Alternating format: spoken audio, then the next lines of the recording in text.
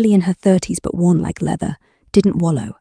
She poured herself into her work, weaving finer cloth than ever, intricate patterns that caught traders' eyes.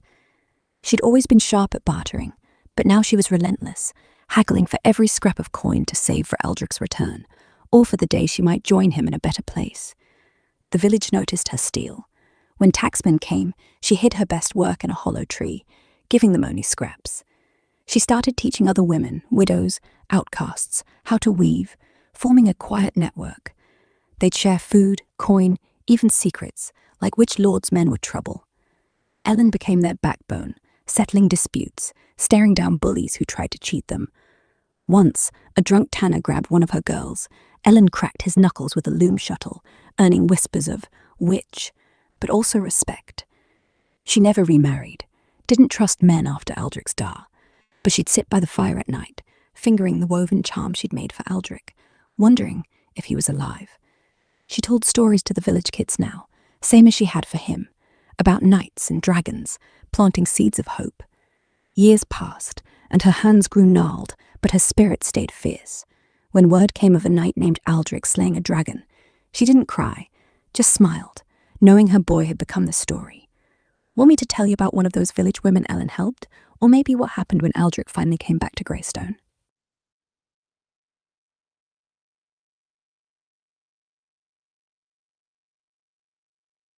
All right, let's dive into what happened when Aldrich finally came back to Greystone. Years had passed since he rode off with Sir Godric at 12, now a man of 25, a knight with scars and a name whispered in taverns. He'd slain Vrythar the dragon and carried a single gold coin as proof, but Greystone was his true destination. To see Ellen, to show her the boy she raised was now a legend. It was dusk when he rode in on Iron Hoof, armor dented, cloak torn. The village barely changed. Same muddy streets, same sagging huts. Folks froze, staring. Some recognized the scrappy kid. Others saw a stranger. Ellen was at her loom, older now, hair streaked grey, hands knotted from years of weaving. She heard the clatter of hooves, stepped outside, and there he was. No words at first, just her eyes, wide and glassy, locked on him. Aldrich dismounted, dropped to one knee, and held out the dragon's coin. "Told you I'd make it," he said, voice rough but grinning. Ellen touched his face, tracing a scar, and whispered, "My fire boy." She didn't cry, not her style, but her grip on his shoulder was fierce. The village gathered, kids tugging at Aldrich's cloak, begging for stories. He stayed a week, telling tales of battles and beasts by the fire. Ellen beside him, prouder than words could say. He left her the coin and enough gold from his travels to ease her days, promising to return again. When he rode out, Greystone felt lighter, like his legend lifted it. Want me to spin a tale about one of Aldrich's stories that spread through the village? Or maybe what Ellen did with that gold?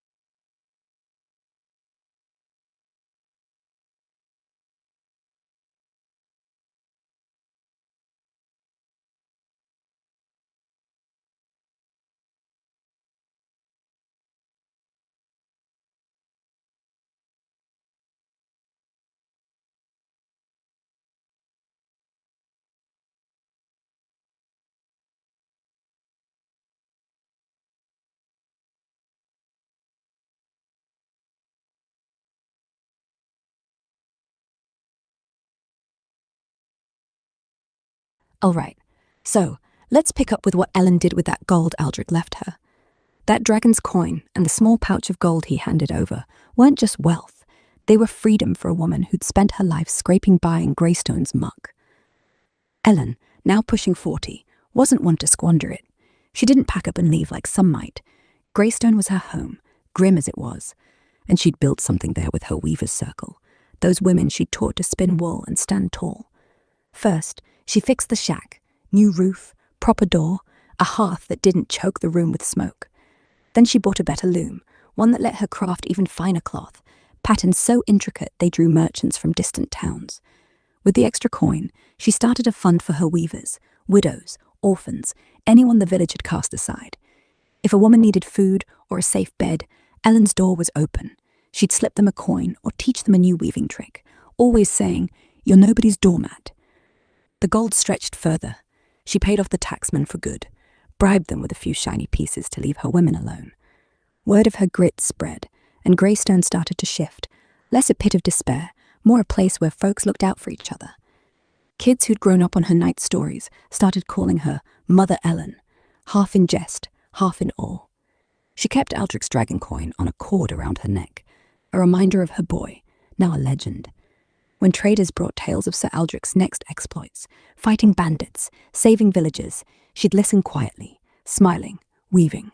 She used some gold to buy books, rare in Greystone, teaching herself to read so she could write Aldrich letters, though she never sent them, unsure where he roamed.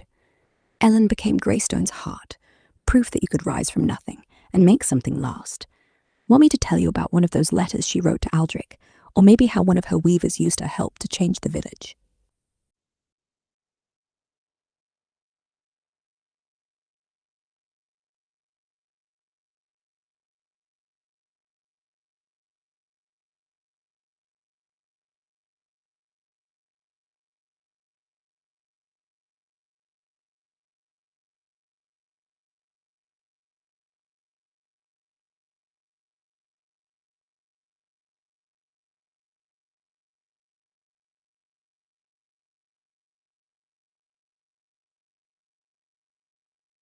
All right, let's dive into one of those letters Ellen wrote to Aldrich, never sent, but poured straight from her heart. It's late, the fire in her Greystone shack crackling low, her new loom silent for once. Ellen's fingers still calloused, but steadier now with the gold easing her burdens, sits at a wobbly table with a book and quill, skills she taught herself with the coin Aldrich left. She writes by candlelight, her words careful but raw. "My fire boy," she starts. "You're out there, bigger than my stories now. They say you slew a dragon, saved villagers, got scars I'll never see. I'm proud, Aldrich, but I wonder if you're still you, Greystone's boy, who fought for a carved horse." She pauses, ink smudging where her hand shakes. "I fixed the roof, built something here. Women weave, kids laugh now. Your gold did that. But I miss your grin, your stubborn streak. Come back someday, not as a knight, just my son." She writes of the village, how her weavers stand taller, how she scared off a taxman with a glare and a coin. She adds, "You taught me to fight too, in your way." Ellen folds the letter, tucks it under her mattress with others, never knowing if Aldrich will read them. It's her way of keeping him close, even as his legend grows. Each letter's a snapshot of her life, Greystone slowly becoming a place of hope, thanks to her grit and his gold. Want me to spin what happened to one of those weavers, like how they changed the village, or maybe if Aldrich ever found those letters?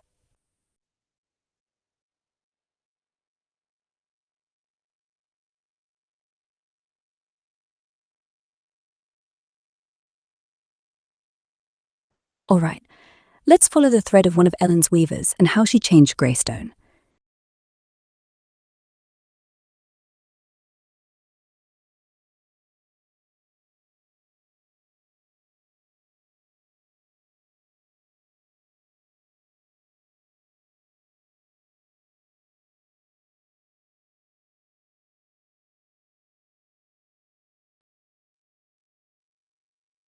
All right, let's pick up where we left off, spinning the tale of Mara, one of Ellen's weavers, and how she changed Greystone.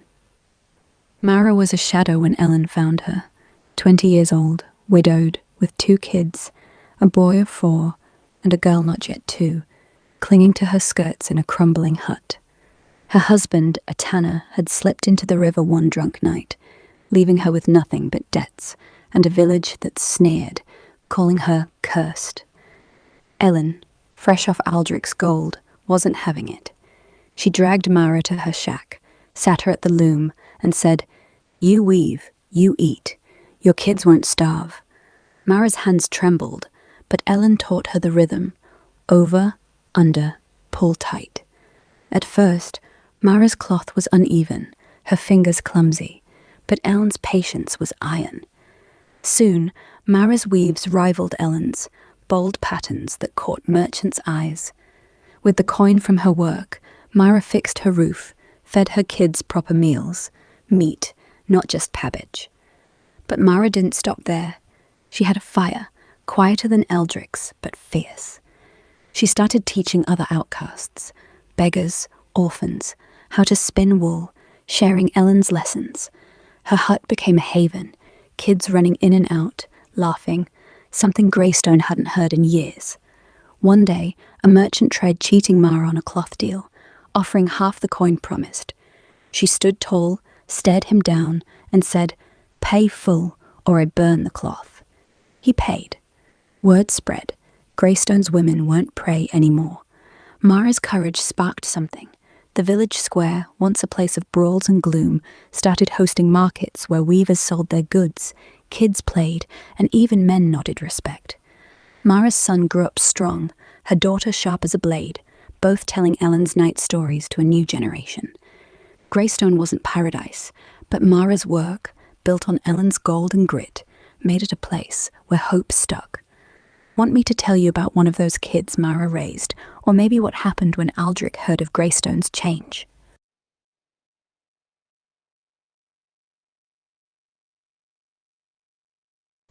All right, let's dive into what happened when Aldrich heard of Greystone's change.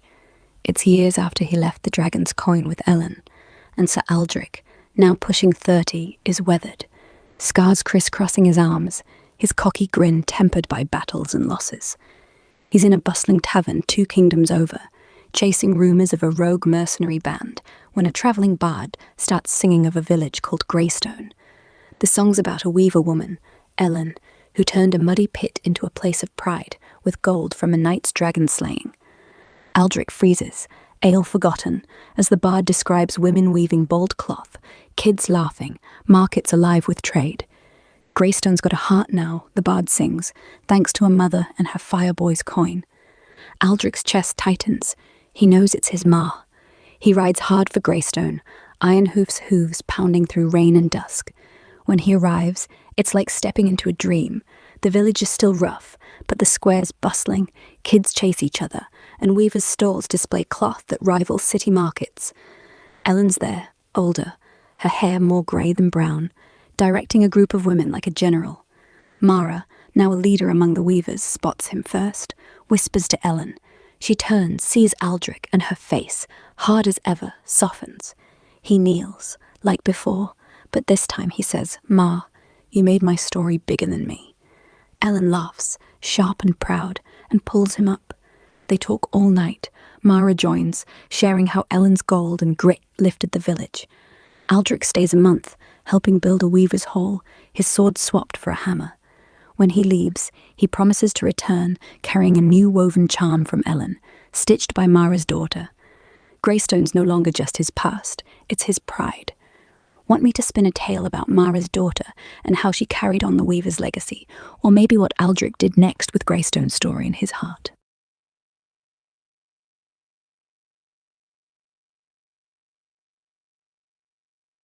All right, let's weave a tale about Mara's daughter, Lyra, and how she carried on the weaver's legacy in Greystone. Lyra was born in the darkest days of Mara's widowhood, barely 2 when Ellen pulled her mother into the loom's rhythm. By the time Lyra was 10, Greystone was changing. Thanks to Ellen's gold and Mara's grit, the village had a pulse. Lyra grew up in her mother's hut, surrounded by the clack of looms and the chatter of weavers, her small hands learning to thread wool before she could write. She was sharp, with her mother's quiet fire and a knack for patterns that made even Ellen pause. By 15, Lyra's cloth, vivid with blues and reds, woven with stories of knights and stars, sold for triple what others fetched at market. But Lyra wasn't content just weaving. She saw how Greystone's women had built something, and she wanted bigger. At 16, she convinced Mara and Ellen to let her travel with a merchant to a city market, cart loaded with their best cloth. There, she faced leering traders who thought a village girl was easy prey. Lyra stood her ground, bartering like a blade, and came back with enough coin to buy 2 new looms and books for the village kids. She started teaching those kids, not just weaving, but reading, using the stories Ellen once told Aldrich. Lyra dreamed of a Greystone where no one was left behind. By 20, she'd turned the Weaver's Hall into a school of sorts, where women and kids learned crafts, letters, even numbers. When a lord tried taxing their profits, Lyra rallied the weavers, marching to his keep with a banner she wove, bold with the dragon, nod to Aldrich. They won a fair deal. Lyra's legacy wasn't just cloth, it was a Greystone that stood tall, a village of makers and dreamers. Want me to tell you about one of Lyra's students who took her lessons beyond the village, or maybe how Aldrich reacted when he saw Lyra's banner? Alright, let's dive into how Aldrich reacted when he saw Lyra's banner. It's a few years after his last visit to Greystone, and Sir Aldrich, now in his mid-30s, is battle-worn but still restless, chasing tales of trouble across the kingdom. He's passing through a bustling trade city when he spots a merchant stall draped with a banner that stops him cold. A woven masterpiece, vivid with a black dragon coiled around a golden coin, its scales glinting in the sun. It's unmistakably Greystone's work, and that dragon, it's Rythreth, his kill. His heart kicks like Ironhoof's hooves. He asks the merchant, who points to a young woman nearby, Lyra, now 22, sharp-eyed and commanding the store like a general. Aldrich approaches, armor clanking, and says, "That's my dragon." Lyra doesn't flinch. She sizes him up, grins, and replies, "And that's my mother's weave. You must be Ellen's fireboy." Aldrich laughs, louder than he has in years, and they talk. Lyra tells him how her banner, inspired by Ellen's stories of his dragon slaying, rallied Greystone's weavers against a greedy lord. Aldrich's chest swells, not from pride in his own legend, but from seeing Greystone's fire spread. He buys the banner, hangs it from Ironhoof's saddle, and rides back to Greystone that week. Ellen and Mara meet him, and when he unfurls Lyra's work, Ellen's eyes shine. She sees her stories, Aldrich's triumph, and Greystone's grit woven together. Aldrich stays, helping Lyra expand her school, even teaching kids a few sword tricks. The banner becomes Greystone's symbol, flown at every market. Aldrich leaves, carrying Lyra's fire in his heart, ready to tell the world of his village's rise. Want me to spin a tale about one of Lyra's students who took her lessons far beyond Greystone, or maybe what became of that banner in later years?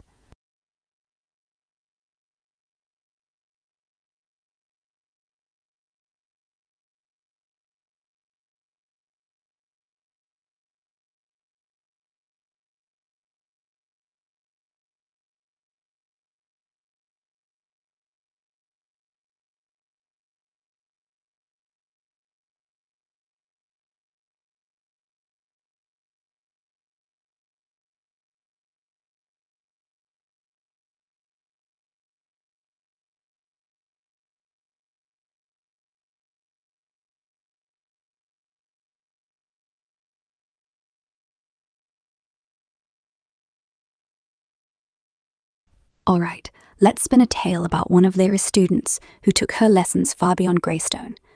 Meet Tobin, a wiry orphan boy of 12 when Lyra first noticed him, hanging around the weaver's hall, sneaking bread crusts from the market.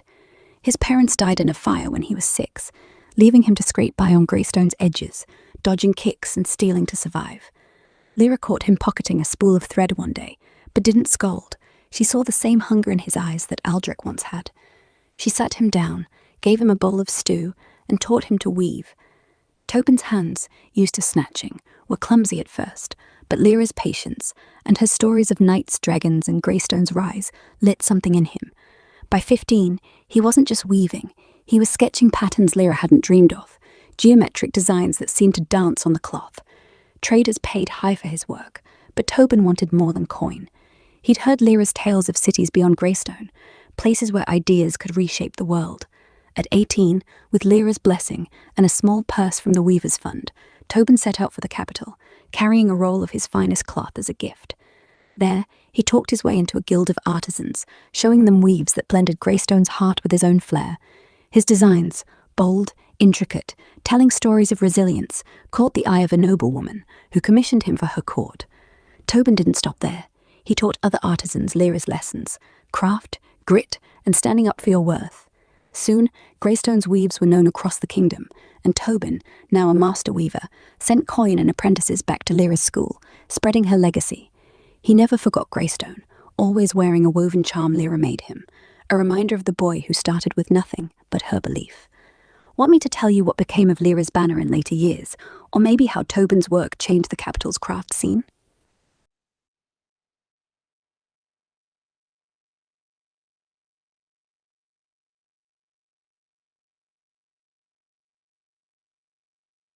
All right, let's weave the tale of what became of Lyra's banner in later years. That dragon banner, black scales, golden coin, woven with Greystone's heart, hung in the village square for a decade after Aldrich's visit, a symbol of their grit and rise. Weather faded it, but its story didn't dim. By the time Lyra was in her 30s, Greystone had grown, still muddy, but now a trade hub, its weavers' hall bustling with students like Tobin, whose designs had reached the capital. The banner, though, was more than cloth. It was a spark. One spring, a fire swept through Greystone's market, torching stalls and threatening the hall. Lyra, ever fierce, rallied the weavers to save what they could. A young girl, one of Tobin's students sent back from the capital, risked the flames to cut the banner down, clutching it as sparks rained. The hall survived, and the banner, singed but whole, became a relic. Lyra decided it belonged somewhere bigger. She sent it with Tobin's apprentice to the capital's great guild hall, where it was hung above the Artisans' Council. There, it inspired a new generation of weavers, who saw in its threads the story of the village that defied its fate. Traders carried tales of Greystone's banner across kingdoms, and soon, copies appeared in distant markets, each dragging a nod to Aldrich, Ellen, Mara, and Lyra. By the time Lyra was old, grey but sharp, the banner's legend had outgrown Greystone, a symbol of how small hands could weave a mighty story. Want me to tell you how Tobin's work reshaped the capital's craft scene? Or maybe how Lyra felt seeing her banner's legacy spread?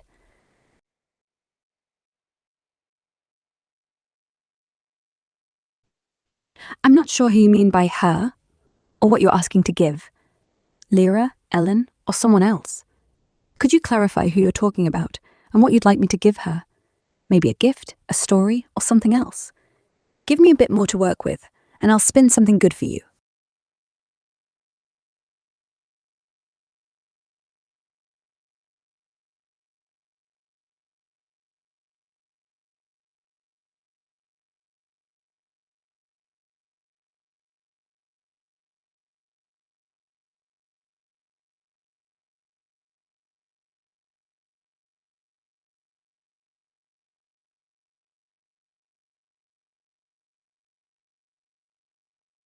All right, so I was saying about the banner's legacy spreading, how it became a symbol beyond Greystone.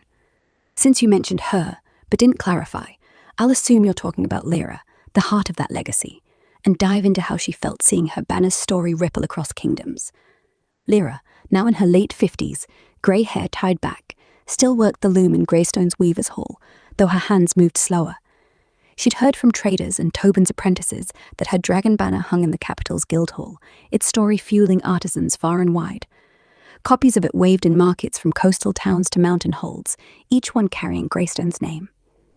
One evening, a young weaver, barely 16, showed Lyra a letter from a distant city. A guildmaster thanked her for inspiring their craft, enclosing a small woven patch mimicking her dragon. Lyra held it, her eyes stinging, not from smoke or age, but from a quiet pride. She'd been a widow's kid, raised in a shack, yet her work, built on Ellen's grit and Aldrich's fire, had changed the world's weave. She didn't gloat. That wasn't her way.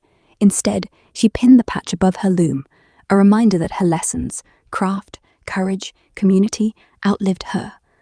At night, she'd sit by the fire, telling kids stories of Aldrich's dragon slaying, Mara's strength, and Greystone's rise, knowing her banner carried those tales further than she ever could. Want me to spin how Tobin's work reshaped the capital's craft scene? Or maybe follow one of those kids who heard Lyra's stories and did something bold?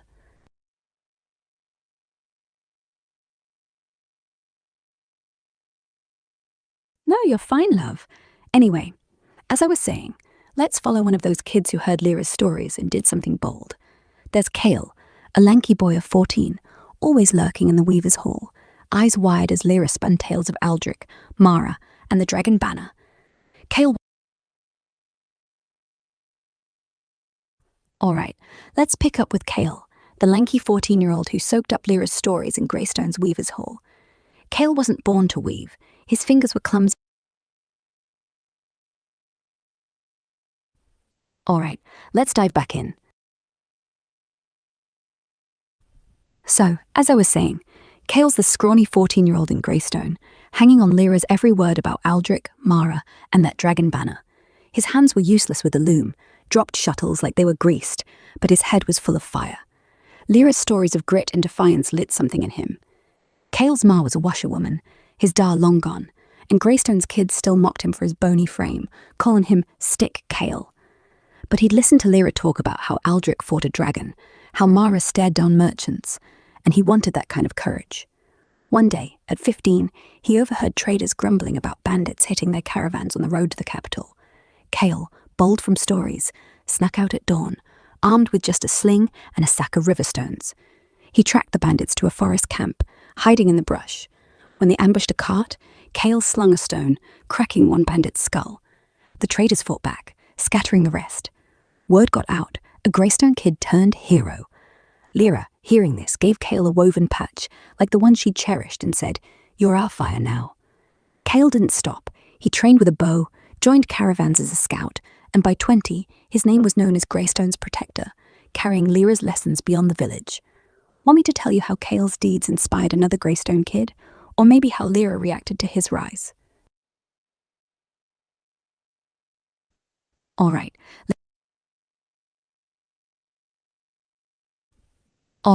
let's keep the fire burning and dive into how Kale's deeds inspired another Greystone kid. Kale, now 20, was Greystone's pride, a wiry scout with a sharp eye and a sling that had made bandits flinch. His story of cracking a bandit's skull to save a caravan spread like wildfire, especially among the village kids, who'd once mocked him as Stick Kale. One of those kids was Sona, a 12-year-old girl with tangled hair and a limp from a poorly healed leg, broken when a cart rolled over her at 6.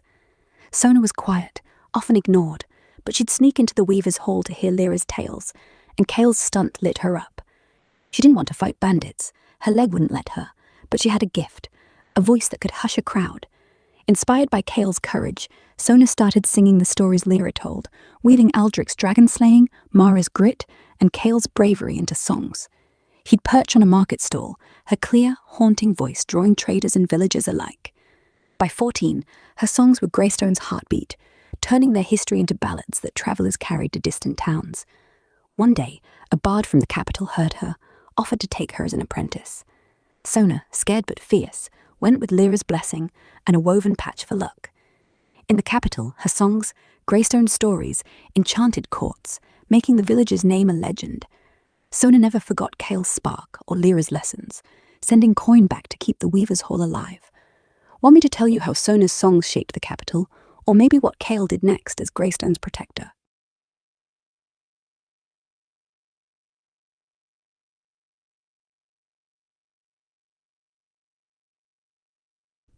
Alright, let's dive into how Sona's songs shaped the capital. Sona, barely 15 when she arrived in the capital with that bard, carried Greystone's stories in her voice, clear, haunting, and sharp as a blade. The capital was a sprawl of stone towers and crowded markets, nothing like Greystone's muddy lanes, but Sona wasn't fazed. She started small, singing in tavern corners, her ballads of Aldrich's dragon slaying, Mara's defiance, and Kale's bandit-crushing courage, pulling in crowds. Her limp and simple clothes made nobles underestimate her, but her voice, raw with Greystone's grit, silenced rooms. Within a year, she was performing in guild halls, then noble courts, her songs weaving Greystone's legacy into the capital's heart. Artisans, inspired by her tales of weavers and heroes, began crafting with new pride, copying Lyra's dragon banner in tapestries and carvings. Sona's ballads sparked a hunger for stories of small places rising up, and soon other villagers sent singers to the capital, creating a wave of folk pride. She became a star, but stayed true, wearing Lyra's woven patch and sending coin to Greystone's Weaver's Hall. Her songs made Greystone a symbol of resilience, whispered even in the king's court. Want me to spin what Kale did next as Greystone's protector, or maybe how Lyra felt hearing Sona's fame had spread her village's story?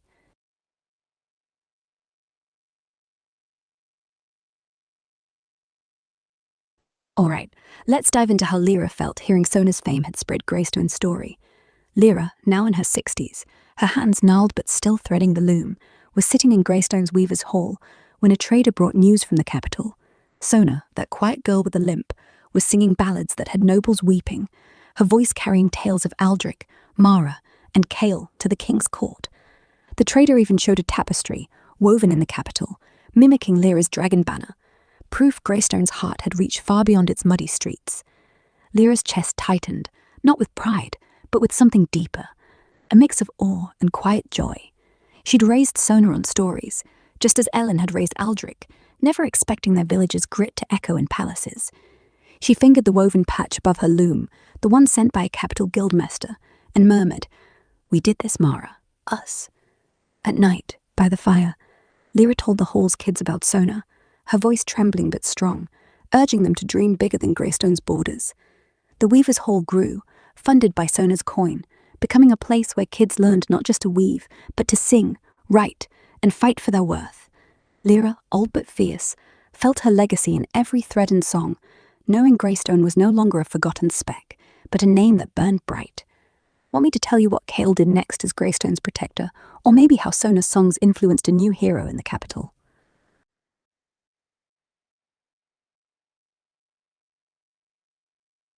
Alright, let's dive into what Kale did next as Greystone's protector.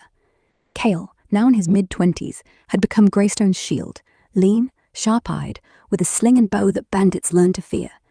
After his stunt cracking a bandit's skull at 15, his name drew young fighters to Greystone, eager to train under him.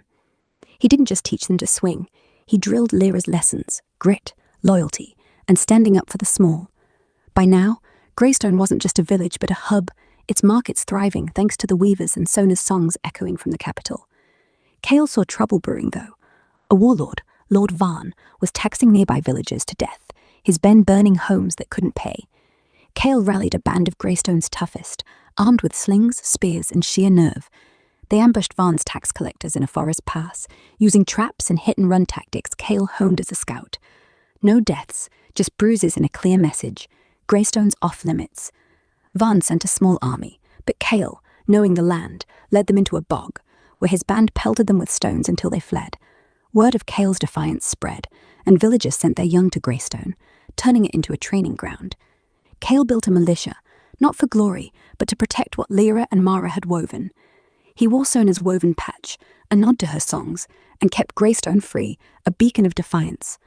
Want me to spin how Sona's songs inspired a new hero in the capital? Or maybe what Lyra did as Greystone grew into this stronghold?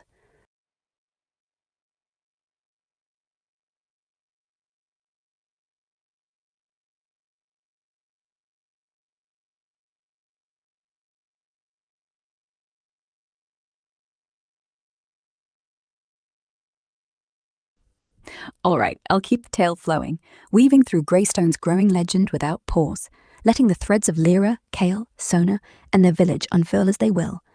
Kale's stand against Lord Varn's men turned Greystone into more than a village. It was a stronghold now, a place where the downtrodden came to learn defiance.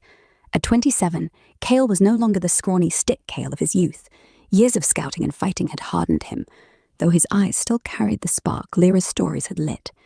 His militia, a ragged crew of farmers' sons and outcast daughters, trained in Greystone's fields, using slings, bows, and traps to guard the roads. They didn't just protect Greystone, they escorted weavers' carts to markets, ensuring Mara and Lyra's cloth reached traders unmolested. Kale's name spread, whispered alongside Aldrich's, as a protector born from Greystone's mud. But he never forgot Lyra's lessons. Every night, he'd sit in the weaver's hall, listening to the kids sing Sona's ballads, her woven patch pinned to his cloak as a reminder of the village's heart. In the capital, Sona's songs were reshaping the city's soul. At 17, her voice had grown sharper, weaving Greystone's tales into ballads that stirred nobles and artisans alike. She performed in torchlit halls, her limp hidden by flowing robes, singing of Aldrich's dragon slaying, Mara's defiance, and Kale's ambush in the forest pass. Her words sparked a movement. Artisans, inspired by Greystone's rise, began forming guilds that demanded fair pay, echoing Mara's stand against cheating merchants. Sona's ballads reached a young blacksmith, Corin, who'd been forging swords for nobles who never paid on time. Moved by her songs, Corin rallied his fellow smiths, refusing to work until their wages were met. When guards came to break their strike, Corin, broad-shouldered and fierce, held a hammer high and quoted Sona's line, "Greystone rose from mud, will rise from ash." The smiths held firm, and the nobles caved. Corin's guild hung a woven dragon banner, a copy of Lyra's, in their hall, making Sona's voice a spark for rebellion in the capital's underbelly. Back in Greystone, Lyra, now 65, felt the village's pulse stronger than ever. The Weaver's Hall had grown into a sprawling compound, looms, schoolrooms, even a small forge, all funded by Sona's coin and Kale's protection. Lyra's hands were too stiff to weave much, but she taught, her voice steady as she passed on stories of Aldrich, Mara, and now Sona and Kale. One evening, a rider arrived, none other than Aldrich, pushing 40, his hair streaked with grey, armor battered, but his grin still cocky. He'd heard Sona's songs in a distant kingdom, tales of Greystone's militia and weavers, and rode back to see it himself. When he saw the Weaver's Hall, kids reading by candlelight, and Kale's militia drilling outside, he laughed, clapping Lyra's shoulder. "Ma would have loved this," he said, meaning Ellen, long gone but never forgotten. Lyra handed him a new banner, woven by her students, showing a dragon in a sling intertwined. Aldrich hung it from Ironhooth's saddle and vowed to carry Greystone's name on his next quest. That quest came sooner than expected. Lord Varn, humiliated by Kale's militia, rallied a larger force, aiming to crush Greystone and make an example of its defiance. Word reached the village, and Kale prepared for war, but Lyra and Aldrich had other plans. Lyra sent runners to nearby.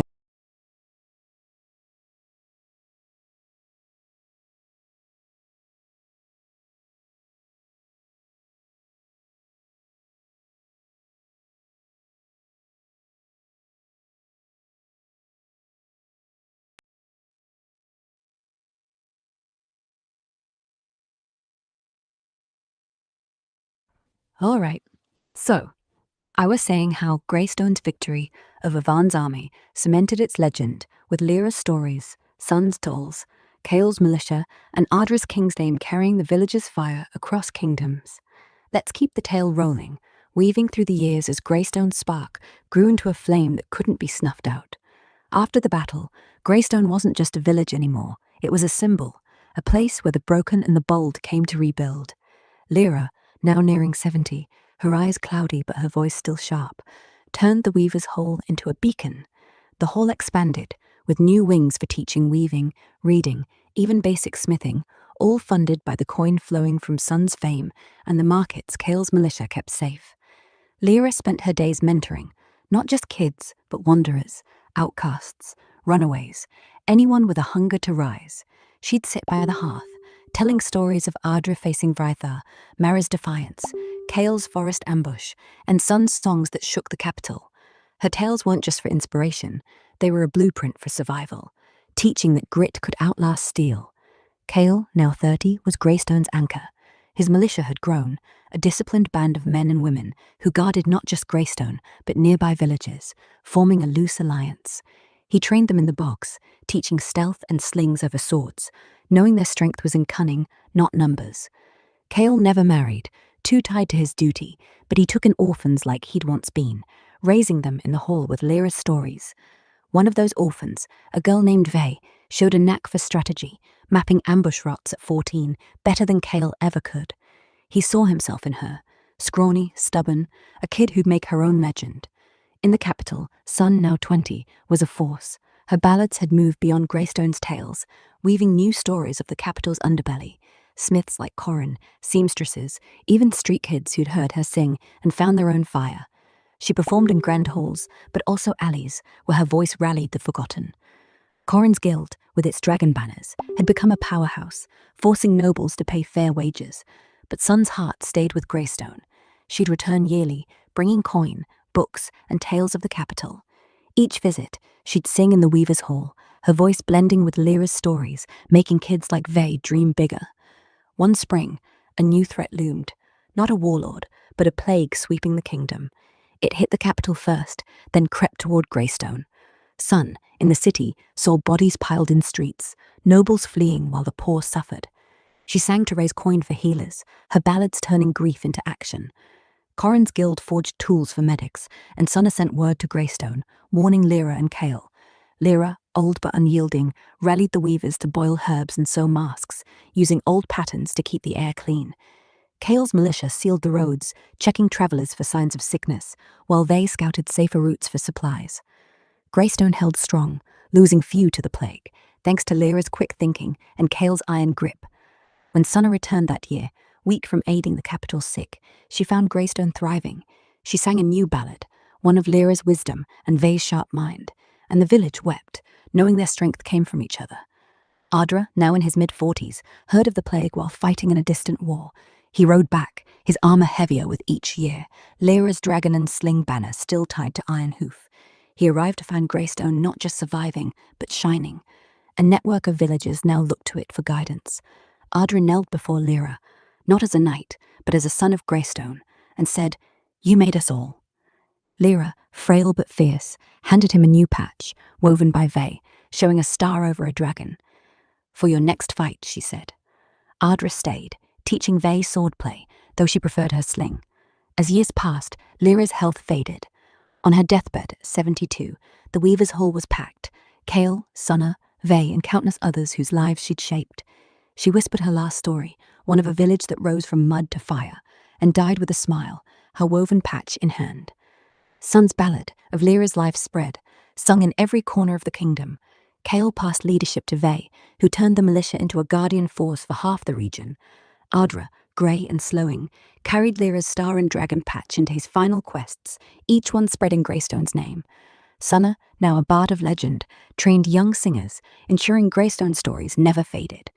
Vay, at 20, led with Kale's cunning and Lyra's heart, making Greystone a place where no one was forgotten, its dragon banners flying high, a testament to a village that turned grit into glory.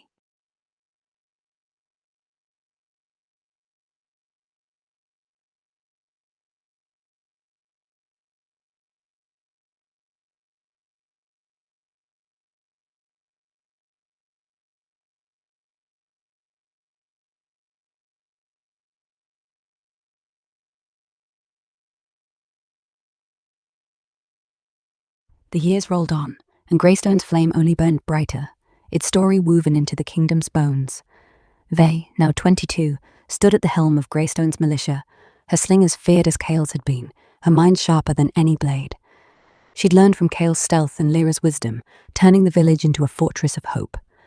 The network of allied villages grew, each sending young fighters to train under Vay, who taught them not just to fight, but to think, how to read a forest's shadows, outwit a foe, or turn a bog into a trap. Greystone's markets swelled, weavers' cloth now traded as far as the eastern seas, their patterns carrying stories of dragons, slings, and stars. Vay kept Lyra's patch, the star and dragon, pinned to her cloak, a reminder of the legacy she carried. Sunna, nearing 30, had become the kingdom's voice. Her ballads, once Greystone's alone, now told of every underdog, fishers, miners, orphans, who dared rise. In the capital, she built a hall of her own, not for nobles but for singers and storytellers, a place where the poor could learn to weave tales as deftly as Greystone's looms wove cloth. She trained a girl, Erin, whose voice rivaled hers, sharp and raw, carrying Sun's songs to new lands. Erin sang of Vay's militia, of Lyra's school, of Ardra's quests, and the capital streets hummed with Greystone's name. Sunna, though, never stayed long in the city. She'd ride to Greystone, her limp more pronounced, but her fire undimmed, bringing books, tools, and new melodies. Each visit, she'd sing in the Weaver's Hall, now a grand stone building, its walls carved with dragons and stars. Kale, in his late 30s, stepped back from leading, his body scarred from years of guarding Greystone. He stayed as Vay's advisor, teaching kids to scout and telling stories of Lyra by the hearth. He'd grown quieter, but his presence steadied the village, a living link to its past. Ardra, now 50, his hair fully grey, still roamed, though Iron Hoof had been replaced by a younger steed, Thorn. He carried Vay's patch and Greystone's banners, spreading their tale to distant courts. In one kingdom, a young prince, moved by Aldra's stories, sent scholars to Greystone, learning from its school and spreading its teachings, reading, weaving, defiance, to their own lands. But peace never lasts. A new threat rose, not a warlord or plague, but a merchant lord, Gavrin, whose trade empire choked villagers with debt. Gavrin's men bought up land, forced weavers to sell cheap, and burned looms that defied them. When word reached Greystone, Ve called a council, Kale, Sunna, and the weavers' leaders. Sunna, just arrived, sang a fiery ballad to rally the village, her voice cutting through fear. Ve planned not war, but cunning. She sent weavers to infiltrate Gavrin's markets, selling cloth laced with subtle flaws that unraveled, ruining his reputation. Kale trained scouts to sabotage Gavrin's caravans, stealing supplies to arm allied villagers. Aldra, hearing of the fight, returned, his sword still sharp. He led a band of Ve's militia to Gavrin's stronghold, not to fight but to parley, offering a deal. Leave Greystone's allies alone, or face a rebellion fueled by every village his greed had crushed. Gavrin, seeing Aldrich's scars and Ve's banner, backed down, knowing Greystone's legend wasn't just talk. The victory sparked a new wave. Villagers across the kingdom formed councils, inspired by Greystone's stand, using trade and cunning over swords. Sunna's hall in the capital grew, her student Erin now leading singers to these villages, spreading songs that taught resistance. Ve, barely 25, was called Star Sling by allies, her name a warning to tyrants. Kale, content in the background, carved a wooden dragon for the Weaver's Hall, a tribute to Lyra. Aldra, nearing his end, rode less, spending days with Greystone's kids, telling them of Rythar and Ellen. When he died, peacefully at 60, Ve buried him beside Lyra, his sword laid under a new banner, a dragon, a sling, and a star intertwined. Sunna sang his elegy, and Erin carried it to the world. Greystone stood as a light, its story, born in mud, woven in fire, passed from Lyra to Ve, Sunna to Erin, a thread of defiance that never broke, binding a kingdom's heart.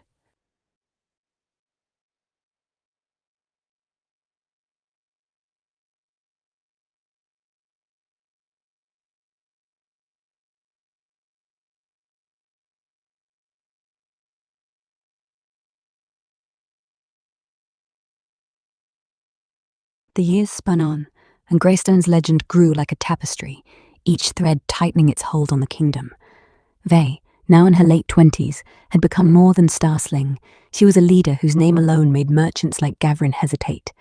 Her militia, a disciplined force of slingers, archers, and scouts, protected a network of villages that stretched across the region, all swearing loyalty to Greystone's example.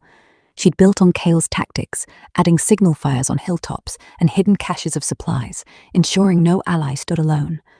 Ve's sharp mind turned the Weaver's Hall into a hub of strategy, where she met with leaders from distant hamlets, teaching them to resist through trade, cunning, and unity. Her dragon and star patch, sewn by Lyra's last students, stayed pinned to her cloak, a reminder of the stories that shaped her. Sunna, nearing 40, was a living myth in the capital. Her hall of singers had grown into a school, not just for ballads but for ideas, teaching scribes, poets, and even spies to carry Greystone's defiance through words. Erin, her star apprentice, now 20, took Sunna's songs beyond the kingdom, crossing seas to sing in foreign courts. Her voice, raw and piercing, told of Ve's victories, Lyra's wisdom, and Aldrich's final stand, sparking murmurs of rebellion in far-off lands where lords crushed their own poor. Sunna, though, always returned to Greystone, her limp worse with age but her fire unquenched. She'd sit with Ve, swapping plans over bowls of stew, their laughter filling the Weaver's Hall. Kale, now pushing 50, had settled into a quieter role, his scars a map of Greystone's battles. He carved wooden dragons and slings for the kids, each one etched with a star, and told stories of Lyra and Aldrich by the hearth. But his eyes were sharp, and when Ve needed counsel, Kale's words cut through noise like a blade. The Weaver's Hall, now a stone fortress of learning, hummed with life. Kids reading, women weaving, men forging tools. Greystone's cloth, vibrant with stories, sold for gold that funded schools in allied villages, spreading Lyra's dream of knowledge for all. A new figure rose from the hall's students, Ren, a 16-year-old boy, son of a weaver trained by Mara. Ren wasn't a fighter like Ve or a singer like Sunna, but his hands could carve wood into figures that seemed alive. Dragons, knights, stars that caught the eye of every trader. His sculptures, paired with Greystone's cloth, turned markets into galleries, drawing coin and eyes to the village's story. Ren's talent caught the attention of a northern queen, who summoned him to her court. He went, carrying a carved dragon holding a woven patch, a gift for her. There, his work, infused with Greystone's tales, won her favor, and she sent artisans to study in the village, binding her kingdom to Greystone's network. But shadows loomed. A new king in the capital, young and greedy, saw Greystone's growing influence as a threat. He sent tax collectors, backed by soldiers, to choke the village's trade. They, quick as ever, outwitted them, hiding cloth in secret stores, sending decoy caravans, and using Kale's old traps to bog down troops. Sunna returned, her singers spreading ballads that mocked the king's greed, turning his court into a laughingstock. Erin, abroad, sang to foreign lords, urging them to shun the king's trade. Ren, back from the north, carved a mocking figure of the king, a crowned fool, holding a broken coin, and gifted it to a rebel noble, sparking whispers of uprising. The king, enraged, marched on Greystone with a full army, determined to crush its defiance. Vey, Sunna, Kale, and Ren stood ready. Vey's militia, now hundreds strong, used the land, bogs, forests, hills, to harass the king's forces, slings and arrows whittling them down. Sunna sang from the Weaver's Hall, her voice carrying over the clash, rallying allies from every village in the network. Ren's carvings, scattered as gifts, became symbols for rebels across the kingdom, each one a call to resist. Kale, too old to fight, guided Vey's strategy, his mind as sharp as ever. The king's army faltered, trapped in Greystone's terrain, their morale broken by songs and starvation. A final parley came. Vey, with Sunna at her side, faced the king under a dragon and star banner. She offered peace, leave Greystone's allies free, or face endless rebellion. Erin's songs, now echoing in foreign courts, had turned the king's allies against him, and Ren's carvings fueled unrest at home. The king yielded, signing a pact that left Greystone's network untouched. They, only 30, became a legend beyond Aldrich's. Sunna's hall grew, Erin's voice uniting kingdoms in song. Ren's carvings adorned courts and villages, each one telling Greystone's story. Kale, grey and content, watched kids play with his wooden dragons, knowing Lyra's fire lived on. Greystone stood, its banners flying, its name a spark that lit the world, a testament to mud-born heroes who wove a legacy stronger than any crown.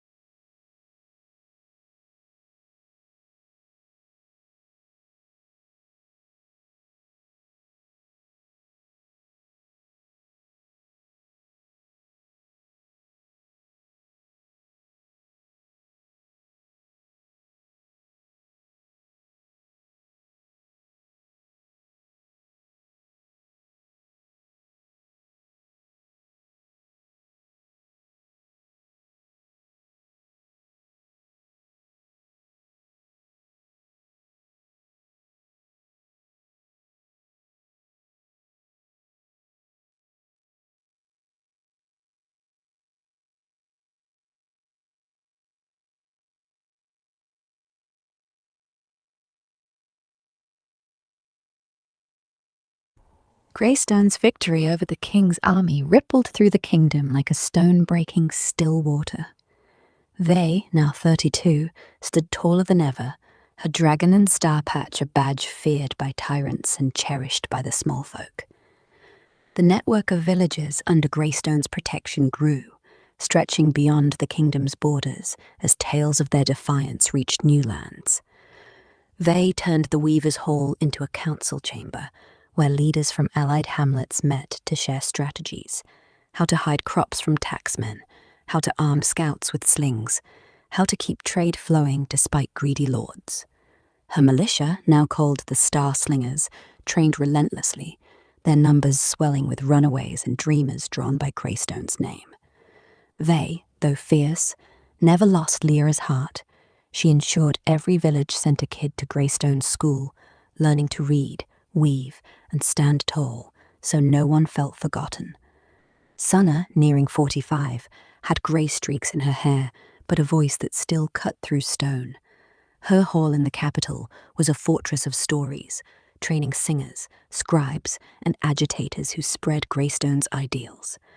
Erin, her apprentice, now 25, was a legend in her own right, singing in foreign ports, her ballads of Greystone's battles stirring rebellions against distant kings. Erin's songs brought coin and allies, and she sent back ships laden with books, tools, and spices, making Greystone's markets richer than ever. Sunna, though, lived for her visits home, riding into Greystone with new melodies, her limp barely slowing her. She'd sit with Vey, planning how to use songs to weaken corrupt lords, their laughter echoing in the hall where Lyra's stories once rang. Cale, in his early 60s, was a shadow of his fighting days, his body creaking from old wounds. He spent mornings carving dragons, slings, stars, each piece a gift for Greystone's kids, who called him Old Fire. His evenings were for teaching, not fighting but strategy, showing Vey's scouts how to read a map or turn a river into a barrier. Cale's wooden dragons filled the Weaver's Hall, a silent guard over its hearth, and his stories of Lyra and Aldrich kept their spirits alive. Ren, the carver, now 22, had returned to Greystone after his northern triumphs. His sculptures, dragons curling around stars, knights rising from mud, were prized across kingdoms, each one a piece of Greystone's soul. He built a workshop beside the Weaver's Hall, training kids to carve, turning their clumsy hands into tools of art. One of his students, a quiet girl named Tira, showed a gift for etching tiny scenes into wood, villagers fighting back, banners flying. Ren sent her work to Erin, who used it to illustrate her songs, making Greystone's story a vision as well as a sound. A new shadow fell when a coalition of merchants, stung by Greystone's trade defiance, hired mercenaries to choke its markets. They blockaded roads, burned bridges, and spread lies that Greystone's weavers cheated their buyers. Vey struck back with cunning. Her star slingers slid through forests, reopening routes, while weavers hid cloth in barrels marked as grain. Sunna and Erin countered with songs, sung in every tavern, mocking the merchants as cowards hiding behind hired swords. Ren and Tira carved wooden effigies of the mercenaries' leaders, grotesque and mocking, and left them in markets to shame their foes. Cale, too old for the field, drew maps for Vey, pinpointing weak spots in the blockade. The mercenaries, underpaid and mocked, deserted one by one. The blockade crumbled, and Greystone's trade roared back, stronger than before.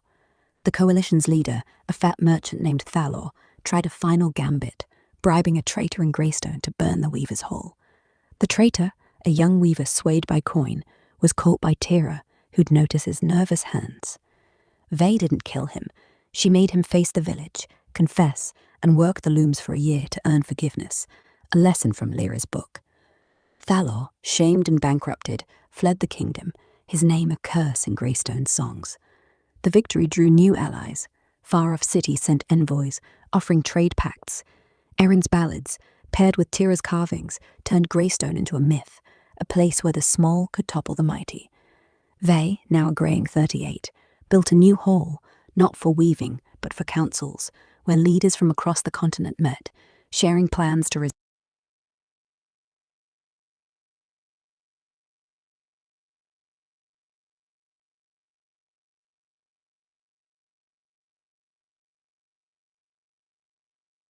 At the hole's opening, her ballad weaving greystones past. Lyra's stories, Aldrich's dragon slaying, Mara's defiance, Kale's ambushes, and Vay's victories, into a tapestry of unbreakable will. The new hall, carved with Tira's intricate scenes of stars and slings, became a beacon for those fighting oppression across lands. Sana, nearing 50, passed her capital school to Erin, who, at 30, was a master bard, her songs now sparking uprisings in kingdoms where peasants had never dared resist. Erin sent her own students back to Greystone, each carrying a woven patch or carved star, keeping the villagers' fire alive in their voices. Back in Greystone, Tira, now 18, took over Wren's workshop. Her carvings, tiny vivid tales of battles and hope, were so prized that kings commissioned them, unaware they were funding Greystone's cause. Wren, in his late 20s, travelled with Vay's envoys, his sculptures opening doors to courts where words alone might fail. Kale, now frail at 65, rarely left the weaver's hall, his hands too shaky for carving, but his mind still a map of strategies. He'd sit with Tira, guiding her to etch Greystone's latest triumphs into wood, ensuring every kid knew their village's story. A new challenge came, not war or greed, but nature itself. A drought gripped the region, rivers shrinking, crops wilting.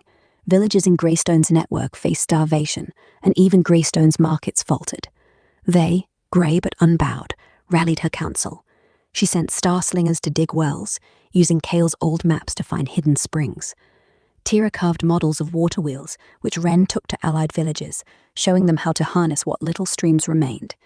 Sana, back from the capital, sang to keep spirits high, her voice cracking but fierce, turning tales of past victories into hope for survival. Erin, hearing of the drought, used her fame to draw aid. Foreign ships brought grain, bartered with her songs and Tira's carvings. Greystone became a lifeline, sharing food and water with its allies, its weavers sewing sacks to carry supplies. The drought broke after 2 brutal years, and Greystone emerged stronger, its network now a web of loyalty that no king could break. They, at 45, was called Mother Star by the villagers, her sling a symbol of protection. Tira's workshop grew, her students carving not just wood but stone, raising statues of Lyra, Aldrich and Mara in Greystone's square. Wren, returning from a northern court, brought news. A republic, inspired by Greystone's defiance, had toppled its king, their flag bearing a dragon and star. Sana, her health fading, sang one last ballad in Greystone, her voice barely a whisper, but heavy with pride, tying every hero, Lyra, Aldrich, Kale, Vay, Tira, to the village's soul. When Sana died, Erin and Tira built a monument in the Weaver's Hall, a carved loom draped with a woven banner, its threads glinting with stars. Kale followed soon after, passing quietly, his wooden dragons left as gifts for every child in Greystone. Vay, now 50, led until her hair was white, then passed the council to Tira, whose carvings told the world Greystone's story. Erin's singers and Wren's travels kept the legend alive, spreading to continents where Greystone was a word for hope. The village, born in mud, stood as a city of defiance, its banners, dragon, sling, star, flying over a world remade by its fire, a legacy woven so deep no storm could unravel it.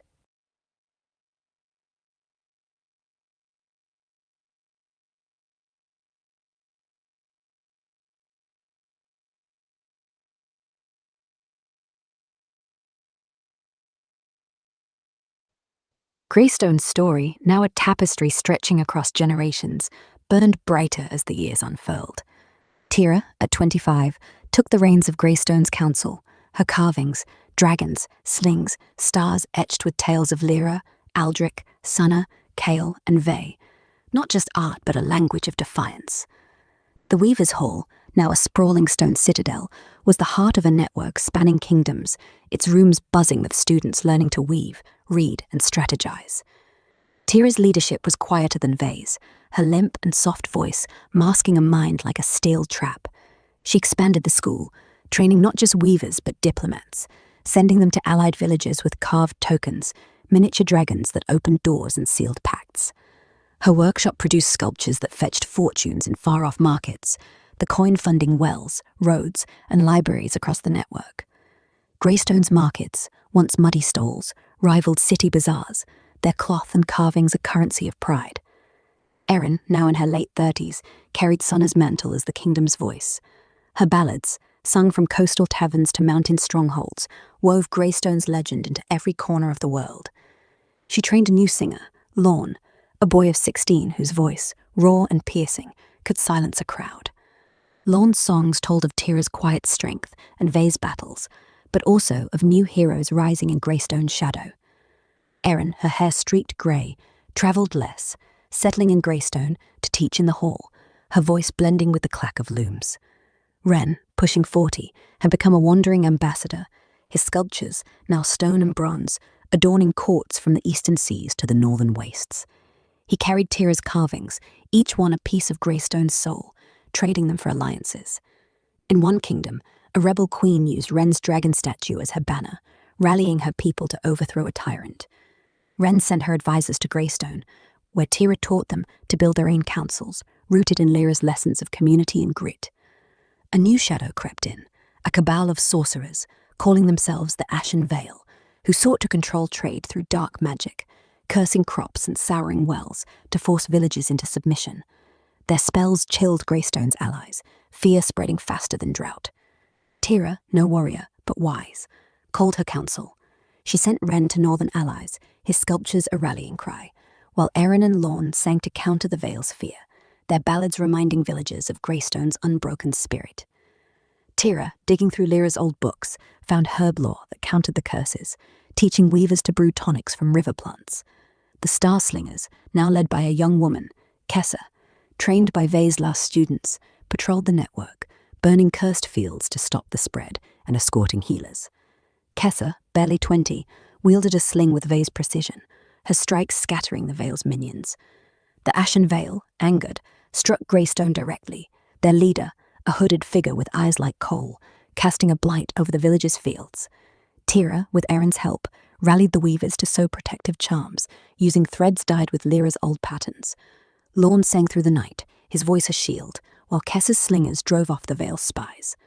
Ren returned with northern warriors, their shields carved with Tira's dragons, and together they broke the blight, burning the cursed soil under a full moon. The Veil retreated, their power cracked by Greystone's unity. The victory echoed, and Greystone's network grew stronger, now spanning 3 kingdoms. Tira, at 35, was called Star Carver, her sculptures a symbol of hope. Kessa's Star Slingers became a legend, their banners, dragons, slings, stars, flying over every allied village. Erin and Lorne's songs spread to new continents, carried by traders who'd seen Greystone's markets. Ren, greying but tireless, built a school for carvers beside the Weaver's Hall, teaching kids to etch their own stories.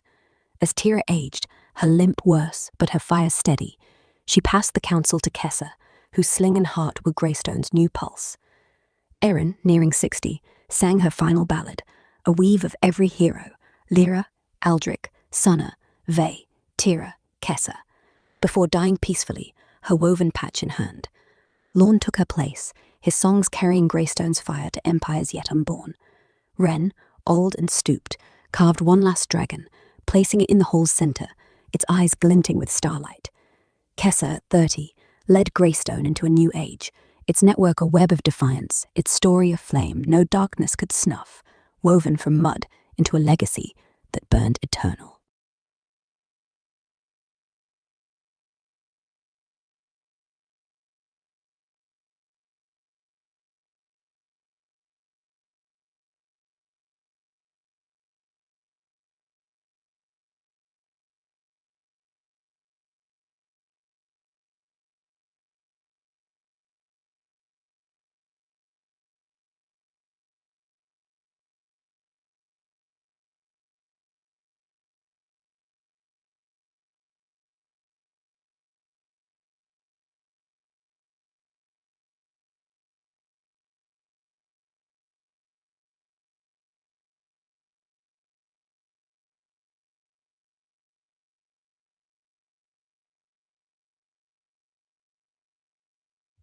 Greystone's light burned on, a beacon etched into the world's bones.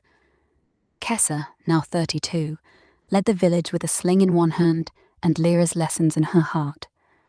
The Star Slingers, her militia, were no longer just Greystone's shield, but a force across the network. training fighters from dozens of villages to protect their own. Kessa, raised on Tira's carvings and Erin's songs, had a fire that blended Vey's cunning with Sunna's defiance. She expanded the council hall, its walls lined with Tira's stone dragons and Ren's bronzes, where leaders from far-flung lands met to share tactics against tyrants and sorcerers. Greystone's markets thrived, their cloth, woven with stars, slings, and dragons, sold for fortunes, funding schools and forges that armed the network with knowledge and steel. Lorne, now in his mid-20s, carried Erin's legacy, his voice a blade sharper than any sword. He sang in Greystone's Weavers' Hall, in capital squares, and in rebel camps, his ballads weaving Kessa's victories with those of Lyra, Aldrich, and Vey. His songs reached a new generation, including a girl named Mira, a 15-year-old orphan with a voice that trembled with raw power. Lorne took her as his apprentice, teaching her to sing of Greystone's fire, her notes echoing Sunna's strength, but with a wild edge that stirred hearts in distant ports. Ren, nearing 70, his hands too stiff for fine carving, mentored young artisans in his workshop, passing on Tira's techniques. His last student, a boy named Gav, had a gift for sculpting wood into figures that seemed to breathe, dragons curling around stars, slingers mid-throw. Gav's carvings, paired with Mira's songs, became Greystone's new emissaries, sent to courts and villages to cement alliances. A new threat stirred. An empire from the eastern seas, its ships armed with cannons, its lords hungry for Greystone's wealth. They landed on the kingdom's coast, demanding tribute from every village in the network. Kessa, unyielding, called her council. She sent Lorne and Mira to sing in allied lands, their ballads rallying warriors to Greystone's cause. Gav carved a massive dragon, its wings spread over a star, and placed it at Greystone's gates, a warning to invaders. The Starslingers, now thousands strong, trained in coastal bogs, using Kessa's traps to sink enemy scouts in mud. The Empire's first wave struck a nearby village, burning its looms. Kessa countered, her slingers ambushing the invaders at night, their stones cracking armor before vanishing into the mist. Lorne's song spread news of the attack, turning villages into fortresses. Mira, barely 16, sang with such fire that even grizzled fighters wept, joining the fight. Gav's carvings, left in captured camps, mocked the Empire's lords, sowing fear. The war stretched years, but Greystone's network held. Kessa, now 40, led a final push, using Ren's old maps to trap the Empire's fleet in a narrow bay, where slingers and allied ships sank their cannons.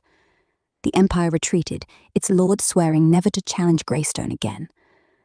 Kessa's victory made the network a power, rivaling kingdoms, its villages united by trade, song, and steel.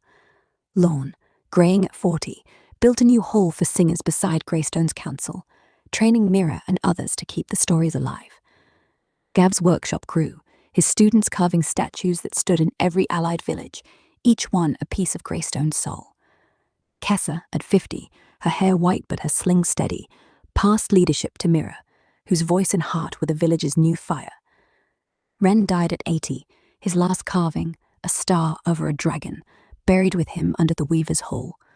Lorne followed, his final ballad sung by Mira, who wove every hero, Lyra, Aldrich, Sunna, Vey, Kessa, into a song that echoed across continents. Mira, at 30, led Greystone into a golden age, its network a web of free villages, its banners, dragon, sling, star, flying over markets, halls, and battlefields. Gav's students spread his art, their sculptures telling Greystone's story in stone and wood. The village, born in mud, had become a constellation, its fire carried by singers, carvers, and slingers, a legacy so fierce no empire, no sorcerer, no storm could dim it, burning eternal in the world's heart.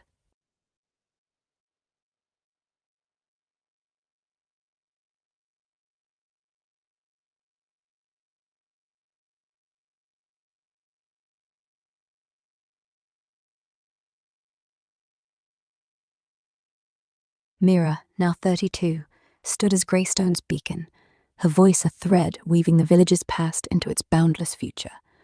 Her songs, born from Lorne's teachings and Sunna's fire, carried the weight of Lyra, Aldrich, Vey, and Kessa, turning Greystone's name into a rallying cry for the oppressed. The network of villages, now spanning seas and mountains, was a tapestry of defiance, its people bound by shared stories, woven cloth, and Gav's carvings. Mira's council hall, its walls etched with dragons and stars, hosted envoys from distant republics, each seeking Greystone's secrets, how a muddy hamlet had become a power no empire could break. She ruled not with force, but with song, her ballads guiding the network's heart, while her star slingers, trained by Kessa's last students, kept its borders safe. Gav, in his late 30s, had turned his workshop into a guild, its carvers crafting not just for Greystone, but for the world. His student, Sren, a wiry girl of 17, carved with a precision that rivaled Tira's, her dragons seeming to pulse with life.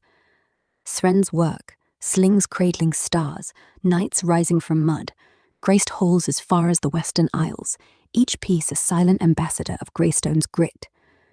Mira sent Sren to a southern kingdom where rebels fought a cruel emperor, her carvings rallying their cause, while Gav stayed in Greystone, teaching kids to etch their own stories into wood and stone. A new danger stirred, a cult, the Shadowed Hand, spreading fear through whispers and sabotage. They poisoned wells, burned crops, and spread lies that Greystone's network hoarded wealth. Mira, sharp as ever, countered with song, her ballads exposing the cult's deceit, sung in every market to rally allies. Sren carved effigies of the Hand's leaders, twisted figures that shamed them in public squares. The Starslingers, led by a young man named Torv, a fisherman's son trained in Kessa's ways, hunted the cult's agents through forests and bogs, their slings as deadly as ever. Mira, Gav, and Torv worked as one, song, art, and steel weaving a shield around the network. When the Shadowed Hand struck Greystone, setting fire to its outer fields, Mira sang through the smoke, her voice steadying the village. Torv's slingers drove the cultists back, while Sren's carvings, left in their ruined slings as deadly turned their fear into ridicule. The Hand's leader, a zealot cloaked in black, tried a final curse, summoning storms to flood Greystone's lands. Mira, using Lyra's old herb lore, brewed tonics to protect the crops, while Torv's slingers built dikes, guided by Gav's maps. Sren carved a massive star over the village gates, its light seeming to break the storm's wrath. The Hand crumbled, their leader fleeing, their name cursed in Mira's songs. Greystone's victory drew new allies, rebel republics, free cities, even nomadic tribes, who sent envoys to learn from the village. Mira, at 40, her voice softer, but her fire fierce, built a new school for singers and carvers, its walls adorned with Sren's work. Torv, now a seasoned leader, expanded the Starslingers, training them to teach other villagers to fight. Gav, graying at 50, carved a final dragon, its eyes set with stones from the river where Aldrich once fought, and placed it in the council hall. As Mira aged, her hair white, she passed leadership to Sren, whose carvings were now Greystone's voice. Torv, loyal to the end, guarded the network, his slingers a wall of stars. Sren, at 30, led with art and heart, her sculptures telling of a village that rose from mud to remake the world. Mira's last song, sung at 70, wove every hero, Lyra, Aldrich, Sunna, Ve, Kessa, Torv, into a ballad that echoed across continents. When she died, Sren carved a star-crowned dragon for her grave, its wings spread over Greystone. The network, now a federation of free lands, flew banners of dragons, slings, and stars, its story carried by singers, carvers, and fighters. Greystone, born in hardship, stood as a constellation of defiance, its fire lighting new villages, new rebellions, new dreams. A legacy woven so deep it burned eternal, unyielding to time or tide.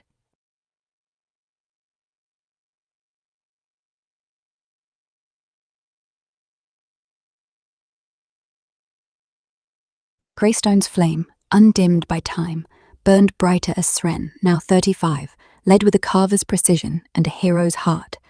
Her sculptures, dragons curling around stars, slings raised in defiance, stood in every village of the Federation, a sprawling network of free lands that stretched from coastal cliffs to desert outposts. The council hall, its stone walls etched with scenes of Lyra, Aldrich, Sunna, Ve, Kessa, and Mira, was a pilgrimage site for those seeking Greystone's way, art, song, and grit over swords and gold. Seren's leadership was steady, her quiet voice commanding respect as she sent carvers and diplomats to teach allied lands how to build schools, resist tyrants, and weave their own stories. Her workshop, once Seren's, hummed with young artisans, their hands shaping wood and stone into tales of Greystone's fire. Torv, now in his early 40s, led the Star Slingers with a fisherman's calm and Kessa's cunning. His militia, thousands strong, patrolled the Federation's borders, training new fighters in every village.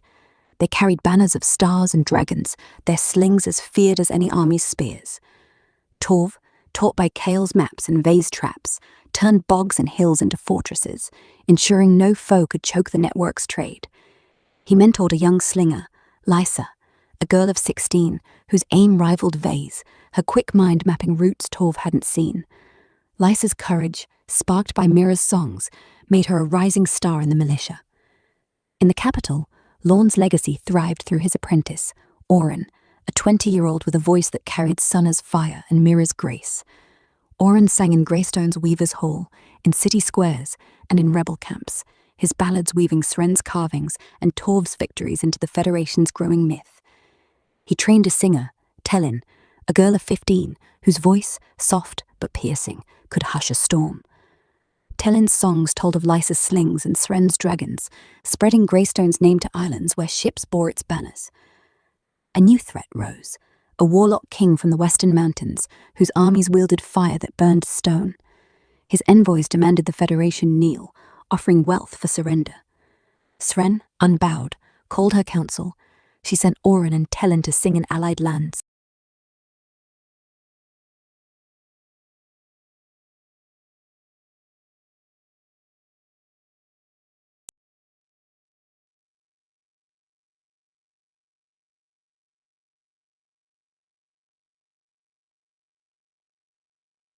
Lysa, now 32, stood as Greystone's fierce new heart, her sling a symbol of a federation that spanned continents, its villages bound by the fire of Lyra's stories, Aldrich's courage, Sons of songs, Vay's cunning, Kessa's defiance, Mira's voice, and Seren's carvings. The council hall, its walls a mosaic of dragon and star etchings, was a beacon for rebels and dreamers, its doors open to envoys from lands as far as the southern deserts and northern ice fields. Lysa led with a blend of Vay's strategy and Seren's quiet resolve. Her militia, the Star Slingers, now a disciplined force of thousands, trained in every terrain from bogs to mountains. She built watchtowers across the Federation, each flying a banner of dragons, slings, and stars, ensuring trade flowed free and no tyrant could choke it. Her school, an extension of Lyra's Weavers' Hall, taught kids not just to fight, but to think, reading, crafting, and planning for a world where the small could stand tall. Tellin, at 25, carried the singer's mantle, her voice a blade honed by Sunna and Mira. She sang in Greystone's hall, in rebel camps, and in foreign palaces, her ballads weaving Lysa's victories with the Federation's history. Her apprentice, Corin, a boy of 16, with a voice like a storm, learned to sing of Greystone's heroes, his notes reaching tribes beyond the seas. Tellin's songs drew allies, nomads, sailors, even pirates, who sent goods and fighters to the Federation, their ships marked with star and dragon flags. Seren, nearing 60, her hands too stiff for fine carving, guided her guild, its artisans led by a young woman, Nia, whose stone dragon seemed to breathe fire. Nia's sculptures, paired with Tellin's songs, turned Greystone's markets into cultural hubs, drawing poets, traders, and scholars. Torv, now in his late 50s, his body worn but his mind sharp, advised Lysa, teaching Corin to map traps, as Kale once had. His star-slinger tactics were etched into the Federation's core, every village learning to turn its land into a weapon. A new peril rose, an order of alchemists, the Iron Veil, wielding potions that turned men to stone and rivers to sludge. They sought to control the Federation's trade routes, poisoning wells to force surrender. Lysa, quick and fierce, rallied her council, Tellen and Corin sang ballads exposing the Vale's cruelty, rallying villagers to resist. Nia carved stone dragons with eyes of glass, placed at wellheads to warn of poison. Torv's traps, pits lined with sharp stakes, slowed the Vale's agents, while Lysa's slingers struck from cliffs, their stones shattering potion vials. The Iron Vale's leader, a gaunt alchemist with a silver mask, cursed Greystone's fields with blight. Lysa, digging through Lyra's herb lore, brewed antidotes with Thren's help, while Nia etched protective runes into the hall's beams. Tellen's songs, carried by Corin, rallied allies from across the seas, their ships bringing herbs to bolster Greystone's cures. The Vale's curse broke, their agents scattered by Lysa's slingers in a midnight ambush. The alchemist fled, his mask left in the mud, mocked in Tellen's ballads. The Federation emerged stronger, its villagers rebuilding with Nia's carvings as their symbols. Lysa, at 40, her hair streaked grey, built a new hall for healers, teaching Lyra's herb lore to kids across the network. Tellen, now 35, trained Corin to lead the singers, her voice fading but her fire alive in his songs. Nia's guild spread, her students carving dragons in every allied land, each one a piece of Greystone's soul. Torv, at 70, died quietly, his last trap map gifted to Lysa, buried with a wooden star. Lysa passed leadership to Corin at 50, his voice and heart now the Federation's pulse. Nia, old but fierce, carved a final dragon, its wings cradling a sling, for the council hall. Corin, at 30, led with song and steel, his ballads weaving every hero, Lyra, Aldrich, Sunna, Ve, Kessa, Mira, Sren, Lysa, into a tapestry of defiance. Tellen, dying at 60, sang one last note, her star and dragon patch in hand. Greystone, born in mud, stood as a city of fire, its banners flying over a world remade, its story a song, a carving, a sling, unbreakable, eternal, lighting every heart that dared rise against the dark.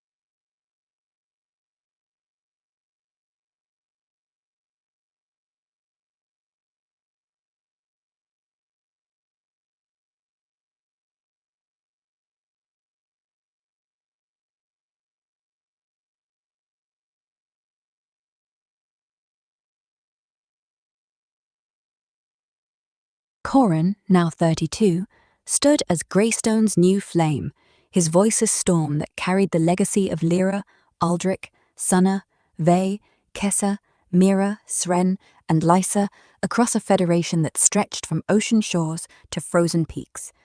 His ballads, sung in the council hall, its stone walls carved with dragons, slings, and stars, wove Greystone's history into a call for defiance, uniting villages, cities, and even nomad tribes under its banners. Corin led with a singer's heart and a warrior's mind, trained by Tellin's songs and Lysa's strategies.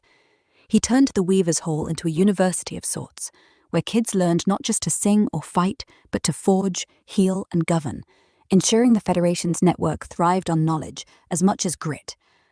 His Starslingers, led by a young woman named Elia, a sharpshooter of 18 with Lysa's fire, patrolled trade routes, their slings keeping bandits and tyrants at bay. Elia's militia, thousands strong, used Torv's old trap maps, turning forests and rivers into walls no foe could breach. Nia, now in her late 60s, her eyes dim but her hands steady, guided her Carvers Guild, its artisans led by a boy, Kor, whose stone sculptures, dragons cradling stars, slingers mid-throw, rivaled Sren's best. Kor's work adorned Federation halls, each piece a testament to Greystone's unbreakable spirit, drawing envoys from lands where empires crumbled under their own weight. Kor, at 20, travelled with Corin's singers, his carvings sealing pacts with rebel queens and free cities. A new shadow fell, a coalition of exiled kings, calling themselves the Iron Crown, who sought to crush the Federation and restore their thrones. Their armies, armed with steel and treachery, bribed Federation villagers to betray Greystone, promising gold for loyalty. Corin, unyielding, called his council. He sent Ilia's Starslingers to guard wavering allies, their slings cracking traitor skulls in midnight raids. Kor carved effigies of the Iron Crown's leaders, grotesque figures left in their camps to mock their pride. Corin's ballads, sung across the network, exposed the king's lies, his voice rallying villagers to hold fast. The Iron Crown struck a Federation outpost, burning its school. Elia, fierce and fast, led her slingers through a canyon, raining stones until the king's men fled. Kor's carvings, paired with Corin's songs, turned the attack into a rallying cry, drawing new allies, desert nomads, island sailors, who flew Greystone's dragon and star banners. Nia, using Lyra's herb lore, brewed tonics to heal the wounded, her guild etching protective runes into rebuilt halls. The Iron Crown's leader, a scarred king named Valthor, marched on Greystone itself, his army a tide of steel. Corin sang from the council hall, his voice a shield, while Elia's traps, bogs laced with spikes, swallowed Valthor's vanguard. Kor carved a massive star, its points sharp as blades, and set it atop Greystone's gates, a warning. The Federation's allies, rallied by Corin's ballads, joined the fight, their ships and fighters cutting Valthor's supply lines. After a brutal siege, Valthor faced Corin under the star carving, his army broken. Corin offered terms: join the Federation or flee. Valthor, shamed by Corin's effigies and Corin's songs, chose exile, his crown shattered. The Federation grew, absorbing rebel lands and free cities, its villagers building schools, forges, and halls in Greystone's image. Corin, at 40, his voice still strong, built a new singers' hall, its walls carved with Kor's dragons. Elia, now a seasoned leader, trained new slingers, her traps a legend across continents. Nia, dying at 80, left her guild to Kor, her last carving, a dragon holding a sling, buried with her. Corin, at 50, passed leadership to Elia, her sling and heart the Federation's pulse. Kor, at 35, led the carvers, his sculptures spreading Greystone's story to new worlds. Elia, at 40, led with Lysa's fire and Corin's grace, her star slingers a wall of stars. Kor's guild crafted banners in stone, each dragon and star a piece of Greystone's soul. Corin, at 70, sang his final ballad, weaving every hero, Lyra, Aldrich, Sunna, Ve, Kessa, Mira, Sren, Lysa, into a song that echoed across seas. He died,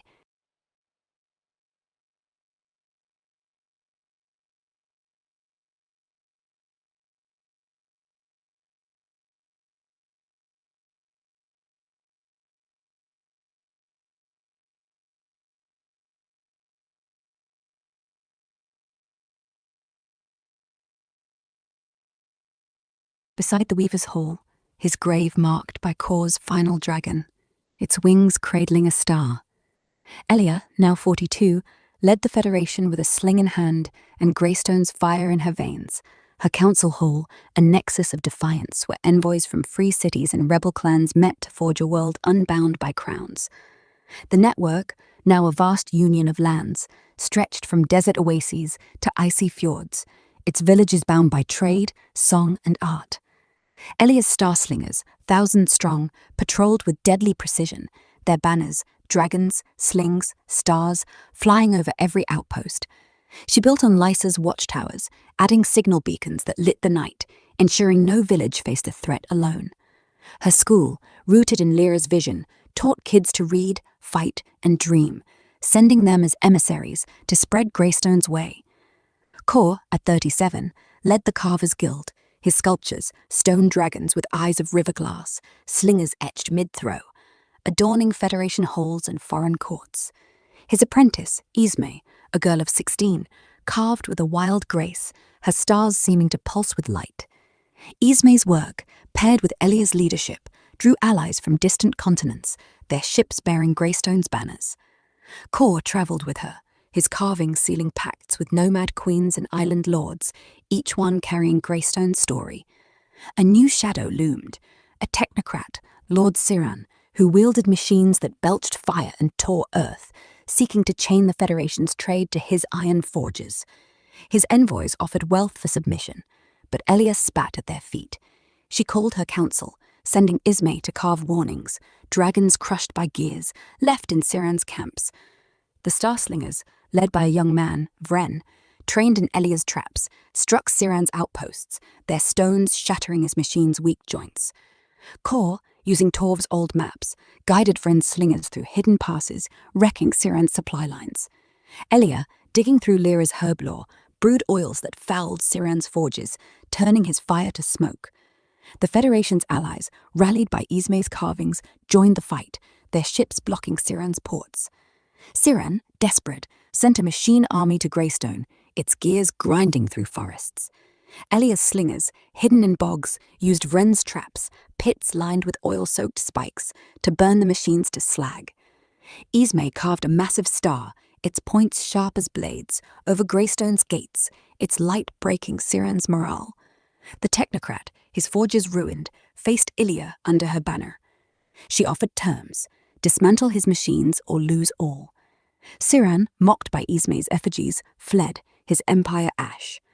The Federation grew, absorbing free lands and rebel clans, its villages building halls in Greystone's image.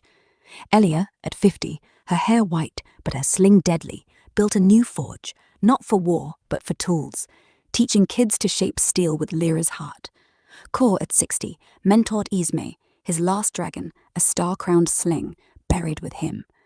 Vren, now a seasoned leader, trained new slingers, his traps a wall of defiance.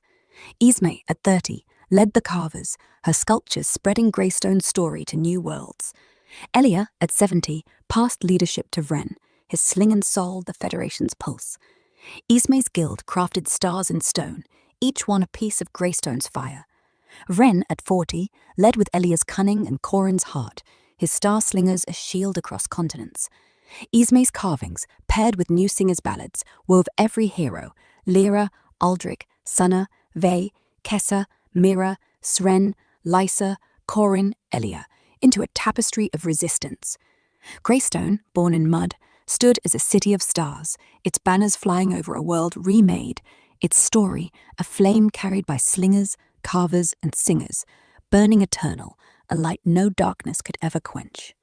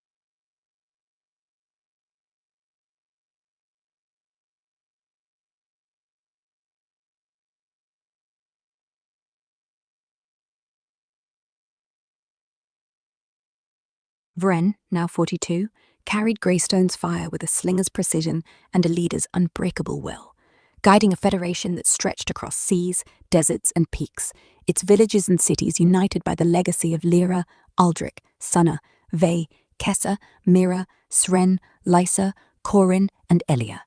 The council hall, its stone walls a gallery of carved dragons, slings and stars, drew pilgrims, rebels, scholars, and dreamers who sought the secret of Greystone's rise from mud to myth. Vren led with Elia's cunning and Corin's heart, his star slingers a sprawling force that guarded trade routes and taught every village to wield slings over swords.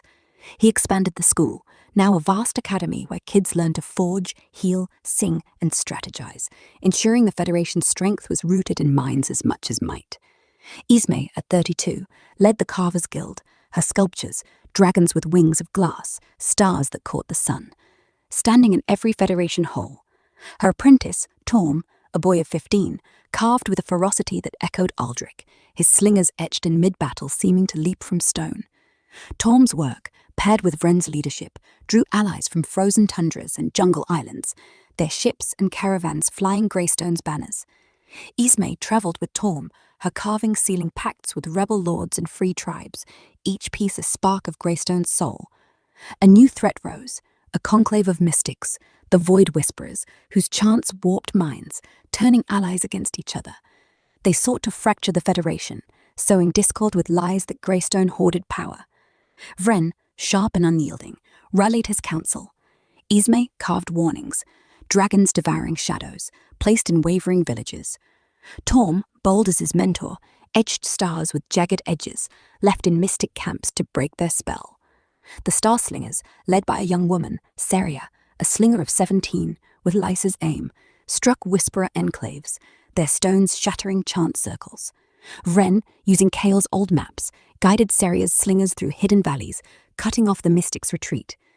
Ismay, digging through Lyra's herb lore, brewed tonics to clear minds, her guild etching runes into village gates.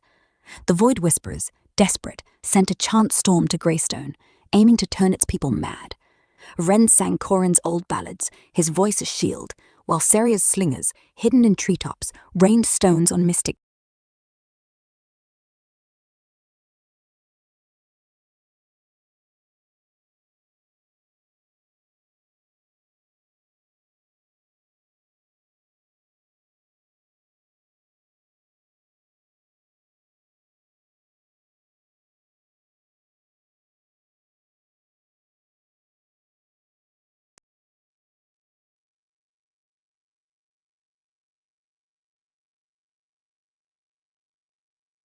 Saria, now 42, stood as Greystone's blazing heart, her sling a symbol of a federation that spanned continents, its cities and villages woven together by the legacy of Lyra, Aldrin, Sunna, Ve, Kessa, Mira, Sren, Lysa, Corin, Vren, and countless others.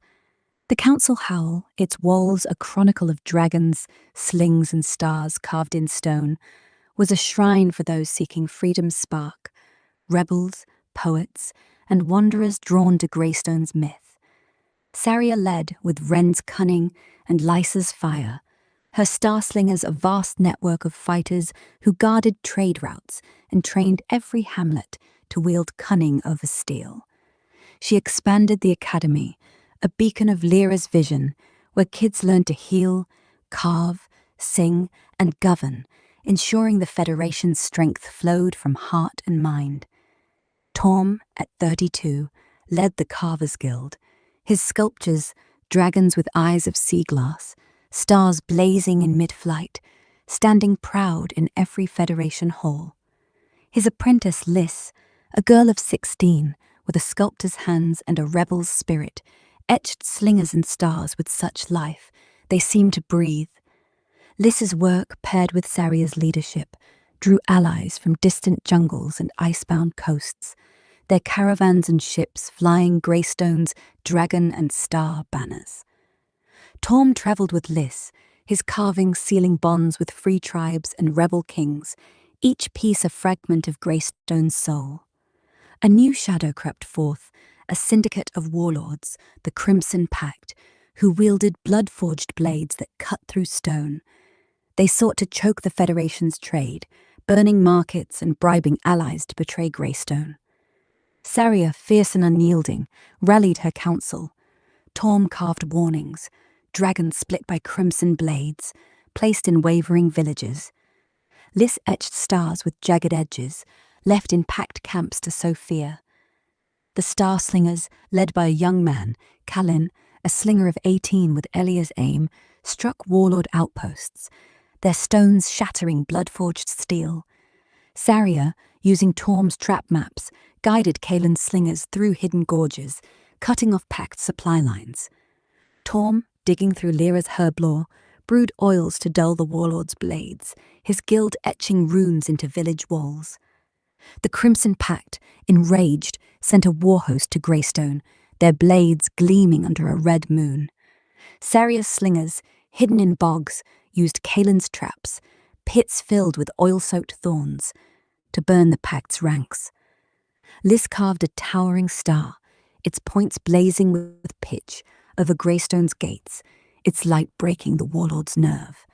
Kalen's stones and Torm's effigies mocked the Pact's leader, a scarred warlord named Gorath, who faced Saria under her banner. She offered terms: join the Federation or break. Lys's carvings and Kalen's slings broke Gorath's will, and his war host fled, their blades dulled. The Federation grew, absorbing rebel clans and free cities, its villagers raising holds and schools in Greystone's image. Saria, at 50, her sling still deadly, built a new forge for healers, teaching kids to brew Lyra's tonics. Torm, at 60, mentored Lys, his last dragon, a star-crowned sling, buried with him. Kalen, now a seasoned leader, trained new slingers, his traps a legend across seas. Lys, at 30, led the carvers, her sculptures spreading Greystone's story to new worlds. Saria, at 70, passed leadership to Kalen, his sling and soul, the Federation's pulse. Lys's guild crafted banners in stone, each dragon and star, a piece of Greystone's fire. Kalen, at 40, led with Saria's cunning and Vren's heart, his star slingers a wall of defiance. Lys's carvings, paired with new singers' ballads, wove every hero: Lyra, Aldrin, Sunna, Vey, Kessa, Mira, Sren, Lysa, Corin, Elia, Vren, Saria, into a tapestry of resistance. Greystone, born in mud, stood as a city of stars, its banners flying over a world remade, its story a flame carried by slingers, carvers, and singers, burning eternal, a light no blood or blade could ever dim.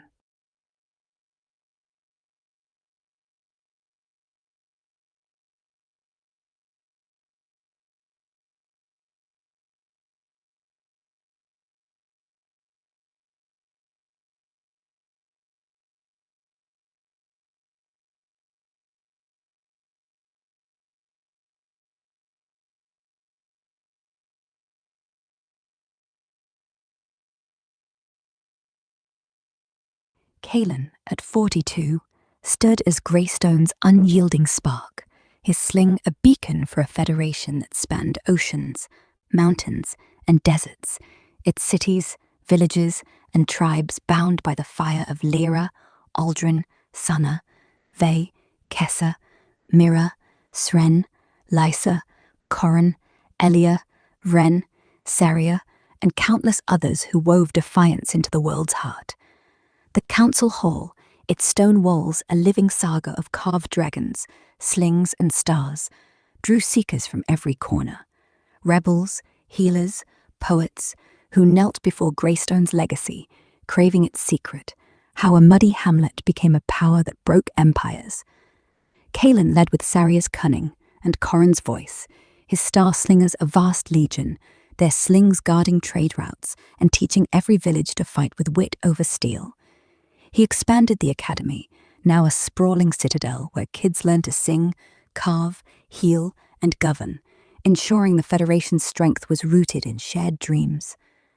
Lys, at 32, led the Carvers Guild, her sculptures, dragons with wings of molten glass, stars blazing in eternal defiance, standing in every Federation hall, from coastal ports to tundra outposts. Her apprentice, Vera, a girl of 16, with a sculptor's hands and a rebel's fire, etched slingers and stars with such precision they seemed to pulse. Vera's work, paired with Kaelin's leadership, drew allies from distant jungles and frozen seas, their caravans and warships flying Greystone's dragon and star banners.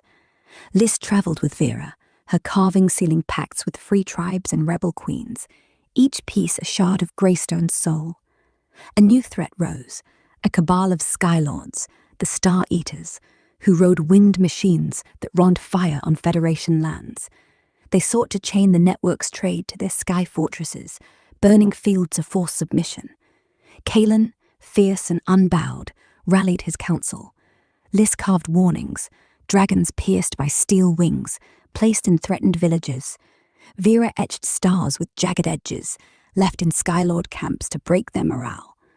The Star Slingers, led by a young woman, Nerin, a slinger of 17 with Elia's aim, struck machine Ares, their stones shattering wings.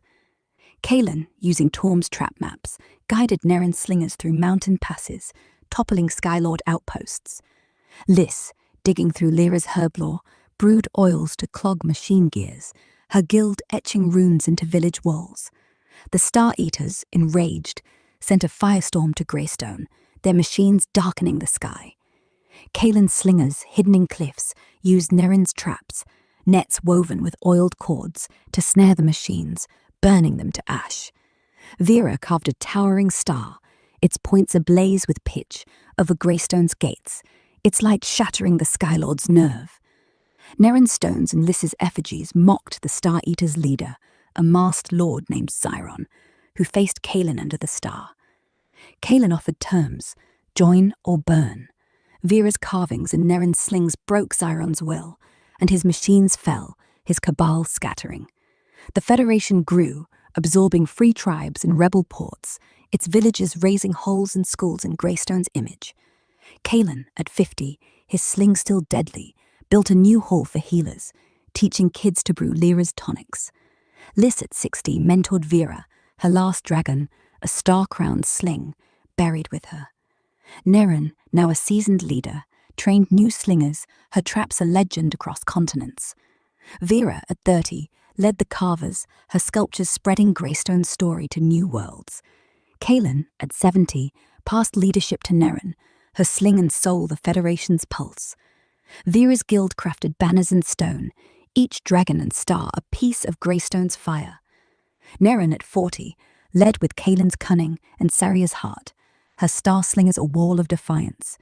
Vera's carvings, paired with New Singer's ballads, wove every hero: Lyra, Aldrin, Sunna, Vey, Kessa, Mira, Sren, Lysa, Corrin, Elia, Vren, Saria, Kaelin, into a tapestry of resistance.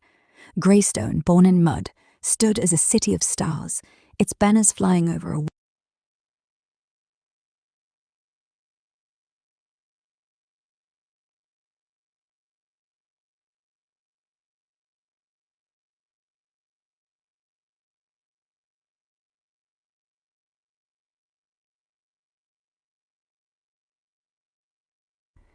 carried by slingers, carvers, and singers, a fire that no storm could quench. Nerin, now 42, stood as Greystone's fierce new pulse, her sling a symbol of a federation that spanned continents, its cities, villages, and tribes bound by the legacy of Lyra, Aldrin, Sunna, Vey, Kessa, Mira, Sren, Lysa, Corrin, Elia, Vren, Saria, Kaelin, and every soul who fueled its rise. The council hall, its stone walls a saga of dragons, slings, and stars, was a beacon for the weary and the defiant. Rebels, healers, poets, who crossed seas to learn how Greystone turned mud into myth. Nerin led with Kaelin's cunning and Lysa's fire, her starslingers a sprawling force, their stones guarding trade routes and teaching every hamlet to fight with heart over steel. She built on the academy, now a vast citadel of learning, where kids studied songs, carvings, tonics, and governance, ensuring the Federation's strength flowed from shared dreams. Vera, at 32, led the Carvers Guild, her sculptures dragons with scales of river glass, stars blazing in eternal defiance, standing in every Federation hall, from desert outposts to frozen fjords. Her apprentice Thal, a boy of 16, with a sculptor's hands and a rebel's spark, etched slingers and stars with such life they seemed to leap from stone. Thal's work, paired with Neren's leadership, drew allies from distant jungles and icebound coasts, their caravans and warships flying Greystone's dragon and star banners. Vera travelled with Thal, her carvings sealing pacts with free tribes and rebel queens, each piece a fragment of Greystone's soul. A new shadow rose, a guild of shadow smiths, the Obsidian Forge, whose black blades drained light and burned with cold fire. They sought to choke the Federation's trade, poisoning markets with fear and bribes. Neren, unyielding, rallied her council. Vera carved warnings, dragons split by shadow blades, placed in wavering villages. Thal etched stars with jagged edges, left in forge camps to break their will. The Star Slingers, led by a young man, Sira, a slinger of 17 with Saria's aim, struck forge outposts, their stones shattering black blades. Neren, using Kalen's trap maps, guided Sira's slingers through hidden ravines, cutting off forge supply lines. Vera, digging through Lyra's herblore, brewed oils to dull the shadow blades, her guild etching runes into village gates. The Obsidian Forge, enraged, sent a black tide to Greystone, their blades dimming the sun. Neren's slingers, hidden in cliffs, used Sira's traps, pits lined with oil-soaked spikes, to burn the forge's ranks. Thal carved a towering star, its points ablaze with pitch, over Greystone's gates, its light shattering the Shadowsmith's nerve. Sira's stones and Vera's effigies mocked the forge's leader, a cloaked smith named Drenver, who faced Neren under the star. She offered terms, join or break. Thal's carvings and Sira's slings broke Drenver's will, and his guild scattered, their blades crumbling to dust. The Federation grew, absorbing free clans and rebel ports, its villages raising holes and schools in Greystone's image. Neren, at 50, her sling still deadly, built a new forge for healers, teaching kids to brew Lyra's tonics. Vera, at 60, mentored Thal, her last dragon, a star-crowned sling, buried with her. Sira, now a seasoned leader, trained new slingers, his traps a legend across seas. Thal, at 30, led the Carvers, his sculptures spreading Greystone's story to new worlds. Neren, at 32, led the Federation's strength now, with Kalen's leadership, to provide Coralie and Prince Pen.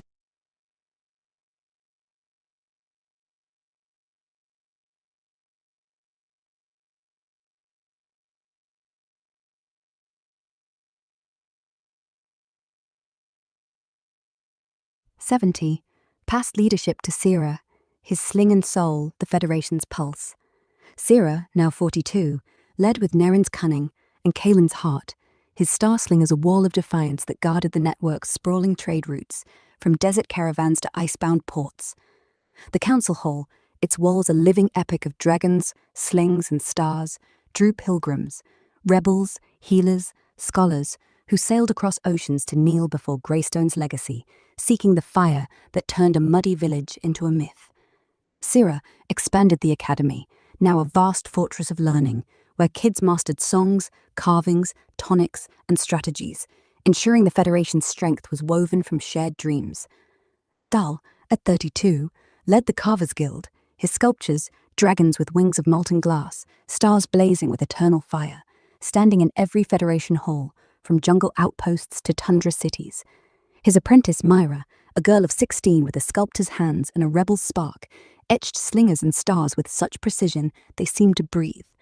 Myra's work, paired with Sira's leadership, drew allies from distant steppes and coral isles, their caravans and warships flying Greystone's dragon and star banners.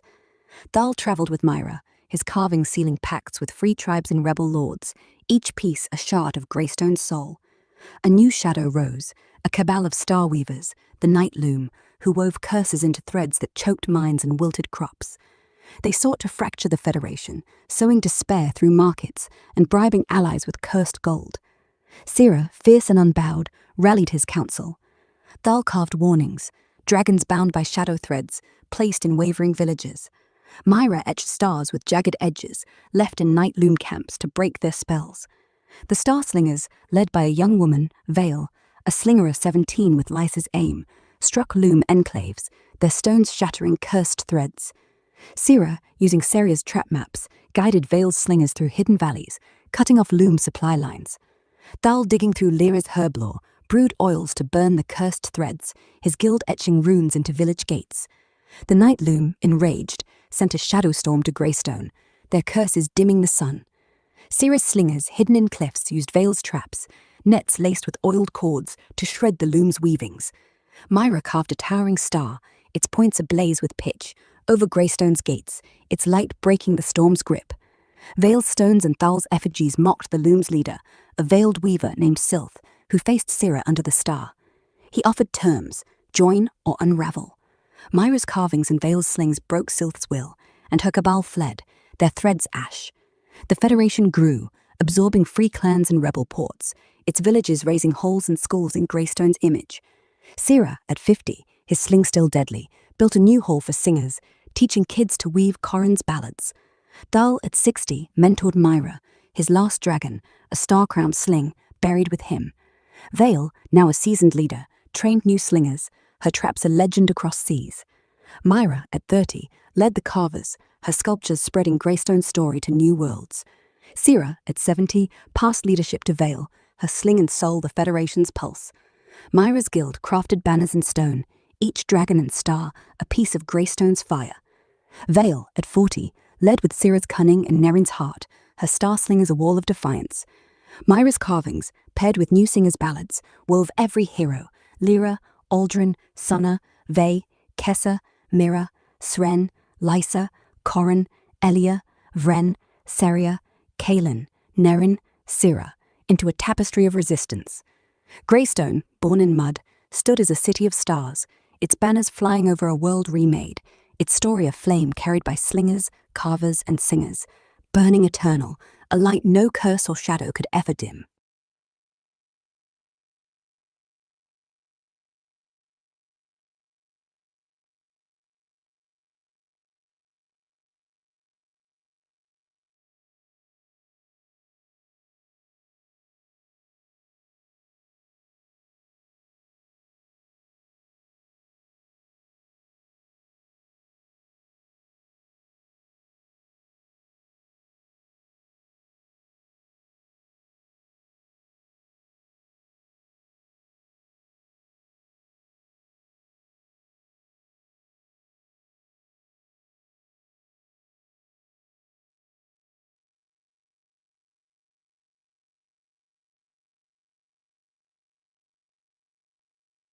Vale, now 42, stood as Greystone's unquenchable flame, her sling a symbol of a federation that spanned continents, its cities, villages, and tribes woven by the legacy of Lyra, Aldrich, Sunna, Vey, Kessa, Mira, Sren, Lysa, Corrin, Elia, Vren, Seria, Kaelin, Nerin, Sarah, and every soul who fueled its fire.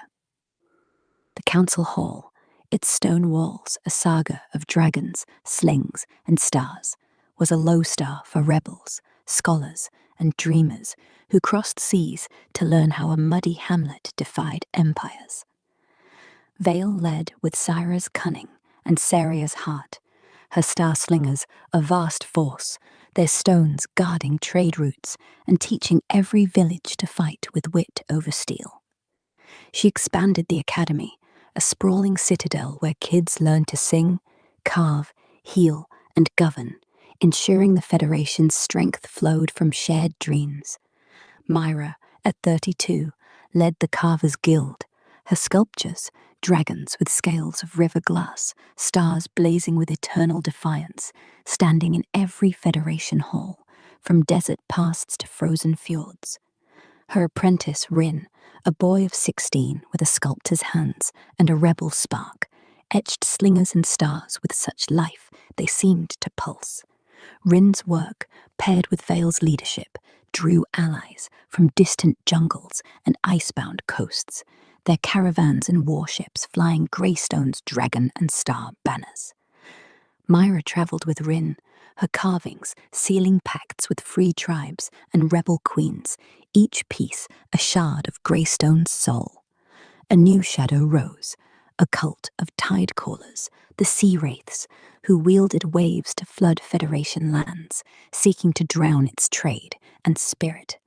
Their chants summoned storms, sinking ships and flooding markets. Vale, fierce and unbowed, rallied her council. Myra carved warnings, dragons swallowed by waves, placed in coastal villages. Rin etched stars with jagged edges, left in wraith camps to break their chants. The Star Slingers, led by a young woman, Lyrian, a slinger of 17 with Neren's aim, struck wraith enclaves, their stones shattering tide altars. Vale, using Kaelin's trap maps, guided Lyrian slingers through hidden coves, cutting off wraith supply lines.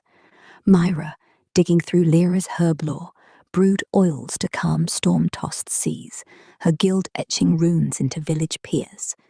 The sea wraiths, enraged, sent a tidal surge to Greystone, their waves crashing against its gates.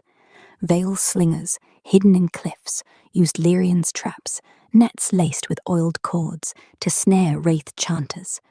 Rin carved a towering star, its points ablaze with pitch over Greystone's walls, its light breaking the tide's wrath. Lyrian's stones and Myra's effigies mocked the wraith's leader, a robed figure named Thalis, who faced Vale under the star. She offered terms, join or sink. Rin's carvings and Lyrian's slings broke Thalis's will, and her cult fled, their chants drowned. The Federation grew, absorbing free clans and rebel ports, its villages raising halls and schools in Greystone's image. Vale, at 50, her sling still deadly, built a new hole for healers, teaching kids to brew Lyra's tonics.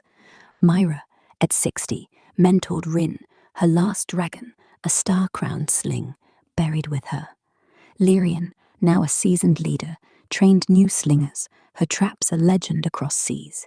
Rin, at 30, led the carvers, his sculptures spreading Greystone's story to new worlds. Vale, at 70, passed leadership to Lyrian, her sling and soul the Federation's pulse.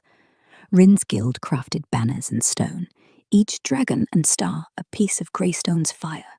Lyrian, at 40, led with Vale's cunning and Syra's heart, her star slingers a wall of defiance. Rin's carvings, paired with new singers' ballads, wove every hero: Lyra, Aldrich, Sunna, Ve Kessa, Mira, Sren, Lysa, Corin, Elia, Vren, Saria, Kaelin, Neren, Sarah, Vale, into a tapestry of resistance. Greystone, born in mud, stood as a city of stars, its banners flying over a world remade, its story aflame, carried by slingers, carvers, and singers, burning eternal, a light no tide or shadow could ever dim.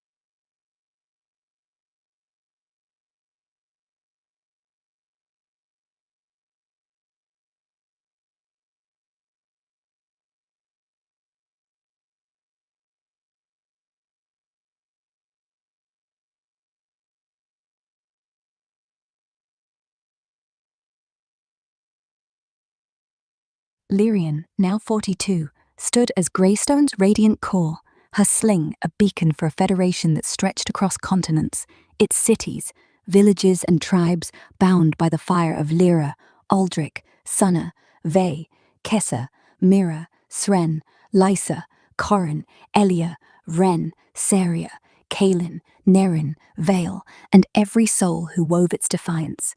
The council hall, its stone walls a saga of dragons, slings, and stars, drew pilgrims, rebels, healers, poets, who sailed oceans to learn how a muddy hamlet reshaped the world. Lyrian led with Vale's cunning and Nerin's heart, her star-slingers a vast force, their stones guarding trade routes and teaching every village to fight with wit over steel. She expanded the academy, a towering citadel where kids mastered songs, carvings, tonics, and governance, ensuring the Federation's strength was rooted in shared dreams. Rin, at 32, led the Carvers Guild, his sculptures, dragons with scales of molten glass, stars blazing with eternal fire, standing in every Federation hall, from desert pass to frozen fjords. His apprentice, Seal, a girl of 16, with a sculptor's hands and a rebel spark, etched slingers and stars with such life they seemed to breathe. Seal's work, paired with Lyrian's leadership, drew allies from distant jungles and icebound coasts, their caravans and warships flying Greystone's dragon and star banners. Rin travelled with Seal, his carvings sealing pacts with free tribes and rebel queens, each piece a shard of Greystone's soul. A new shadow rose, a syndicate of dream weavers, the Shadow Veil, who wove nightmares that sapped will and turned allies into ghosts. They sought to fracture the Federation, sowing despair through markets and bribing singers with cursed visions. Lyrian, fierce and unbowed, rallied her council. Rin carved warnings, dragons bound by shadow threads, placed in wavering villages. Seal etched stars with jagged edges, left in Vale camps to break their spells. The Star Slingers, led by a young man, Torrin, a slinger of 17 with Saria's aim, struck Vale enclaves, their stones shattering dream altars. Lyrian, using Syra's trap maps, guided Torrin's slingers through hidden ravines, cutting off Vale's supply lines. Rin, digging through Lyra's herb lore, brewed tonics to clear mines, his guild etching runes into village gates. The Shadow Veil, enraged, sent a nightmare storm to Greystone, their visions dimming the sun. Lyrian's slingers hidden in cliffs used Torrin's traps, nets laced with oiled cords to shred the Veil's weavings. Seal carved a towering star, its points ablaze with pitch, over Greystone's gates, its light breaking the storm's grip. Torrin's stones and Rin's effigies mocked the Veil's leader, a cloaked weaver named Mervox, who faced Lyrian under the star. She offered terms, join or unravel. Seal's carvings and Torrin's slings broke Mervox's will, and his cabal fled, their nightmares ash. The Federation grew, absorbing free clans and rebel ports, its villages raising halls and schools in Greystone's image. Lyrian, at 50, her sling still deadly, built a new hall for singers, teaching kids to weave Corin's ballads. Rin, at 60, mentored Seal, his last dragon, a star-crowned sling, buried with him. Torrin, now a seasoned leader, trained new slingers, his traps a legend across seas. Seal, at 30, led the Carvers, her sculptures spreading Greystone's story to new worlds. Lyrian, at 70, passed leadership to Torrin, his sling and soul, the Federation's pulse. Seal's guild crafted banners in stone, each dragon and star a piece of Greystone's fire. Torrin, at 40, led with Lyrian's cunning and Vale's heart, his star slingers a wall of defiance. Seal's carvings, paired with new singers' ballads, wove every hero, Lyra, Aldrich, Sunna, Ve, Kessa, Mira, Sren, Lysa, Corin, Elia, Vren, Saria, Kalin, Nerin, Vale, Lyrian, into a tapestry of resistance. Greystone, born in mud, stood as a city of stars, its banners flying over a world remade, its story a flame carried by slingers, carvers, and singers, burning eternal, a light no dream or shadow could ever dim.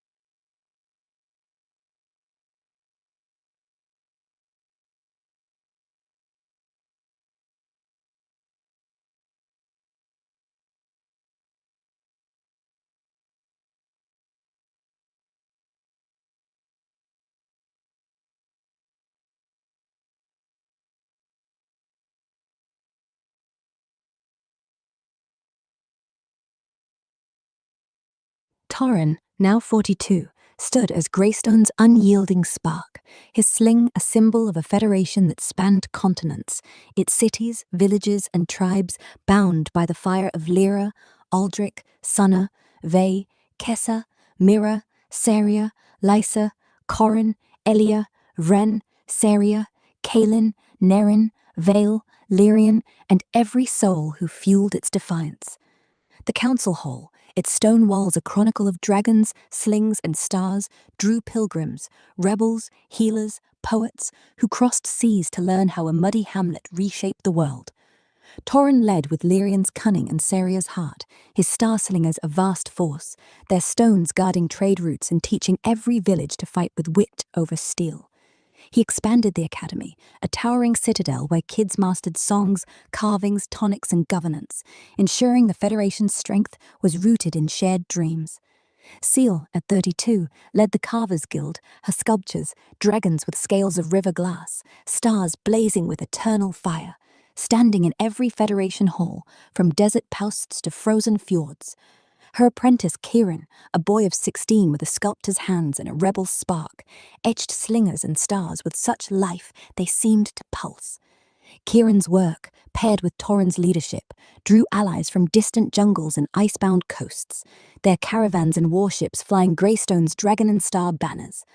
Seal travelled with Kieran, her carving sealing pacts with free tribes and rebel queens, each piece a shard of Greystone's soul.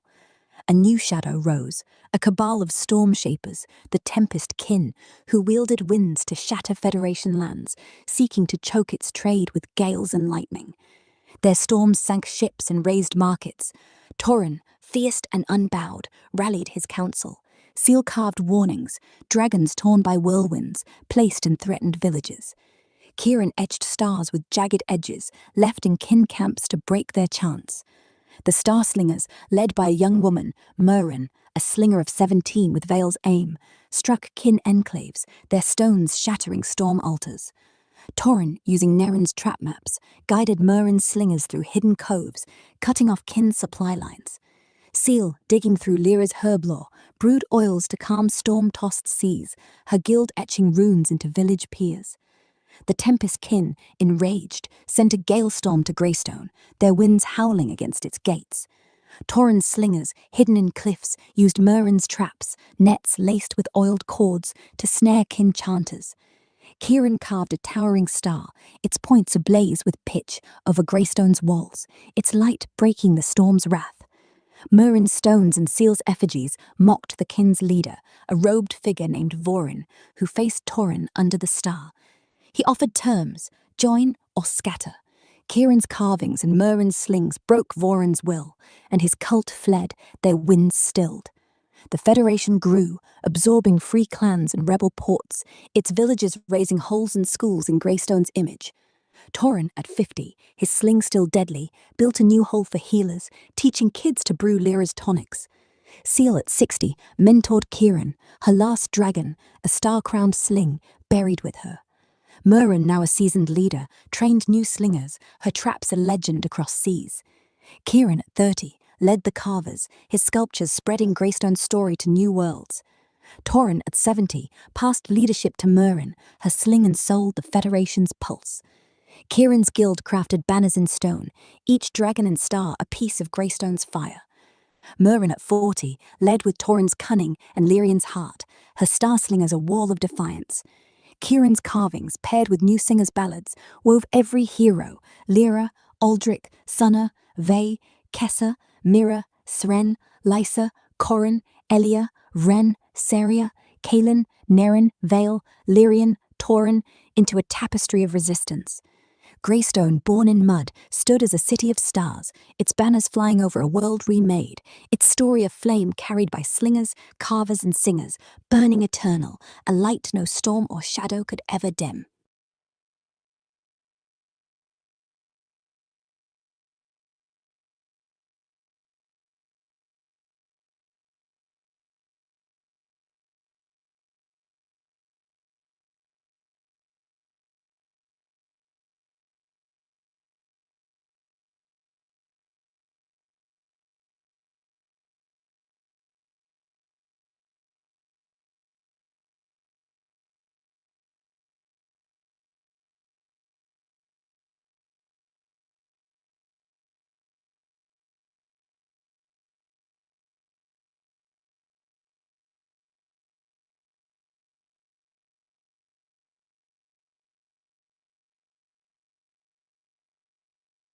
Myron, now 42, stood as Greystone's unquenchable spark, her sling a symbol of a federation that spanned continents, its cities, villages, and tribes bound by the fire of Lyra, Aldrich, Sunna, Ve, Kessa, Mira, Saria, Lysa, Corin, Elia, Ren, Saria, Kalin, Nerin, Vale, Lyrian, Tauren, and every soul who fueled its defiance.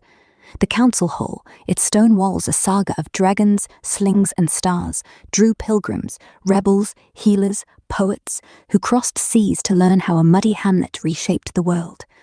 Myron led with Tauren's cunning and Vale's heart, her star slingers a vast force, their stones guarding trade routes and teaching every village to fight with wit over steel. She expanded the academy, a towering citadel where kids mastered songs, carvings, tonics, and governance, ensuring the Federation's strength flowed from shared dreams. Kieran, at 32, led the Carvers Guild, his sculptures, dragons with scales of river glass, stars blazing with eternal fire, standing in every Federation hall, from desert posts to frozen fjords. His apprentice, Lyra, a girl of 16 with a sculptor's hands and a rebel's spark, etched slingers and stars with such life they seemed to pulse. Lyra's work, paired with Myron's leadership, drew allies from distant jungles and icebound coasts, their caravans and warships flying Greystone's dragon and star banners. Kieran travelled with Lyra, his carvings sealing pacts with free tribes and rebel queens, each piece a shard of Greystone's soul. A new shadow rose, a cult of time weavers, the Kronos Vale, who wove spells to twist memories, making villagers forget their defiance and kneel to forgotten tyrants. Their chants clouded minds, unraveling Federation bonds. Myron, fierce and unbowed, rallied her council. Kieran carved warnings, dragons bound by hourglasses, placed in wavering villages. Lyra etched stars with jagged edges, left in Vale camps to break their spells. The Star Slingers, led by a young man, Vorus, a slinger of 17 with Lyrian's aim, struck Vale enclaves, their stones shattering memory altars. Myron, using Sira's trap maps, guided Vorus's slingers through hidden ravines, cutting off Vale's supply lines. Kieran, digging through Lyra's herb lore, brewed tonics to clear mines, his guild etching runes into village gates. The Kronos Vale, enraged, sent a memory storm to Greystone, their chants dimming the past. Myron's slingers, hidden in cliffs, used Vorus's traps, nets laced with oiled cords, to shred the Vale's weavings. Lyra carved a towering star, its points ablaze with pitch, over Greystone's gates, its light breaking the storm's grip. Vorus's stones and Kieran's effigies mocked the Vale's leader, a cloaked weaver named Erin, who faced Myron under the star. She offered terms, join or unravel. Lyra's carvings and Vorus's slings broke Erin's will, and his cult fled, their chants silenced.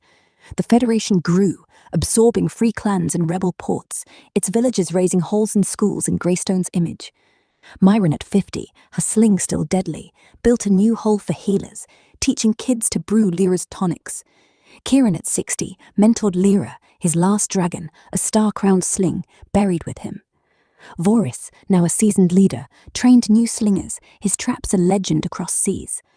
Lyra, at 30, led the Carvers, her sculptures spreading Greystone's story to new worlds. Myron, at 70, passed leadership to Vorus, his sling and soul the Federation's pulse. Lyra's guild crafted banners in stone, each dragon and star a piece of Greystone's fire. Vorus, at 40, led with Myron's cunning and Tauren's heart, his star slingers a wall of defiance. Lyra's carvings, paired with new singers' ballads, wove every hero: Lyra, Aldrich, Sunna, Ve, Kessa, Mira, Sren, Lysa, Corin, Elia, Vren, Saria, Kalin, Nerin, Vale, Lyrian, Tauren, Myron, into a tapestry of resistance. Greystone, born in mud, stood as a city of stars, its banners flying over a world remade, its story a flame carried by slingers, carvers, and singers, burning eternal, a light no time or shadow could ever dim.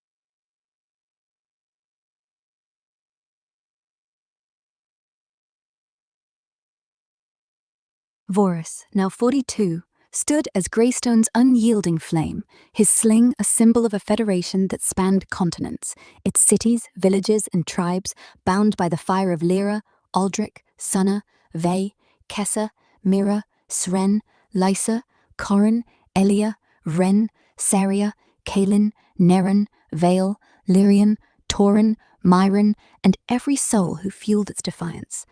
The council hall, its stone walls a saga of dragons, slings, and stars, drew pilgrims, rebels, healers, poets, who crossed seas to learn how a muddy hamlet reshaped the world. Vorus led with Myron's cunning and Lyrian's heart, his star slingers a vast force, their stones guarding trade routes and teaching every village.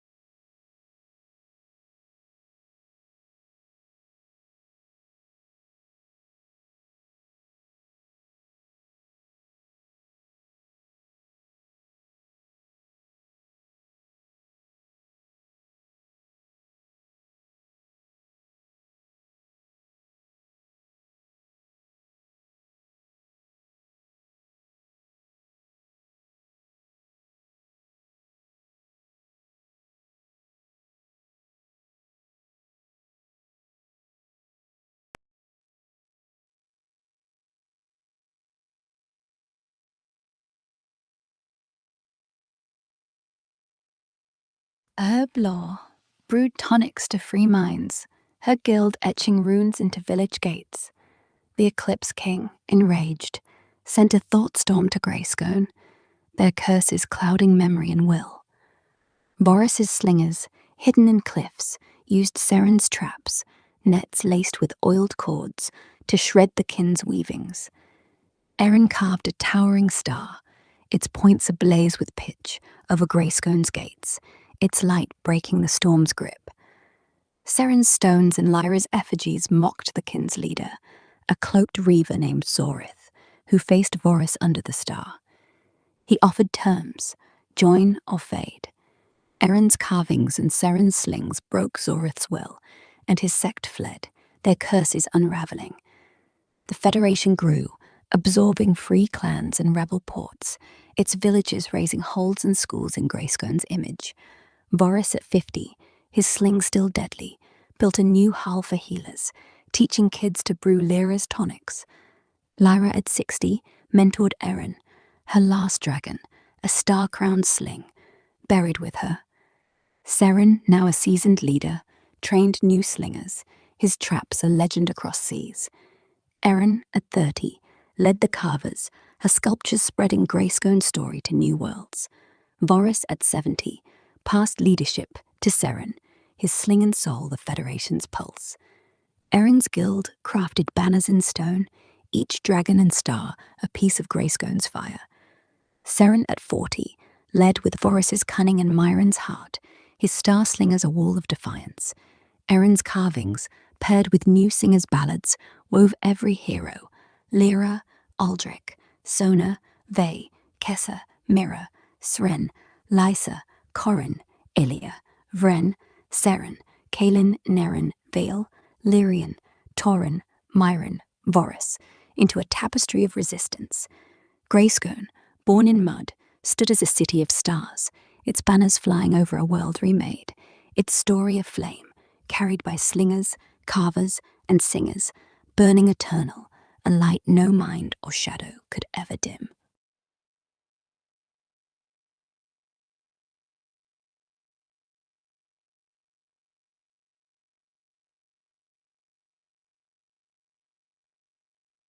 Seren, now 42, stood as Greyscone's unyielding spark, his sling a symbol of a federation that spanned continents, its cities, villages, and tribes bound by a fire passed down through countless hands.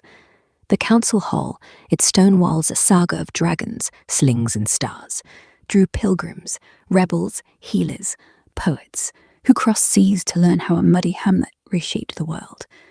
Seren led with cunning and heart, his star slingers a vast force, their stones guarding trade routes and teaching every village to fight with wit over steel. He expanded the academy, a towering citadel where kids mastered songs, carvings, tonics, and governance, ensuring the Federation's strength flowed from shared dreams. Eren, at 32, led the Carvers Guild, her sculptures, dragons with scales of river glass, stars blazing with eternal fire, standing in every Federation hall, from desert outposts to frozen fjords. Her apprentice, Terran, a boy of 16 with a sculptor's hands and a rebel's spark, etched slingers and stars with such life they seemed to pulse. Terran's work, paired with Seren's leadership, drew allies from distant jungles and icebound coasts, their caravans and warships flying Greyscone's dragon and star banners. Eren travelled with Terran, her carvings sealing pacts with free tribes and rebel queens, each piece a shard of Greyscone's soul. A new shadow rose, a cabal of Frostweavers, the Ice Veil, who wove blizzards to freeze Federation lands, seeking to choke its trade with ice and despair. Their chants locked rivers and buried crops. Seren, fierce and unbowed, rallied his council. Eren carved warnings, dragons bound by frost chains, placed in threatened villages. Terran etched stars with jagged edges, left in Vale camps to break their spells. The Star Slingers, led by a young woman, Mervyn, a slinger of 17 with deadly aim, struck Vale enclaves, their stones shattering ice altars. Seren, using old trap maps, guided Mervyn's slingers through hidden valleys, cutting off Vale's supply lines. Eren, digging through ancient herb lore, brewed oils to thaw frozen fields, her guild etching runes into village gates. The Ice Veil, enraged, sent a blizzard storm to Greyscone, their ice clawing at its walls. Seren's slingers, hidden in cliffs, used Mervin's traps, nets laced with oiled cords, to shred the veil's weavings. Taryn carved a towering star, its points ablaze with pitch, over Greyscone's gates, its light breaking the storm's grip. Mervin's stones and Erin's effigies mocked the veil's leader, a cloaked weaver named Gleason, who faced Seren under the star. He offered terms: join or freeze. Taryn's carvings and Mervin's slings broke Gleason's will, and his cabal fled, their ice melting to nothing. The Federation grew, absorbing free clans and rebel ports, its villages raising holes and skulls in Greyscone's image. Seren, at 50, his sling still deadly, built a new hull for healers, teaching kids to brew ancient tonics. Erin, at 60, mentored Taryn, her last dragon, a star-crowned sling, buried with her. Mervin, now a seasoned leader, trained new slingers, her traps a legend across seas. Taryn, at 30, led the carvers, his sculptures spreading Greyscone's story to new worlds. Seren, at 70, passed leadership to Mervin, her sling and soul the Federation's pulse. Taryn's guild crafted banners in stone, each dragon and star a piece of Greyscone's fire. Mervin, at 40, led with Seren's cunning and unyielding heart, her star slingers a wall of defiance. Taryn's carvings, paired with new singers' ballads, wove the Federation's saga into a tapestry of resistance. Greyscone, born in mud, stood as a city of stars, its banners flying over a world remade, its story aflame, carried by slingers, carvers, and singers, burning eternal, a light no frost or shadow could ever dim.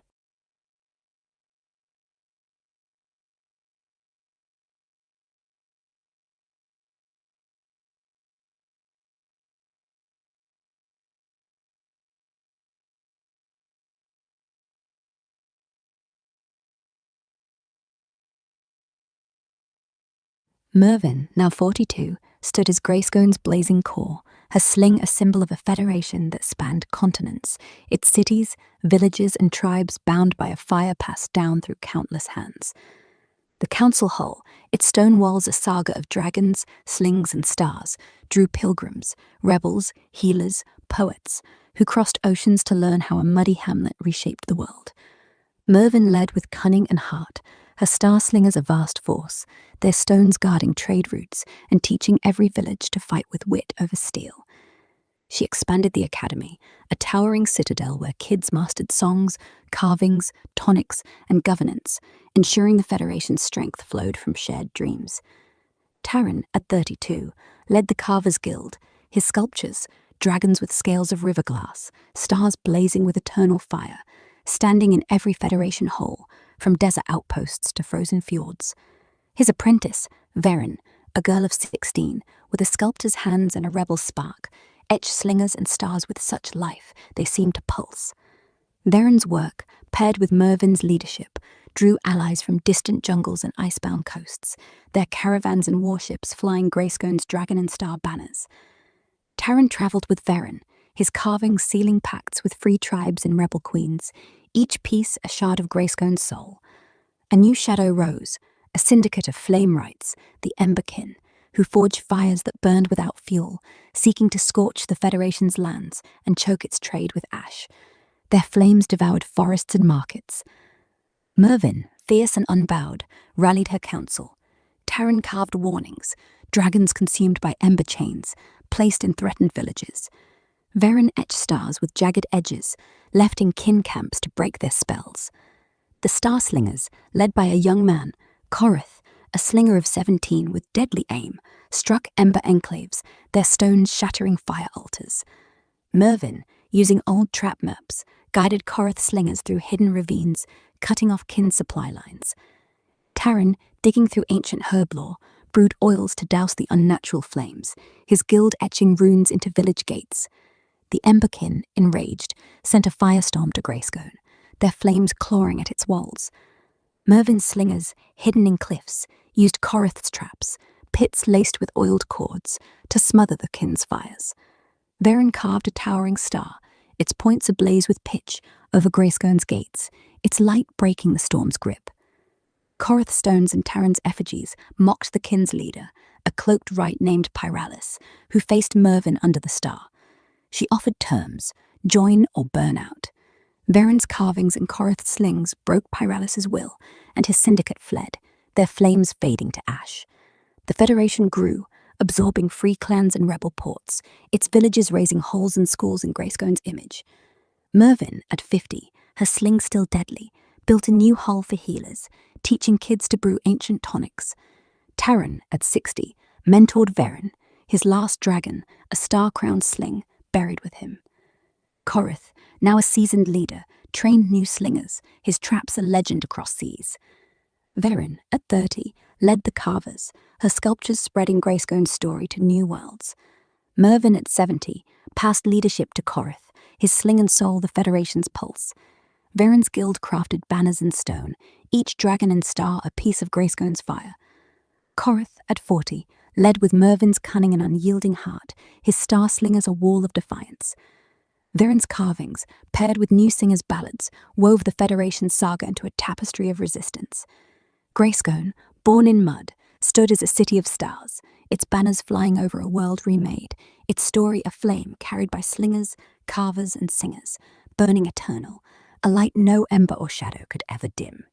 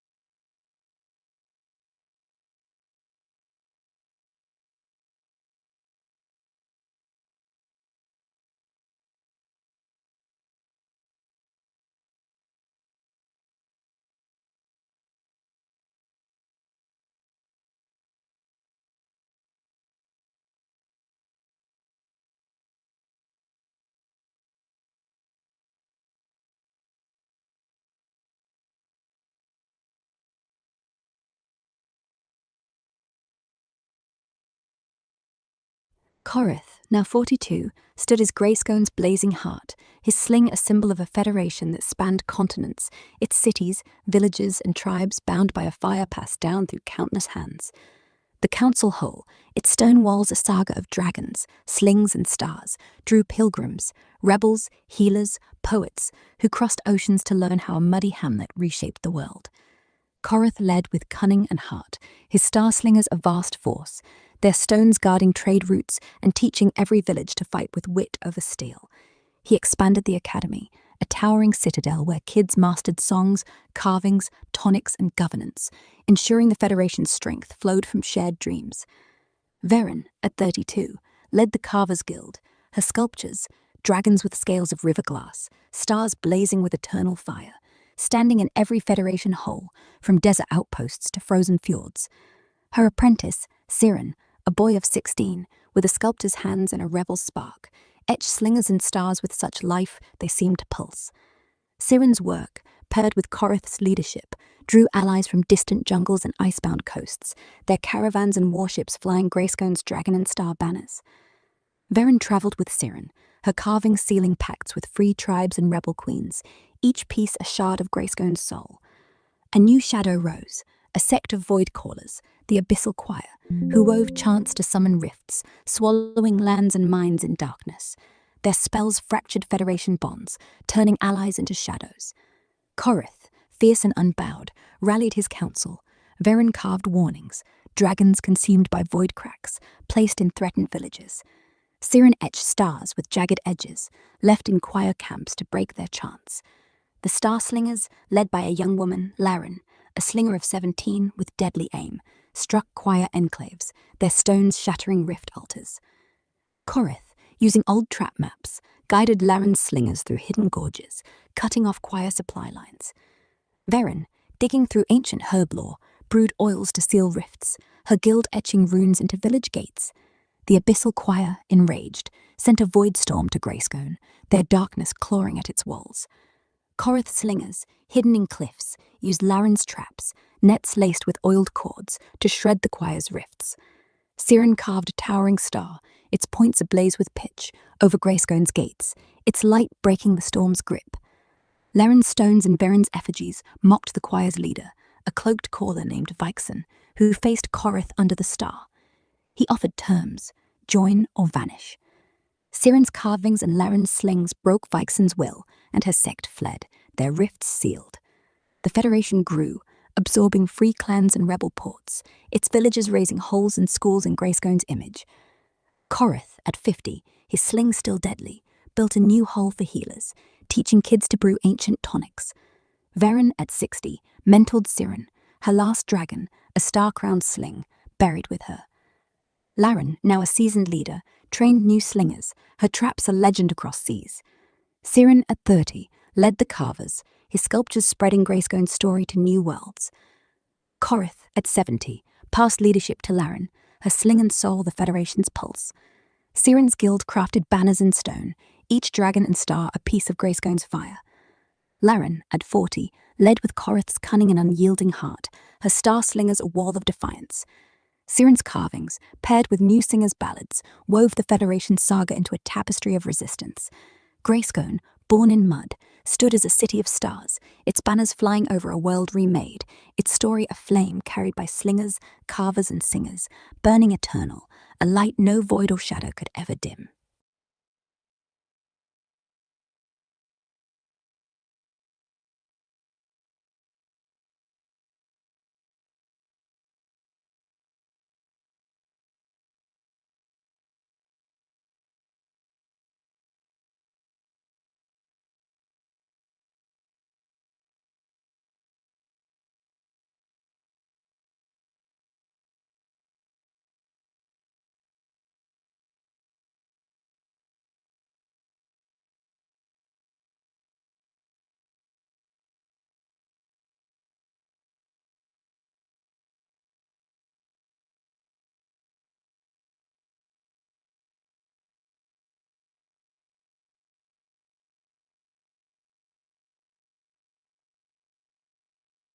The Abyssal Choir, those void callers who dared challenge Greystone's light, were a sect born in the shadows of forgotten ruins, where ancient rifts whispered secrets no mortal should hear. Their origins lay in a shattered empire far beyond the Federation's borders, a place where sorcerers once tore the world's fabric to glimpse forbidden truths. The choir, cloaked in tattered robes dyed black as starless nights, believed the void held power over life itself. Their chants, woven in guttural tongues older than Greystone's mud, summoned rifts that swallowed light, land, and memory, leaving only despair. Their leader, Vixen, was a figure of dread. Tall, gaunt, her eyes like twin voids, her voice a hiss that bent minds. She claimed the rifts spoke to her, promising dominion if she drowned the world in darkness. The choir's power wasn't in numbers, never more than 100 strong, but in their ability to fracture unity. Their chants crept into villages at night, twisting dreams into fears that turned neighbors against each other. They'd slip into markets, leaving cursed trinkets, black stones etched with spiraling runes that drained will and clouded loyalty. Their rifts, jagged tears in reality, could swallow a field or a mind, leaving behind hollow shells who forgot their own names. The choir didn't seek gold or land. They wanted the Federation's spirit broken, its people kneeling to the void's silence. When they struck Greystone, their void storm was their boldest move. Chanting in a circle hidden in nearby hills, they opened a rift above the village, its edges crackling with black lightning, pulling at memories of Lyra's fire and Siren's defiance. But Greystone's strength, forged through generations, held. Laren's slingers, trained in Korath's traps, used nets of oiled cord to disrupt the chanter's focus, while Siren's star carving, its pitch-fueled blaze, burned brighter than the void's pull. Vixen's defeat under that star broke the choir's myth of invincibility. Her followers scattered, some fleeing to seal their rifts, others vanishing into the wilds, haunted by their own chants. Yet whispers of the choir lingered.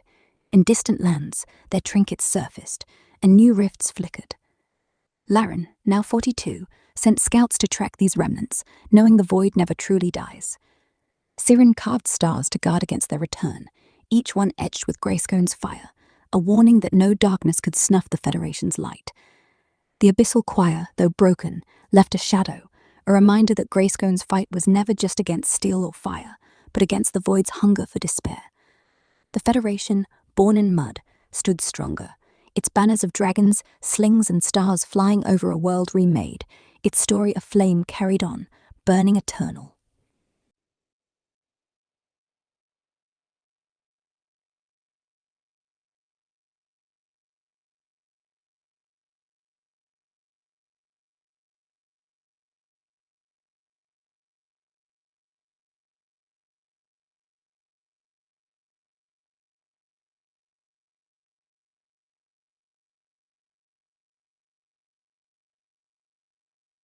Vixen, the veiled leader of the abyssal choir, was born in a forsaken coastal village called Drenvar, nestled in the shadow of crumbling cliffs where the sea howled and the sky seemed to weep black fog. Her true name, lost to time, was whispered once as Lisa, a girl of 12 when she first heard the void's call. Her village, isolated and shunned by traders, clung to rituals tied to the ancient rifts, cracks in the earth said to lead to realms of endless night. Lisa's mother, a seer driven half-mad by visions, taught her to listen to the whispers that seeped from these rifts, claiming they held truths no god could offer. By 15, Lisa's eyes, once sea blue, darkened to hollow pools, reflecting the void she gazed into nightly. She was no warrior or singer, but her voice, sharp and sibilant, could twist words into spells that bent minds. When Drenvar's elders tried to seal the rifts, fearing their pull, Lisa, now 17, led a rebellion, her chants summoning a darkness that swallowed the village whole. She emerged alone, calling herself Vixen, cloaked in black, her mother's bone-carved pendant her only tether to the past. Vixen wandered, gathering outcasts, grief-stricken, lost or mad, who heard the void's call. She forged the abyssal choir, teaching them to weave chants that opened rifts, believing the void would remake the world without pain or memory. Her hatred for Greystone stemmed from its light. The Federation's songs and carvings mocked her vision of a silent, dark eternity. When she faced Siren under Greystone's star, her defeat wasn't just physical. Siren's blazing carvings and Laren's relentless slings shattered her belief in the void's supremacy. Broken, Vixen fled, her pendant lost in the mud, her followers scattering. Yet rumors lingered. Some said she hid in distant caves, still whispering to rifts, her hollow eyes seeking a new choir to challenge Greystone's eternal flame. The Federation, its dragon and star banners high, stood vigilant, its story burning on, undimmed by her shadow.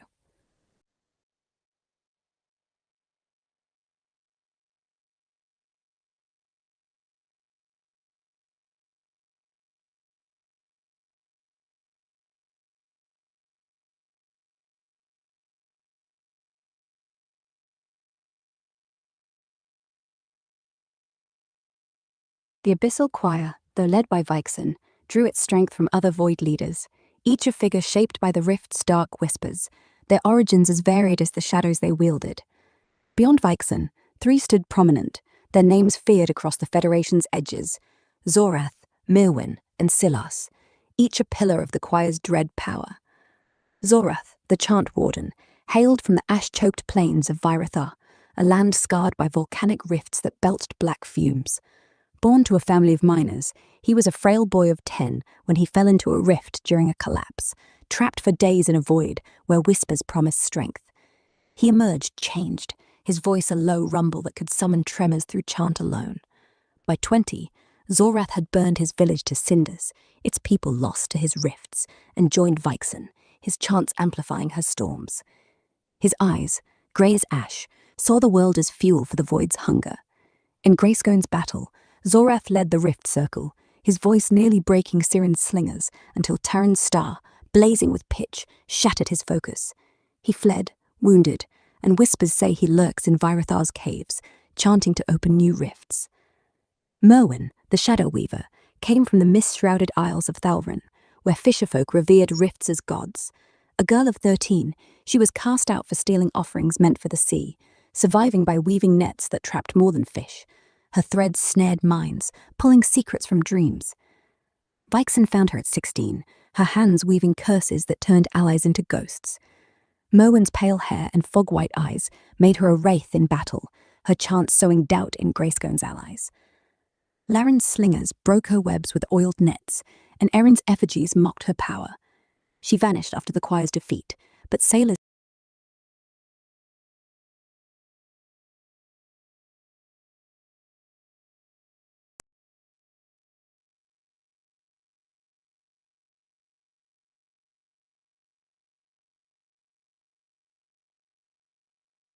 The Federation, its dragon and star banners high, stood vigilant, its story of flame burning eternal, undimmed by any void. Siren, still 42, held Greystone's fire, his sling a beacon for a network that spanned continents, its people woven by a legacy of defiance. Laren, now a seasoned leader at 25, honed her star slingers into a force of precision, their stones a shield for the Federation's trade in spirit. Erin, at 32, led the Carvers Guild, her sculptures, dragons with river-glass scales, stars blazing with eternal fire, standing in every hall, from desert outposts to frozen fjords. Her apprentice, Terran, now 22, etched slingers and stars with a rebel spark, his work drawing allies from distant lands, their ships flying Greystone's banners. A new threat emerged, a cabal of soul-binders, the Abon Pact, who wove spells to trap spirits, turning villages into husks. Their chants leached life, rumbling Federation bonds. Seren rallied his council, undaunted. Erin carved warnings, dragons bound by shadow thorns, placed in faltering villages. Terran etched jagged stars, left in packed camps to break their spells. Laren's star-slingers, led by a young woman, Vissa, a slinger of 17, with Mervin's aim, struck Ebon enclaves, their stones shattering soul altars. Seren, using ancient trap maps, guided Vissa's slingers through hidden gorges, cutting packed supply lines. Erin, delving into old herb lore, brewed tonics to free trapped spirits, her guild etching runes into village gates. The Ebon Pact, enraged, sent a soulstorm to Greystone, its shadows clawing at the living. Seren's slingers, hidden in cliffs, used Vissa's traps, nets of oiled cords to shred the Pact's chants. Terran carved a towering star, its points ablaze with pitch, over Greystone's gates, its light breaking the storm's hold. Vissa's stones and Erin's effigies mocked the Pact's leader, a cloaked binder named Sitha, who faced Seren under the star. He offered Herms, join or fade. Terran's carvings and Vissa's slings broke Sitha's will, and his cabal fled, their spells undone. The Federation grew, absorbing free tribes and rebel ports, its villages raising halls and schools in Greystone's image. Seren at 50, his sling still deadly, built a new hole for healers, teaching kids ancient tonics. Erin at 60 mentored Terran, her last dragon a star-crowned sling, buried with her. Visser, now a seasoned leader, trained new slingers, her traps a legend across seas. Terran at 40 led the carvers, his sculptures spreading Greystone's story to new worlds. Seren at 70 passed leadership to Visser, her sling and soul the Federation's pulse. Terran's guild crafted stone banners, each dragon and star a piece of Greystone's fire. Visser, at 40, led with Seren's cunning and unyielding heart, her star-slingers a wall of defiance. Terran's carvings, paired with new singers' ballads, wove the Federation's saga into a tapestry of resistance. Greystone, born in mud, stood as a city of stars, its banners flying over a world remade. Its story, a flame carried by slingers, carvers and singers, burning eternal, a light no soul or shadow could ever dim.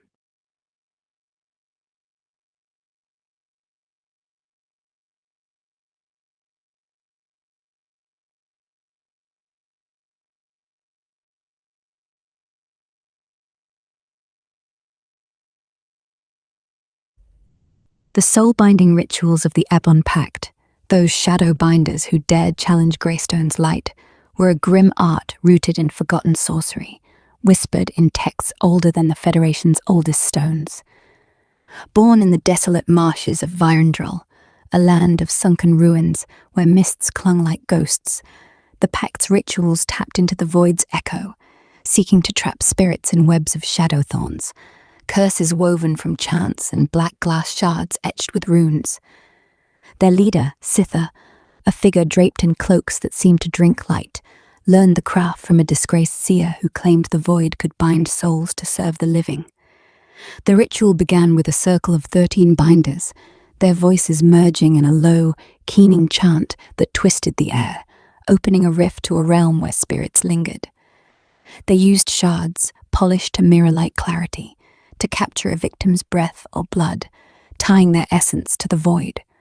Once bound, the soul became a husk, mindless, obedient, a puppet to the Pact's will. Villages struck by these rituals withered, their people moving like shades, forgetting their defiance. The Pact's aim wasn't conquest, but control, believing bound souls fueled their power to rival Greystone's fire. During their assault on the Federation, their soul storm, a roiling mass of shadow thorns, aimed to hollow Greystone's heart, but Visser's slingers, armed with oiled nets, broke their chant circles, and Terran's blazing star burned through their rift. Erin's tonics, brewed from Lyra's herb lore, freed trapped spirits, unweaving the Pact's curses. Sitha's defeat under Greystone's star shattered their ritual's myth, scattering the binders. Yet whispers persist. In Vyrendrel's marshes, shards still gleam, and some say rogue binders weave new chants, seeking to bind souls again. Greystone, its dragon and star banners high, stands vigilant, its flame burning eternal, undimmed by the Ebon Pact's shadow.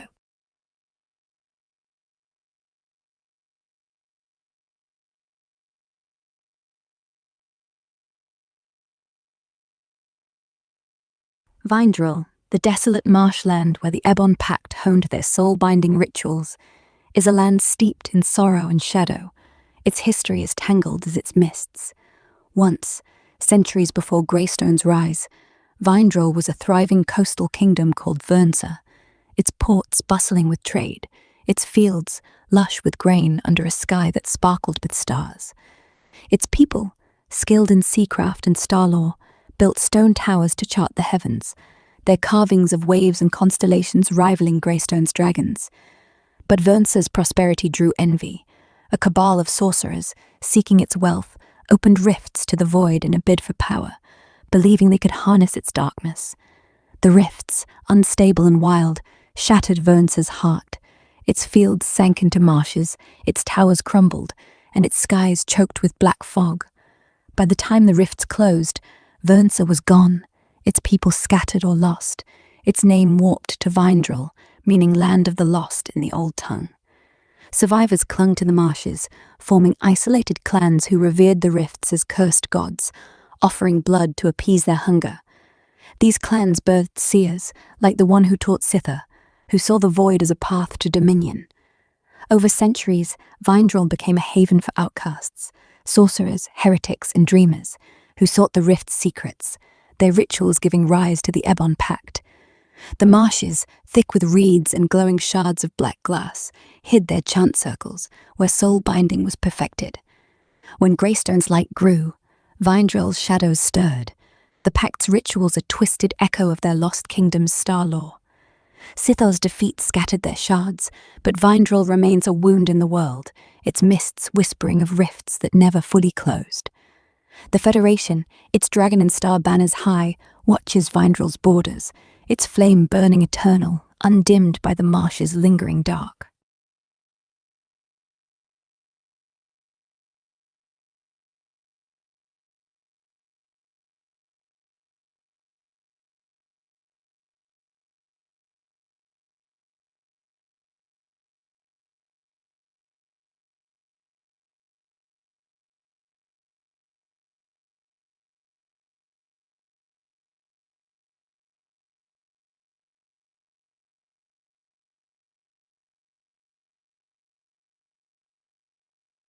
Beyond Vindrel's shadowed marshes, other cursed lands scarred the world, each a wound where dark forces twisted earth and spirit, challenging the Federation's light. 3 such places stood notorious, their histories whispered in fear even in Greystone's halls. First was Krythar's Frostvale Peaks, a jagged range in the far north where ice glowed with an unnatural blue. Once a sacred land of star worshippers, Krythar thrived on scholars who mapped the heavens from ice-carved observatories. But a rogue priest, seeking immortality, tore open rifts to a frozen void, hoping to bind eternal life. The rifts backfired, locking Krythar in endless winter, its people frozen mid-prayer, their observatories crumbling under blizzards that never ceased. The Frostweavers, like Glacian of the Icevale, were born from Krythar's survivors, wielding chants to summon ice that burned flesh. Their cursed peaks, littered with glowing ice shards, birthed storms that threatened the Federation, until Mervin's tonics and Terran's blazing stars thawed their grip. Krythar remains a frozen graveyard, its rifts humming faintly, watched by Greystone's scouts. Next was Thalren's Mistvale Isles, a chain of fog-choked islands in the western seas. Once home to fishers who sang to the tides, Thalren fell when a sea witch wove curses to command the waves, seeking to rival the stars. Her spells tore rifts that drowned the isles in mist, turning their people into wraiths who wandered without memory. The sea wraiths, led by Thalis, rose from this curse, their tide-calling chants flooding Federation coasts until Lyra's slingers and Siren's carvings broke their power. Thalren's mists still swirl, hiding rift-torn reefs where cursed shells sing of lost souls, a warning to sailors under Greystone's banners.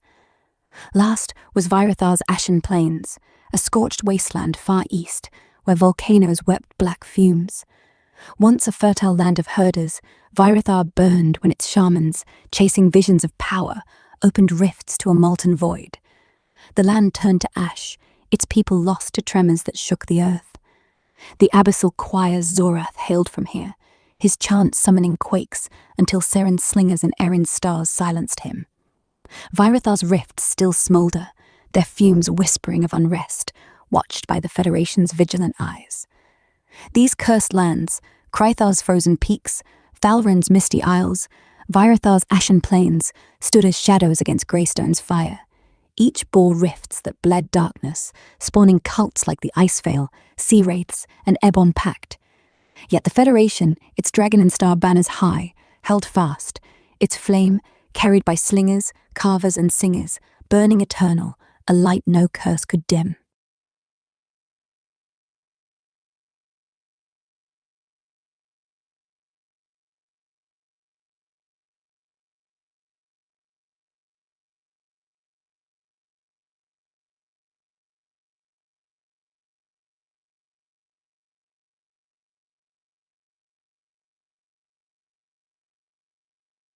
The cursed lands, Vindral, Krythar, Thalren, and Virathar, birthed artifacts steeped in the void's malice, each a twisted relic that fueled the cults challenging Greystone's light.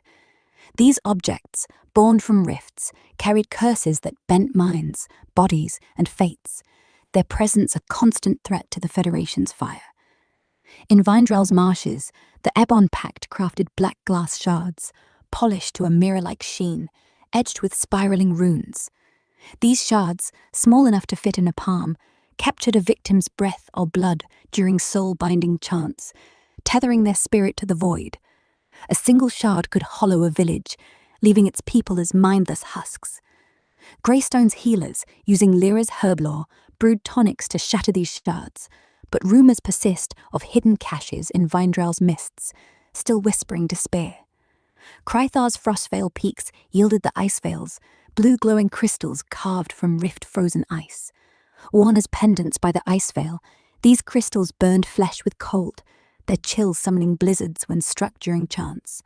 A single veil could freeze a field, locking crops in ice. Merthin's star-slingers broke them with oiled nets, and Tarren's blazing stars melted their power, yet some crystals are said to lie buried in Krythar's snow, pulsing faintly. Thalren's Mistveil Isles produced cursed shells, pearlescent relics from rift-torn reefs. The sea wraiths used these shells, etched with wave runes, to sing tidal chants that flooded coasts. Held to the ear, a shell could drown a mind in visions of lost seas, turning listeners into wraiths. Lyran's slingers shattered them with stones, and Siren's carvings countered their songs, but sailors still avoid Thalren's shores, fearing shells that hum in the fog. Virathar's ashen plains bore ashen rings, forged in volcanic rifts by the abyssal choir. These rings, black and warm to the touch, carried Zorath's tremor chants, shaking earth when worn. A single ring could crack a village's foundations, scattering its people. Seren's slingers and Erin's effigies broke their power, but some rings are rumoured to lie in Virathar's ash, waiting to stir quakes anew.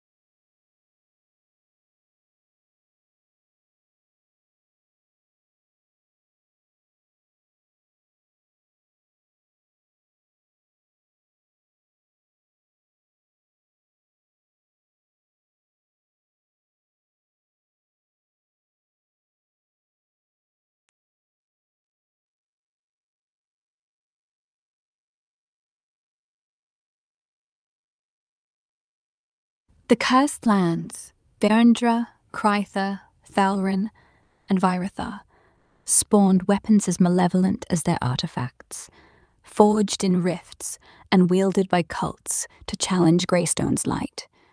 These weapons, infused with void-born curses, were not mere tools of war, but conduits of despair, designed to break bodies and spirits alike.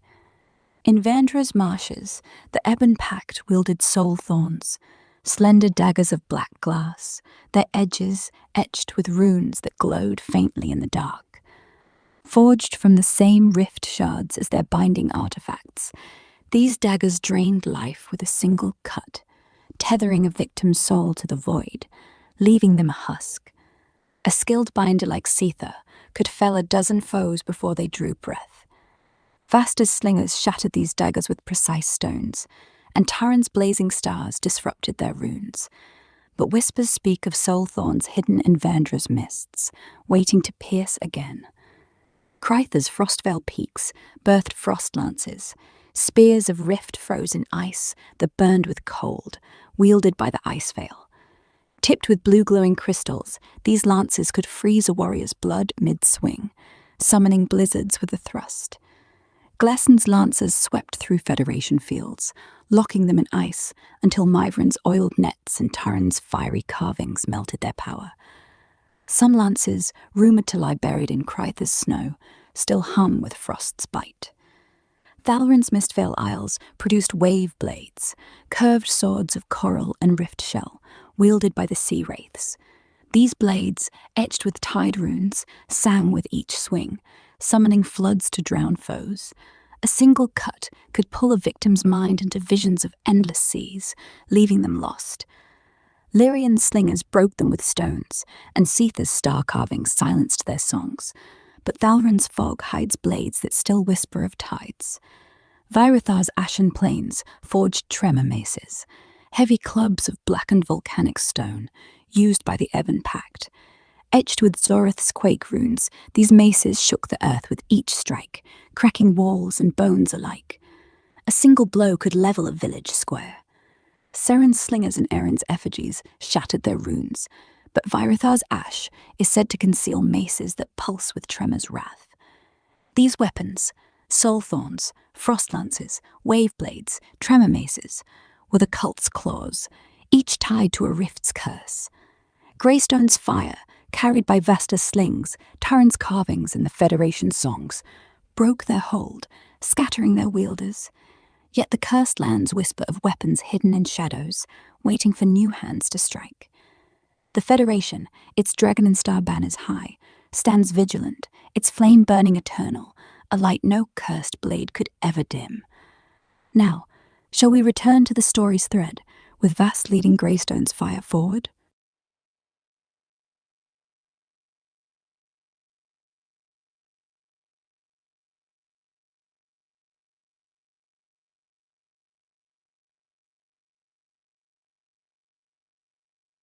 The cursed lands, Thandra, Krytha, Thalrin, and Virathar, birthed not only weapons, but armor, forged in rift shadows to shield the cults that defied Greystone's light. These armors, infused with void-born curses, were as much prisons as protection, twisting their wearers to serve the darkness. In Vandra's marshes, the Ebon Pact donned soul-wrought mail, woven from black glass threads, and etched with runes that pulsed like dying stars.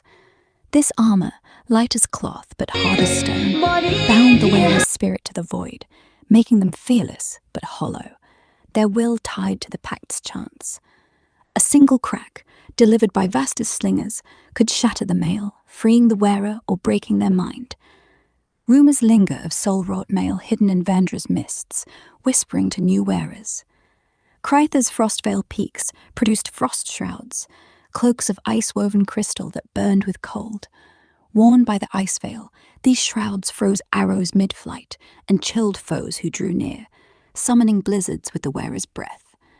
Glassen's champions strode through Federation fields, unyielding, until Myvrin's oiled nets and Taran's blazing stars melted their shrouds to water. Krytha's snows still hide frost shrouds, their glow luring wanderers. Thalrin's Mistveil Isles crafted tide robes, flowing garments of rift shell and coral, worn by the sea wraiths. Etched with wave runes, these robes turned blows aside like water and summoned tides to drown attackers. Their wearers, like Thalrin, moved like ghosts, but Lyrian's slingers and Setha's carvings broke their runes, leaving robes brittle. Thalrin's fog conceals tide robes that hum with tidal songs. Virathar's ashen plains forged quake plate, heavy armor of volcanic stone, worn by the Ebon Pact. Etched with Zorith's tremor runes, this plate shook the ground with each step, cracking earth and morale. Seren's slingers and Erin's effigies shattered its runes, but Virathar's ash hides quake plate that pulses with tremors. These armors, soul-wrought mail, frost shrouds, tide robes, quake plate, clad the cults in dread, each tied to a rift's curse. Greystone's fire, through Vasta's slings, Taran's carvings, and the Federation's songs, broke their hold, scattering their wearers. Yet the cursed lands whisper of armor hidden in shadows, waiting for new champions. The Federation, its dragon and star banners high, stands vigilant, its flame burning eternal, a light no cursed plate could dim. Shall we weave back to Vasta's tale, carrying Greystone's fire forward?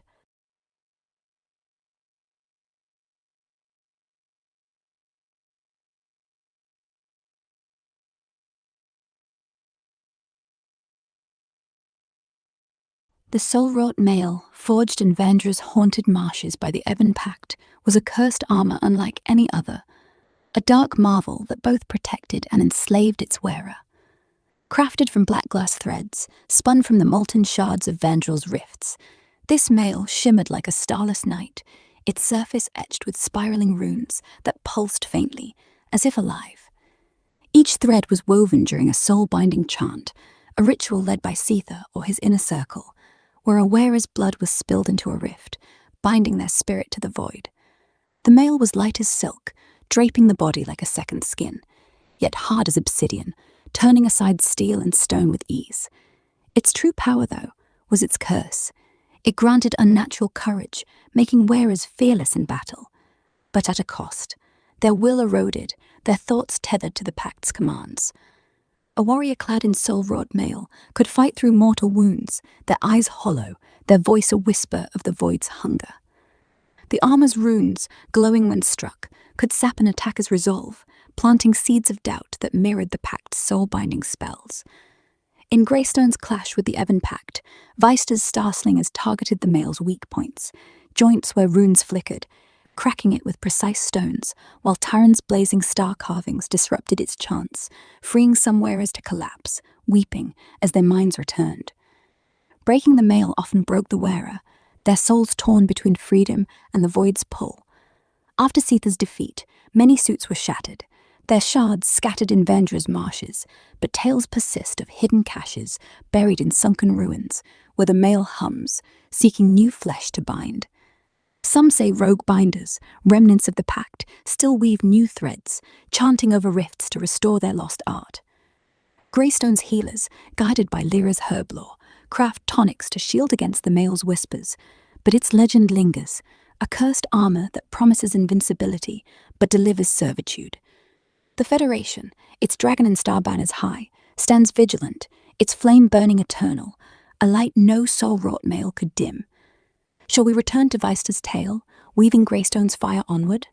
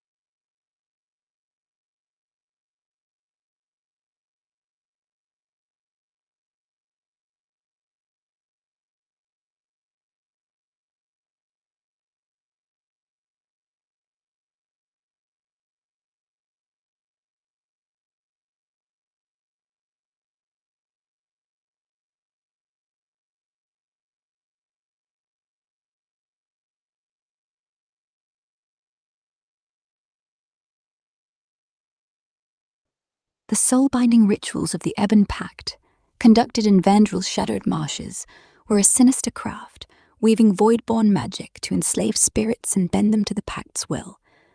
Rooted in ancient texts unearthed from the ruins of lost Vernsar, these rituals tapped into rifts, cracks in reality where the void whispered promises of power. The Pact, led by Sether, perfected this art to create both their cursed soul-wrought mail and the dread rites that hollowed entire villages. A soul-binding ritual required a circle of 13 binders, clad in black robes, gathered round a rift under a moonless sky. At the center, a shard of black glass, polished to mirror-like clarity and etched with spiraling runes, was placed on an altar of marsh reed and bone. The binders chanted in a low, guttural tongue, their voices merging into a hum that warped the air, opening the rift wider. A victim's blood or breath, often stolen by stealth or force, was offered to the shard, which glowed faintly as it tethered their soul to the void. The chant, lasting hours, wove the victim's essence into a web of shadow thorns, intangible yet binding, trapping their spirit in a state of half-existence. Those bound became husks, their eyes empty, their movements mechanical, obeying the Pact's commands without thought or resistance. A single ritual could bind dozens, their souls fueling the Pact's power, amplifying their chants or strengthening their cursed mail. The binding wasn't flawless. Strong-willed souls, like those seeped in Greystone's fire, could resist, their defiance fraying the Shadow Thorns. During the Ebon Pact's assault on Greystone, Weister's Starslingers disrupted the rituals with precise stone throws, shattering the black glass shards and breaking the chant circles. Tyrant's blazing star carvings, infused with defiance, burned through the void's grip, while Erin's tonics, brewed from Lyra's herb lore, restored bound minds, severing the thorns. The process was harrowing. Freed victims often wept, haunted by glimpses of the void's endless dark. The Pact guarded their rituals fiercely, scribing them in encoded texts hidden in Vandrel's sunken ruins. After Sethar's defeat, many texts were burned, but whispers remain of rogue binders, survivors of the Pact, who fled with scraps of knowledge. In Vandra's marshes, where mists coil like spirits, new shards are said to gleam, hinting at rituals reborn. Greystone's healers keep vials of Lyra's tonics ready, and Weister's scouts watch the marshes, knowing the void's hunger never fades. The Federation, its dragon and star banners high, stands vigilant, its flame burning eternal, a light no soul-binding curse could dim. Shall we weave back to Weister's tale, carrying Greystone's fire forward?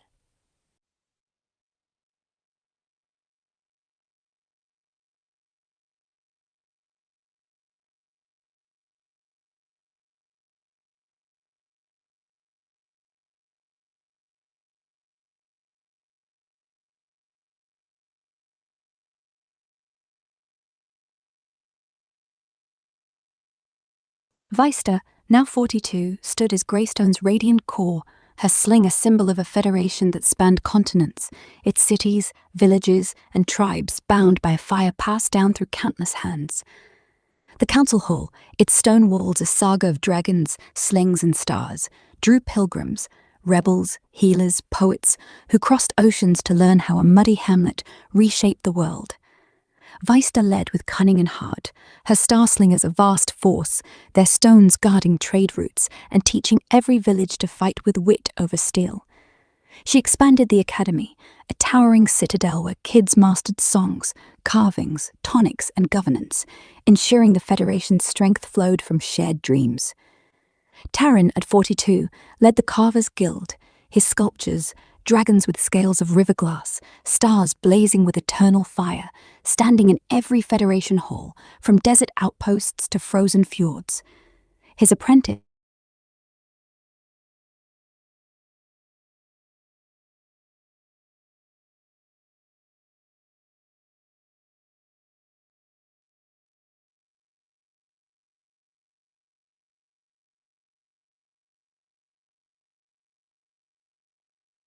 offered her terms: join or break. Myra's carvings and Erin's slings shattered Vorith's will, and his sect fled, their blood spells unraveling like mist. The Federation grew, absorbing free clans and rebel ports, its villages raising halls and schools in Greystone's image. Weiser, at 50, her sling still deadly, built a new hole for healers, teaching kids to brew ancient tonics. Taran, at 60, mentored Myra, his last dragon, a star-crowned sling, buried with him.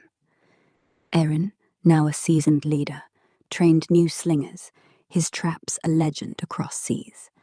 Myra, at 30, led the carvers, her sculptures spreading Greystone's story to new worlds. Weiser, at 70, passed leadership to Erin, his sling and soul the Federation's pulse. Myra's guild crafted banners in stone, each dragon and star a piece of Greystone's fire. Erin, at 40, led with Weiser's cunning and unyielding heart, his star slingers a wall of defiance. Myra's carvings, paired with new singers' ballads, wove the Federation's saga into a tapestry of resistance. Greystone, born in mud, stood as a city of stars, its banners flying over a world remade, its story a flame carried by slingers, carvers, and singers, burning eternal a light no blood or shadow could ever dim.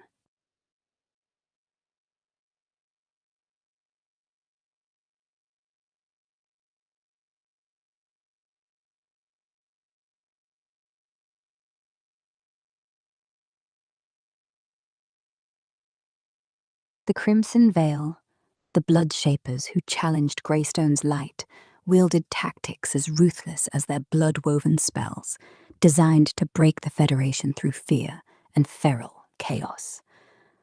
Originating in the scarlet-stained wastes of Erindril, a land where ancient blood rifts seeped crimson ichor, the Veil's strategies blended dark ritual with cunning warfare. Their leader, Vorith, a cloaked figure whose veins pulsed with unnatural light, orchestrated assaults that targeted the Federation's heart, its unity and spirit, rather than mere land or gold. Their primary tactic was the Beast Storm, a horrifying ritual where they used blood altars, carved from bone and soaked in rift ichor, to transform captured warriors or villagers into feral creatures. These blood beasts, with twisted limbs and eyes glowing red, were unleashed in swarms, driven by pain to tear through Federation defenses. A single beast could rend a market square, sowing panic as it spread the Veil's scarlet blight, a curse that poisoned crops and water with crimson rot. The Veil deployed these storms at night, striking remote villages to fracture the Federation's trade network, knowing fear would spread faster than their beasts. Another tactic was blood puppeteering, using chants and vials of rift ichor to control foes from afar. Veil Shapers would infiltrate villages, leaving cursed blood drops in wells or food, which, when consumed, bent minds to their will. Entire outposts turned traitor overnight, attacking their own kin until Vice's tonics, brewed from Lyra's herb lore, purged the curse. This subtle sabotage aimed to sow distrust, weakening the Federation's alliances before a single beast roared. The Veil also used crimson ambushes, hiding in forests or cliffs, their cloaks blending with blood-blighted earth. Armed with blood-forged daggers, blades that wept ichor and burned flesh, they struck trade caravans, targeting healers and singers to cripple morale. These ambushes were swift, leaving only blight and bodies, but Erin's star-slingers countered with traps, pits lined with oiled cords that snared Shapers, while Myra's carved stars disrupted their chants. Vorith's masterstroke was the Bloodstorm, a ritual where the Veil Shapers chanted over a massive rift altar, summoning a tempest of crimson mist that warped all it touched. During their assault on Greystone, this storm unleashed beasts and blight, aiming to hollow the village's spirit. Vice's slingers, hidden in cliffs, broke the altar with precise stones, and Myra's blazing star, its pitch-fueled light, shattered the storm's hold. Taran's effigies, carved to mock Vorith's pride, further broke the Veil's morale. The Crimson Veil's tactics relied on chaos and fear, but Greystone's fire, Vice's slings, Erin's traps, Myra's carvings, and the Federation's songs proved stronger. After Vorith's defeat, the Veil scattered, their altars smashed, but Erindril's rifts still ooze, hinting at Shapers who might rise again. The Federation, its dragon and star banners high, stands vigilant, its flame burning eternal, a light no blood tactic could dim. Shall we return to Erin's tale, carrying Greystone's fire forward?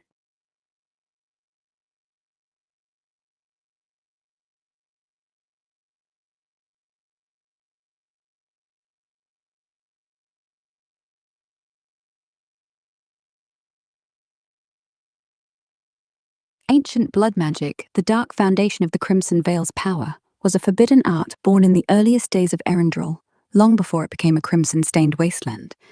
Its origins trace to the Bloodsong era, a time when Erindril was a lush valley called Erinsil, home to a civilization of star worshippers who revered life's essence as a bridge to the divine.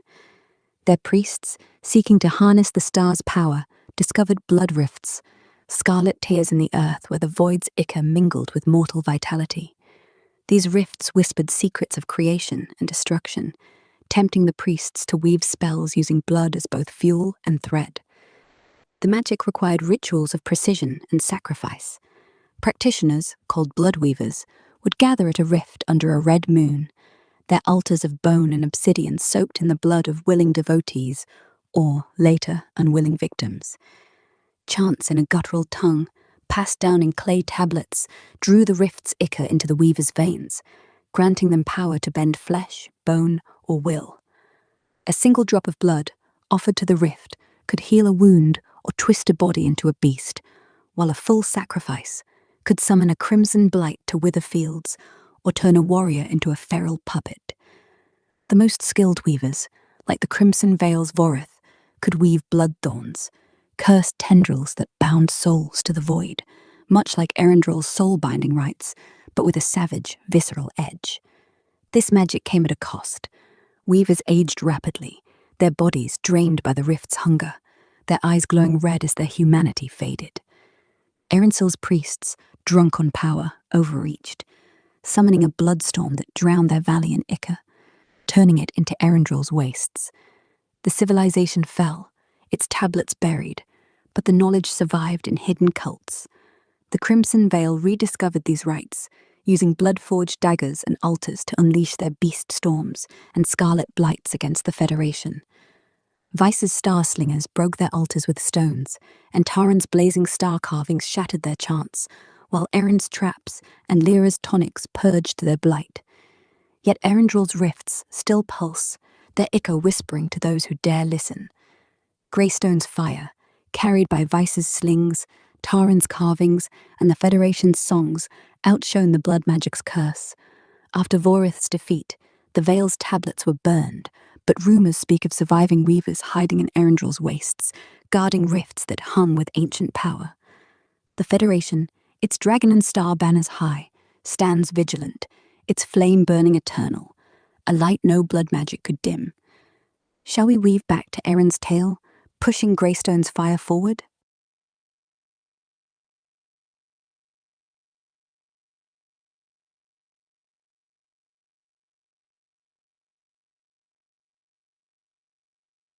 The star worshippers of ancient Erensil, whose blood magic later twisted into the Crimson Veil's dark rites, practiced a faith that bound their lives to the heavens, viewing stars as divine sparks guiding creation. Before Erensil's fall into the crimson wastes of Erendril, these people, known as the Astir, built their society around celestial cycles, their practices blending devotion, astronomy, and ritual. Their central rite was the star calling, held in stone observatories carved into Erensil's hills under cloudless skies. Priests, clad in silver-threaded robes, charted constellations using crystal lenses, chanting in a melodic tongue to align their spirits with the star's light. They believed each star held a piece of the world's soul, and offerings, wine, herbs, or woven star emblems were burned on obsidian altars to draw celestial blessings for harvests or health. The Astir also practiced star binding, a ritual where drops of blood, freely given, were mingled with starlight reflected in sacred pools. This act, they believed, tied their life force to the heavens, granting visions of truth or strength. These rites were communal, with entire villages singing under starlit skies, their songs echoing Greystone's later ballads, but rooted in hope, not defiance. Their observatories doubled as schools, where children learned to read stars, carve constellation maps into stone, and weave star-patterned cloth, a practice mirrored in Greystone's dragon and star banners. The Astir's fatal flaw came when some priests, seeking greater power, found blood rifts beneath their observatories. These rifts, pulsing with void ichor, warped their star binding into blood magic, turning offerings into sacrifices and visions into curses. This betrayal of their faith led to Erensil's ruin, its fields drowned in crimson, leaving only the rifts and tablets that the Crimson Veil later claimed. Greystone's fire, carried by Vice's slings, Taran's carvings, and Eren's traps, countered the Veil's twisted legacy of these rites, with tonics and stars breaking their blood curses. Yet in Erendril's wastes, some say star-carved stones still stand, humming with the Astir's lost songs, a faint echo of a faith that once rivaled Greystone's light. The Federation, its dragon and star banners high, stands vigilant, its flame burning eternal, a light no corrupted rite could dim. Shall we return to Erin's tale, weaving Greystone's fire forward?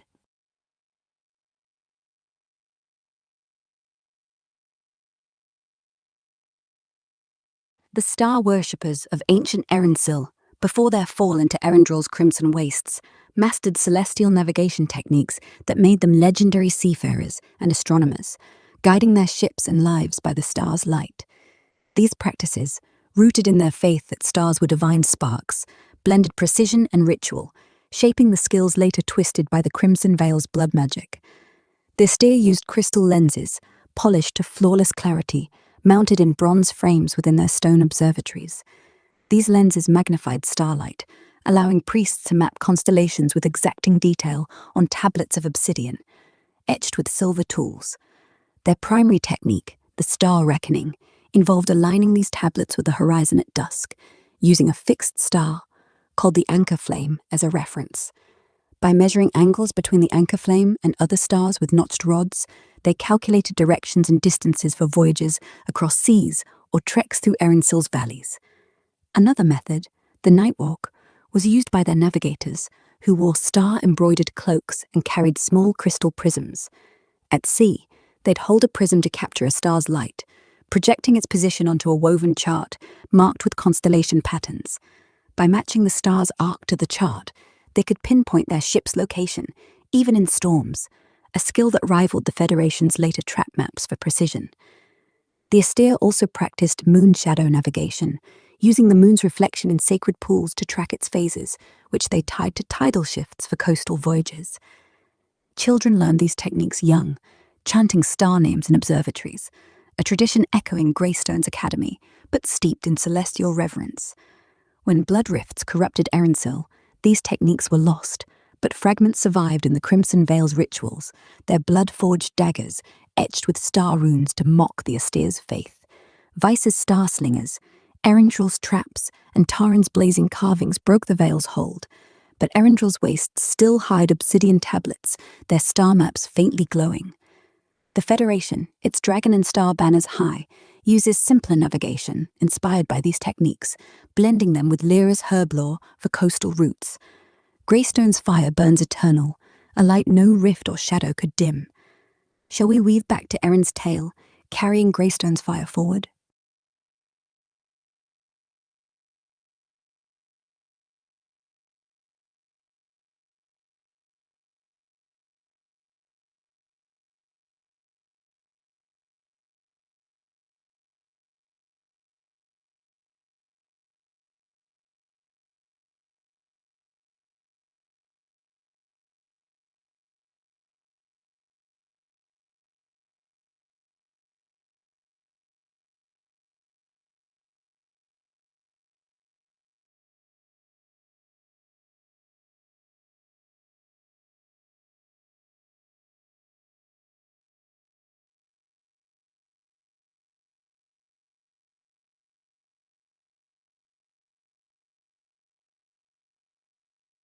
Erinda, now 42, stood as Blazing Heart, his sling a symbol of a federation that spanned continents, its cities, villages, and tribes bound by a fire passed down through countless hands.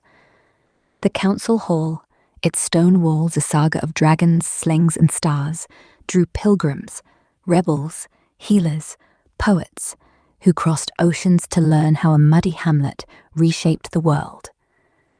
Eddins led with cunning and heart, his star-slingers a vast force, their stones guarding trade routes and teaching every village to fight with wit over steel.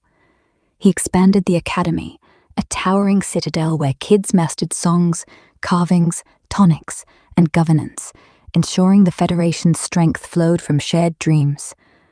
Myra, at 32, led the Carvers Guild, her sculptures, dragons with scales of river glass, stars blazing with eternal fire, standing in every Federation hall, from desert posts to frozen fjords. Her apprentice, Voren, a boy of 16 with a sculptor's hands and a rebel's spark, etched slingers and stars with such life they seemed to pulse. Voron's work, paired with Eden's leadership, drew allies from distant jungles and icebound coasts, their caravans and warships flying Greystone's dragon and star banners. Myra travelled with Voron, her carvings sealing pacts with free tribes and rebel queens, each piece a shard of Greystone's soul. A new shadow rose, a cabal of ashweavers, the Cinderkin, who wove spells from volcanic ash to choke the air and blind the Federation's lands. Their rituals summoned storms of choking dust, crumbling crops and lungs alike. Eden, fierce and unbowed, rallied his council.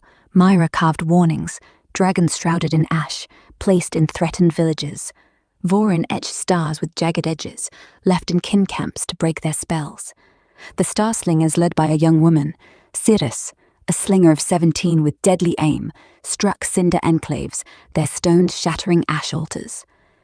Eden, using old trap maps, guided Cirrus's slingers through hidden gorges, cutting off kin supply lines. Myra, digging through ancient herb lore, brewed tonics to clear ash from lungs, her guild etching runes into village gates.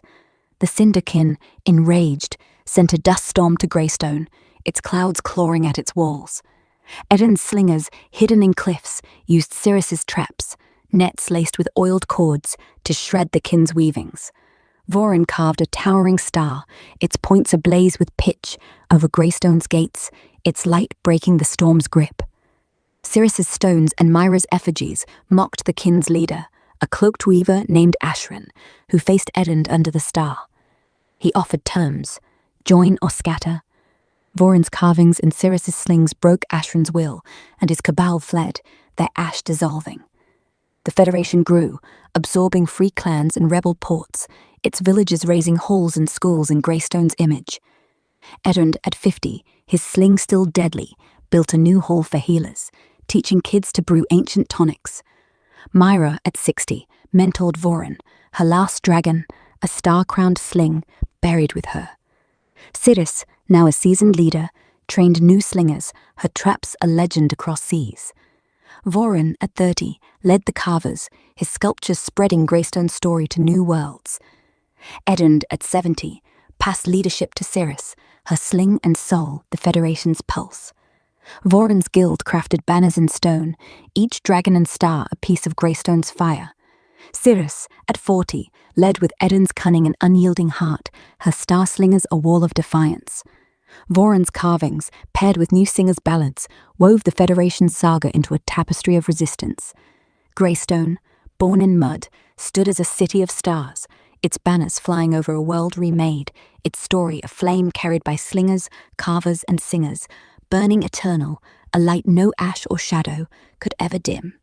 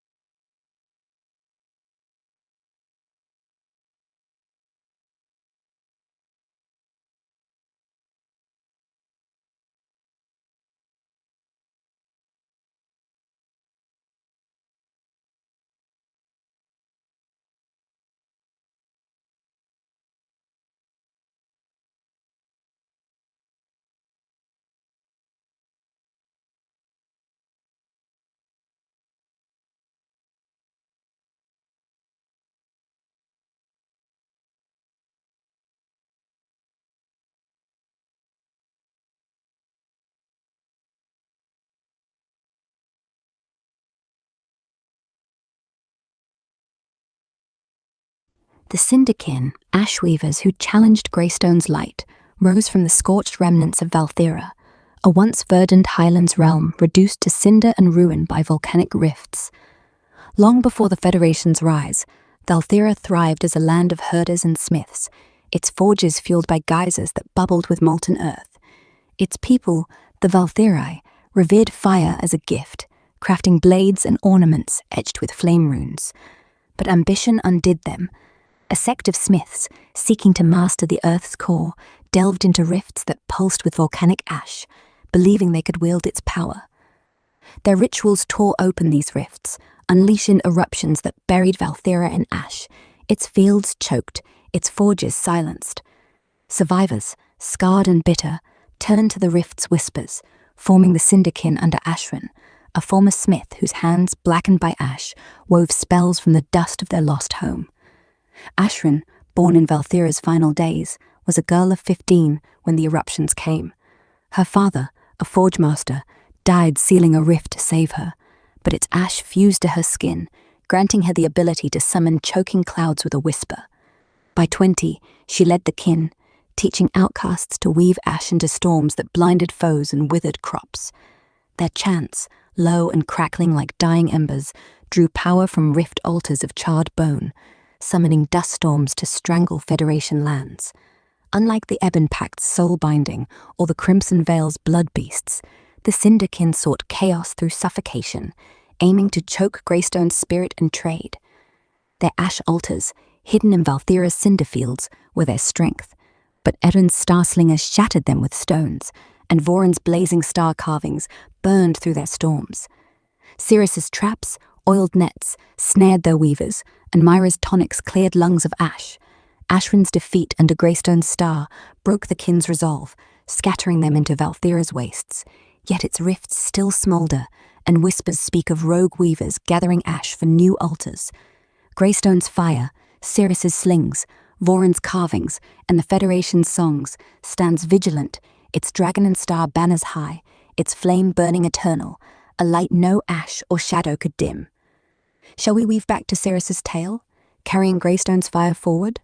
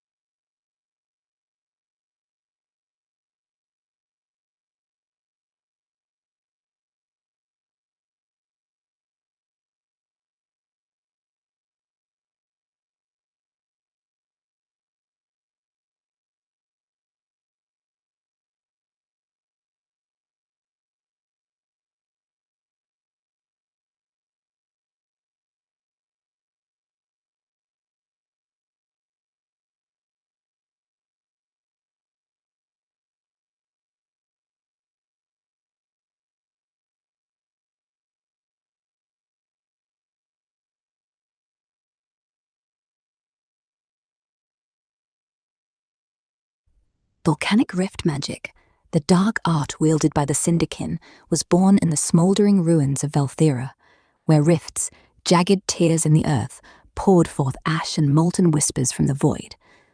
Unlike the blood magic of Erendral or the soul binding of Verndral, this magic harnessed the primal chaos of volcanic forces, blending fire and ash into spells that choked life and spirit. Originating when Valthera's smiths tore open these rifts, seeking to master the Earth's core, the magic was a pact with the void's molten heart, granting power at the cost of the caster's vitality. The rituals required an ash altar, built from charred bone and obsidian, placed over a rift's steaming mouth.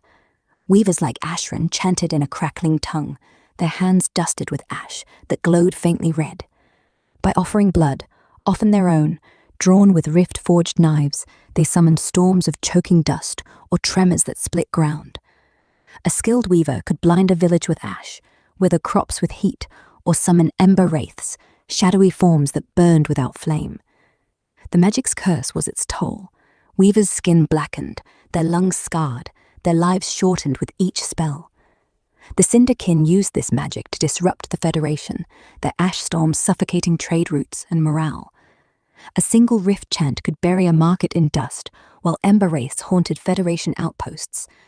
During their assault on Greystone, the Kin's dust storm aimed to choke the village's heart, but Erindrel's star slingers shattered their altars with stones, and Voron's blazing star carvings burned through the ash. Sirris's traps, oiled nets, snared weavers, while Myra's tonics, brewed from ancient herb lore, cleared lungs and restored breath.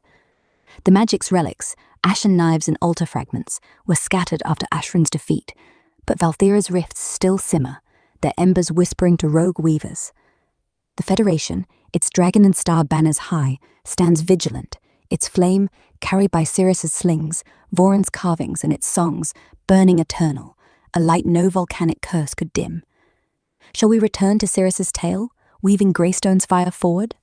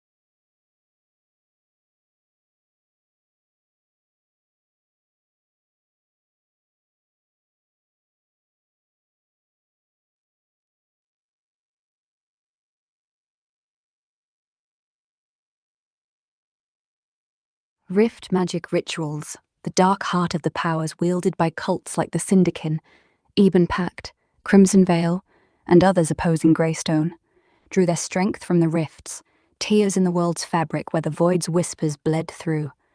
Each cursed land, Valthira, Vandrel, Arendelle, Krytha, and Thalrin, birthed new rites, but all shared a core, a communion with the void, using offerings and chants to bend reality.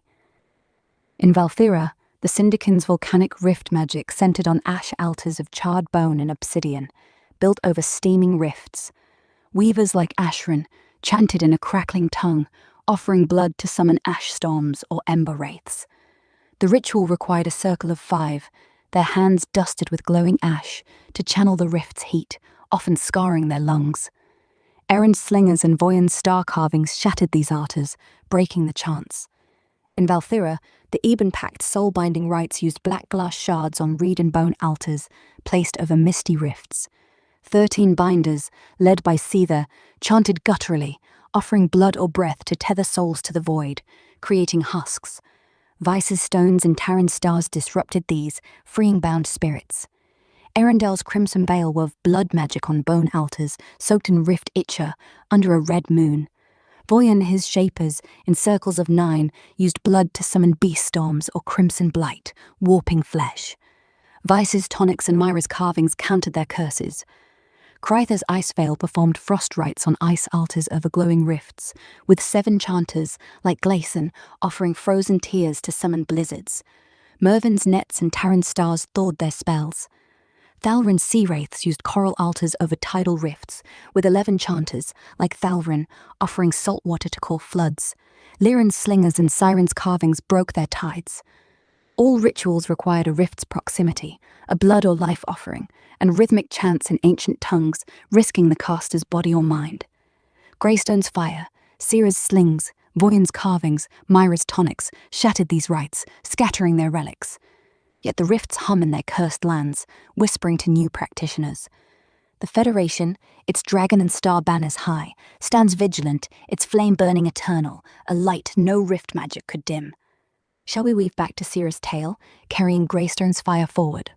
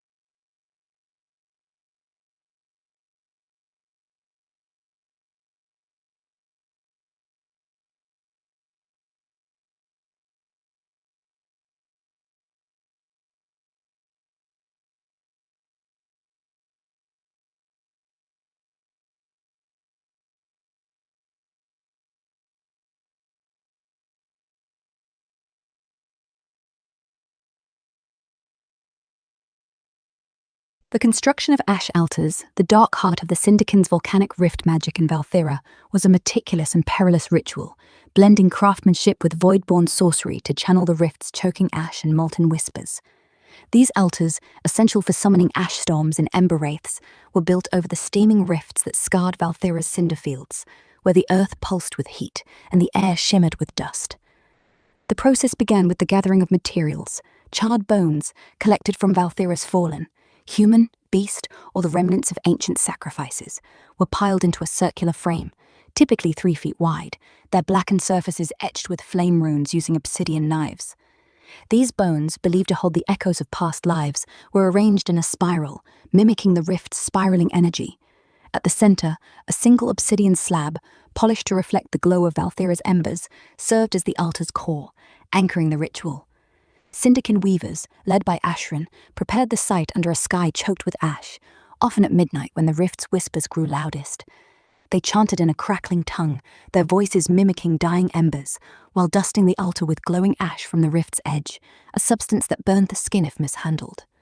A blood offering, drawn from the lead weaver's palm with a rift-forged knife, was dripped onto the obsidian, binding the altar to the void. This act, lasting hours, aligned the altar with the rift's power, causing the runes to pulse red and the air to thicken with heat. The completed altar, low and unassuming, hummed with energy, amplifying the kin's chants to summon storms or wraiths. Its fragility was its weakness. Erin's starslingers shattered these altars with precise stones, and Voyon's blazing star carvings disrupted their runes, while Ceres's oiled nets snared the weavers mid-chant. Myra's tonics, brewed from ancient herb lore, cleared the ash's choke from lungs, undoing the altar's curses. After Ashran's defeat, most altars were destroyed, their bones scattered, but Valthera's cinder fields still hide fragments, their runes faintly glowing, whispering to rogue weavers who seek to rebuild. The Federation, its dragon and star banners high, stands vigilant, its flame, carried by Ceres's slings, Voyon's carvings, and its songs, burning eternal, a light no ash altar could dim. Shall we return to Ceres's tale, weaving Greystone's fire forward?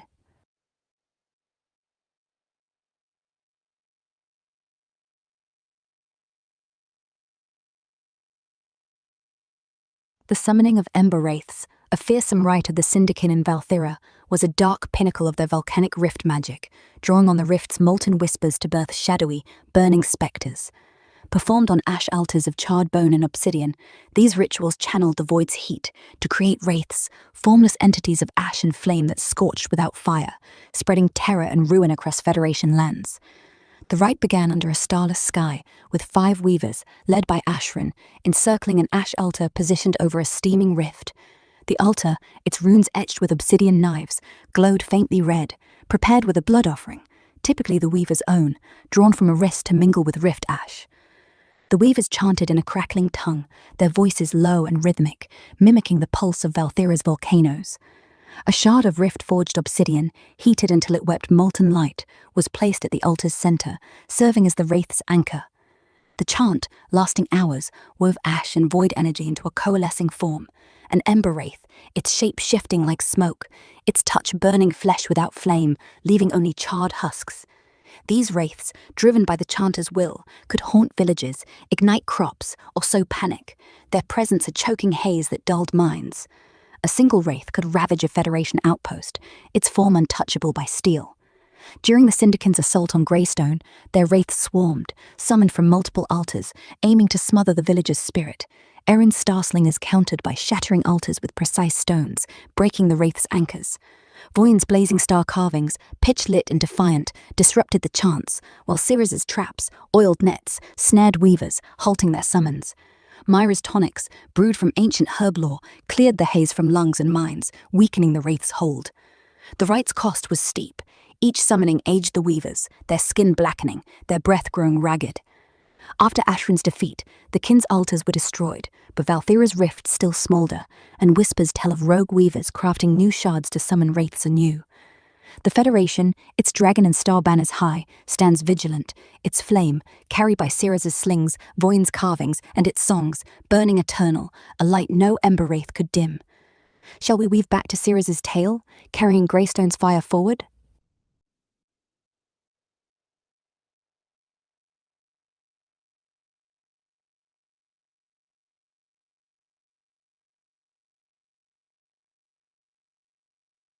Ceres, now 42, stood as Greystone's radiant core, her sling a symbol of a federation that spanned continents, its cities, villages, and tribes, bound by a fire passed down through countless hands.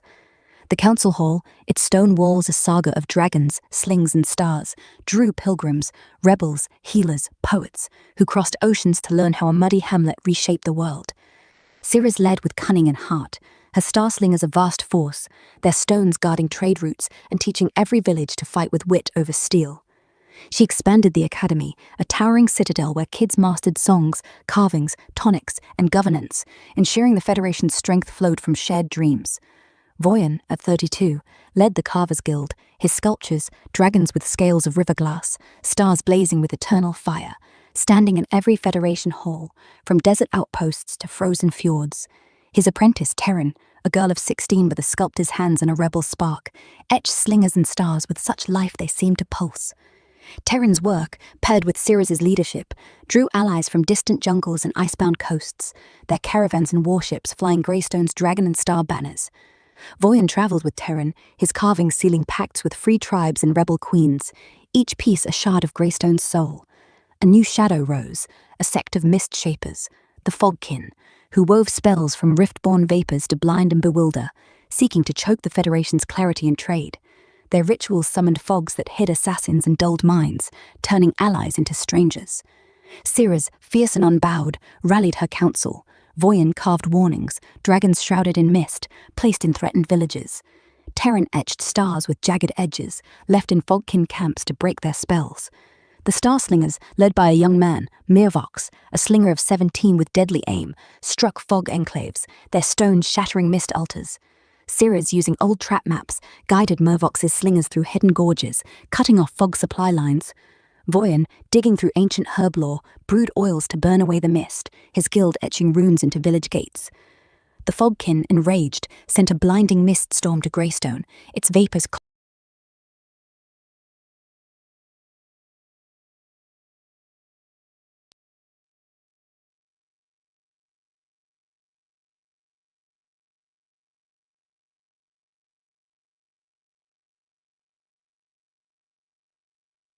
My 42 served as blazing core, his sling a symbol of a federation that spanned continents, its cities, villages, and tribes bound by a fire passed down through countless hands.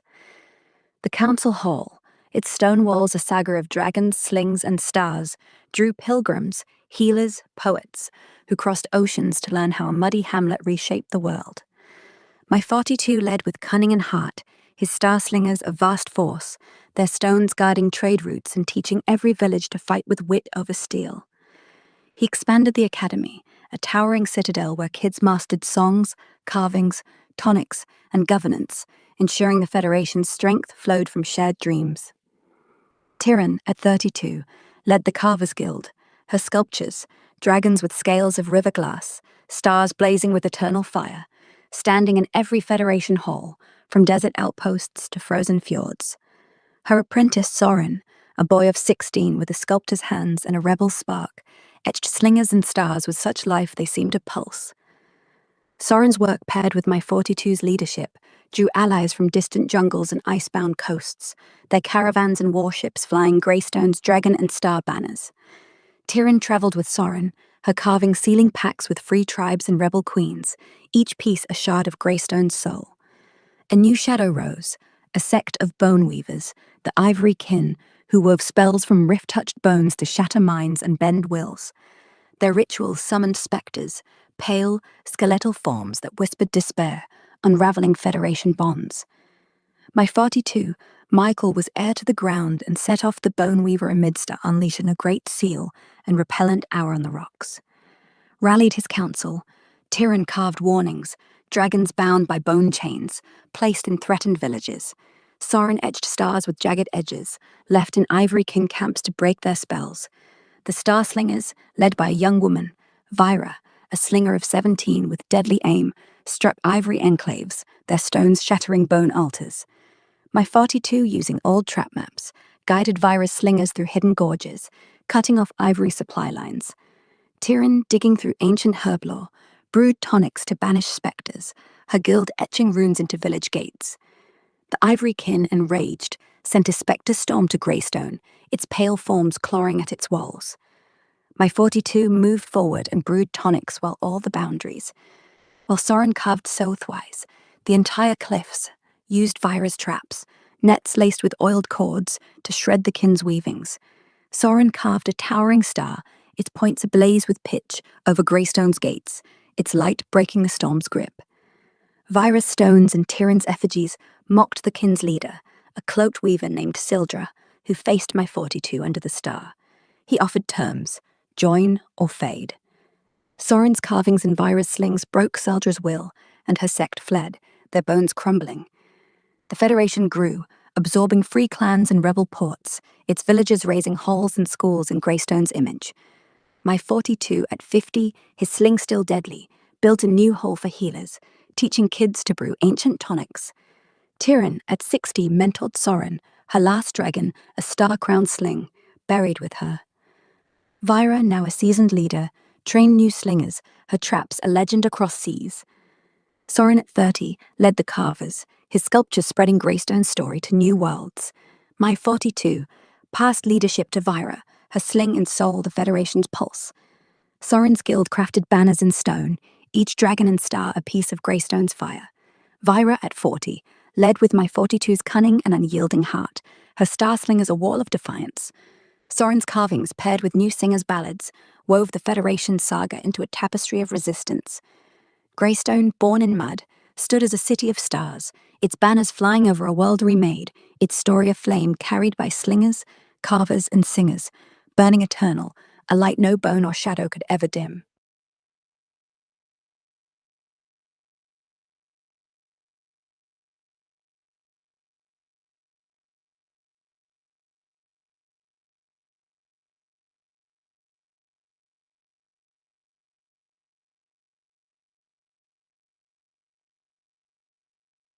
The Ivory Kin's rituals, woven in the desolate bone fields of Silthar, a cursed land where rifts bled pale, skeletal light, were a chilling blend of void magic and bonecraft, designed to shatter minds and bend wills.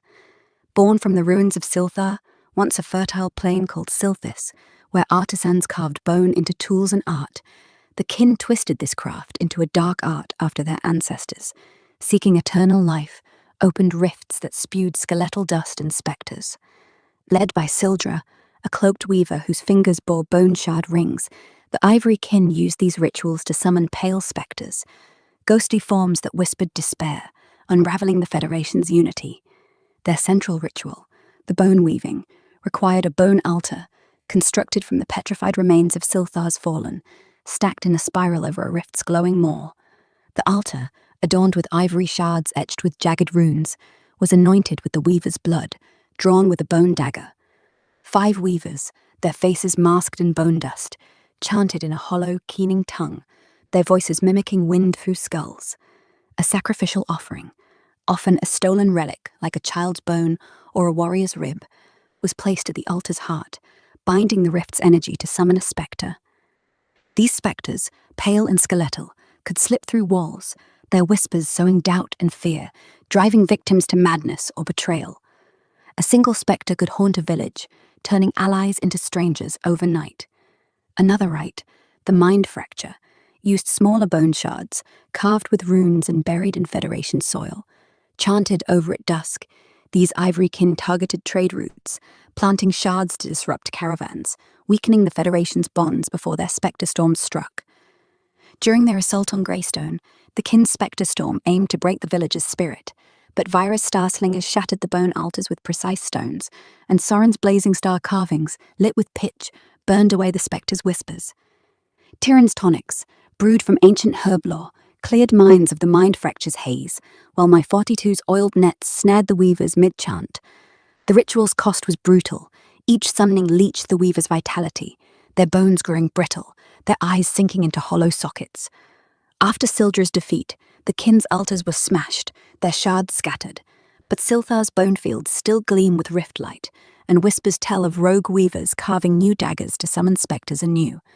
The Federation, its dragon and star banners high, stands vigilant, its flame, carried by Vira's slings, Soren's carvings, and its songs, burning eternal, a light no bone ritual could dim. Shall we weave back to Vyra's tale, carrying Greystone's fire forward?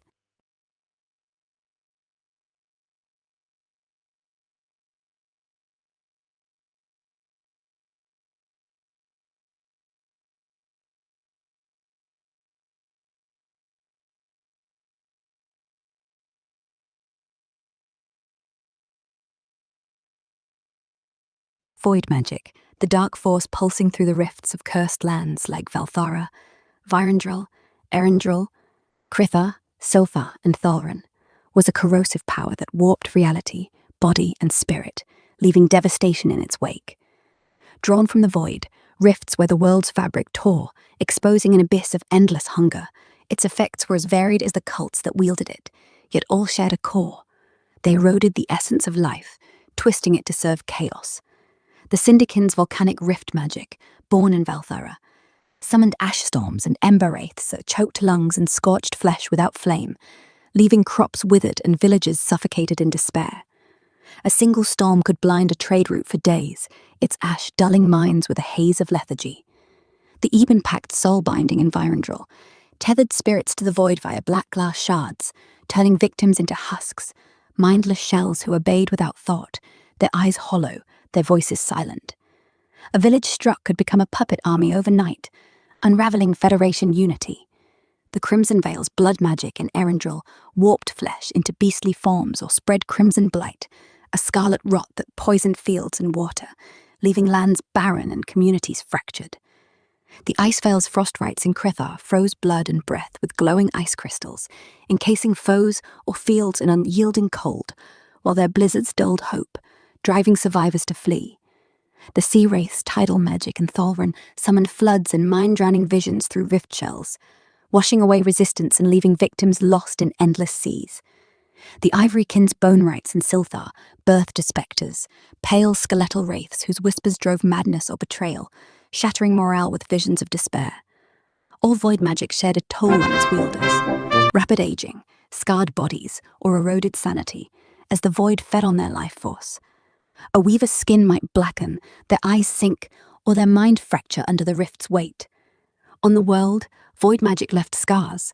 Valthara's cinder fields, Vyrandril's mists, Erendril's red wastes, Crithar's frozen peaks, Thalrin's fobbed isles, and Silthar's bone fields bore rifts that never fully closed.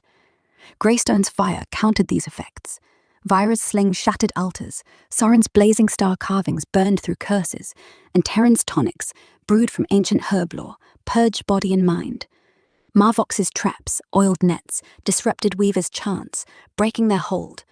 Yet the rift's whispers linger, their effects tempting rogue practitioners in cursed lands. The Federation, its dragon and star banners high, stands vigilant, its flame, carried by Vyra's slings, Sorin's carvings, and its songs, burning eternal, a light no void shadow could dim. Shall we weave back to Vyra's tale, carrying Greystone's fire forward?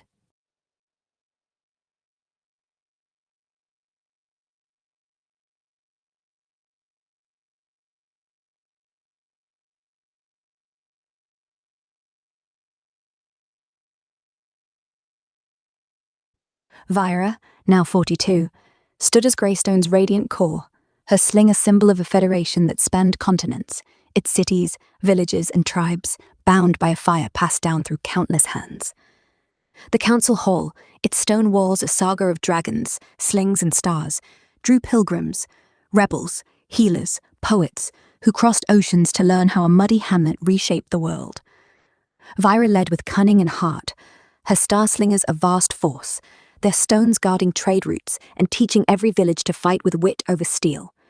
She expanded the academy, a towering citadel where kids mastered songs, carvings, tonics, and governance, ensuring the Federation's strength flowed from shared dreams. Sorin, at 32, led the Carvers Guild, his sculptures, dragons with scales of river glass, stars blazing with eternal fire, standing in every Federation hall, from desert outposts to frozen fjords. His apprentice, Eriva, a girl of 16 with a sculptor's hands and a rebel spark, etched slingers and stars with such life they seemed to pulse. Eriva's work, paired with Vyra's leadership, drew allies from distant jungles and icebound coasts, their caravans and warships flying Greystone's dragon and star banners. Sorin travelled with Eriva, his carvings sealing pacts with free tribes and rebel queens, each piece a shard of Greystone's soul. A new shadow rose, a sect of shadow weavers, the Duskkin, who wove spells from rift-born twilight to cloak lands in endless gloom, sowing confusion and fear. Their rituals dimmed skies, hid assassins, and dulled courage, unraveling Federation bonds. Vyra, fierce and unbowed, rallied her council. Sorin carved warnings, dragons shrouded in twilight, placed in threatened villages. Erevar etched stars with jagged edges, left in Duskkin camps to break their spells. The Star Slingers, led by a young man, Torwin, a slinger of 17, struck dusk enclaves, their stones shattering shadow altars. Vyra, using old trap maps, guided Torwin's slingers through hidden gorges, cutting off dusk supply lines. Sorin, digging through ancient herb lore, brewed oils to burn away the gloom, his guild etching runes into village gates. The Duskkin, enraged, sent a twilight storm to Greystone, its shadows clawing at its walls. Vyra's slingers, hidden in cliffs, used Torwin's traps, nets laced with oiled cords to shred the kin's weavings. Erevar carved a towering star, its points ablaze with pitch, over Greystone's gates, its light breaking the storm's grip. Torwin's stones and Sorin's effigies mocked the kin's leader, a cloaked weaver named Merveth, who faced Vyra under the star. She offered terms, join or fade. Erevar's carvings and Torwin's slings broke Merveth's will, and her sect fled, their shadows dissolving. The Federation grew, absorbing free clans and rebel ports, its villagers raising halls and schools in Greystone's image. Vyra, at 50, her sling still deadly, built a new hall for healers, teaching kids to brew ancient tonics. Sorin, at 60, mentored Erevar, his last dragon, a star-crowned sling, buried with him. Torwin, now a seasoned leader, trained new slingers, his traps a legend across seas. Erevar, at 30, led the carvers, her sculptures spreading Greystone's story to new worlds. Vyra, at 70, passed leadership to Torwin, his sling and soul, the Federation's pulse. Erevar's guild crafted banners in stone, each dragon and star a piece of Greystone's fire. Torwin, at 40, led with Vyra's cunning and unyielding heart, his star slingers a wall of defiance. Erevar's carvings, paired with new singers' ballads, wove the Federation's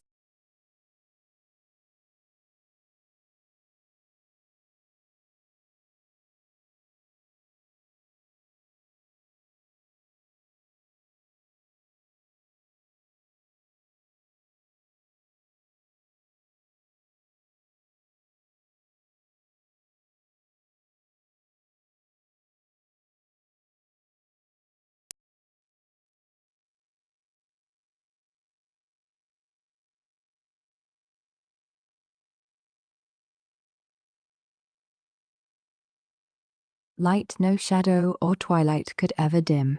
Torvin, now 42, stood as Greystone's blazing core, his sling a symbol of a federation that spanned continents, its cities, villages, and tribes bound by a fire passed down through countless hands. The council hall, its stone walls a saga of dragons, slings, and stars, drew pilgrims, rebels, healers, poets, who crossed oceans to learn how a muddy hamlet reshaped the world. Torvain led with cunning and heart, his star slingers a vast force, their stones guarding trade routes and teaching every village to fight with wit over steel. He expanded the academy, a towering settle where kids mastered songs, carvings, tonics, and governance, ensuring the Federation's strength flowed from shared dreams. Erevar, at 32, led the Carvers Guild, her sculptures, dragons with scales of river glass, stars blazing with eternal fire, standing in every Federation hall, from desert posts to frozen fjords. Her apprentice, Vaesra, a girl of 16 with a sculptor's hands and a rebel spark, etched slingers and stars with such life they seemed to pulse. Vaesra's work, paired with Torvain's leadership, drew allies from distant jungles and icebound coasts, their caravans and warships flying Greystone's dragon and star banners. Erevar travelled with Vaesra, her carvings sealing pacts with free tribes and rebel queens, each piece a shard of Greystone's soul. A new shadow rose, a sect of tideweavers, the Abysskin, who wove spells from Rithborn currents to drown lands and twist minds with visions of endless seas. Their ritual summoned floods that swept away villages and dulled hope, unraveling Federation bonds. Torvain, fierce and unbowed, rallied his council, Erevar carved warnings, dragons swallowed by waves, placed in threatened villages. Vaesra etched stars with jagged edges, left in Abysskin camps to break their spells. The Star Slingers, led by a young man, Mirath, a slinger of 17 with deadly aim, struck Abyss enclaves, their stones shattering tide altars. Torvain, using old trap maps, guided Mirath's slingers through hidden coves, cutting off Abyss supply lines. Erevar, digging through ancient herb lore, brewed oils to calm the conjured tides, her guild etching runes into village piers. The Abysskin, enraged, sent a floodstorm to Greystone, its waves clawing at its walls. Torvain's slingers, hidden in cliffs, used Mirath's traps, nets laced with oiled cords, to shred the kin's weavings. Vaesra carved a towering star, its points ablaze with pitch, over Greystone's gates, its light breaking the storm's grip. Mirath's stones and Erevar's officies mocked the kin's leader, a cloaked weaver named Thalaran, who faced Torvain under the star. He offered terms: join or sink. Vaesra's carvings and Mirath's slings broke Thalaran's will, and his sect fled, their tides receding. The Federation grew, absorbing free clans and rebel ports, its villages raising halls and schools in Greystone's image. Torvain, at 50, his sling still deadly, built a new hall for healers, teaching kids to brew ancient tonics. Erevar, at 60, mentored Vaesra, her last dragon, a star-crowned sling, buried with her. Mirath, now a seasoned leader, trained new slingers, his traps a legend across seas. Vaesra, at 30, led the carvers, her sculptures spreading Greystone's story to new worlds. Torvain, at 70, passed leadership to Mirath, his sling and soul the Federation's pulse. Vaesra's guild crafted banners in stone, each dragon and star a piece of Greystone's fire. Mirath, at 40, led with Torvain's cunning and unyielding heart, his star slingers a wall of defiance. Vaesra's carvings, paired with new singers' ballads, wove the Federation's saga into a tapestry of resistance. Greystone, born in mud, stood as a city of stars, its banners flying over a world remade, its story a flame carried by slingers, carvers, and singers, burning eternal, a light no tide or shadow could ever dim.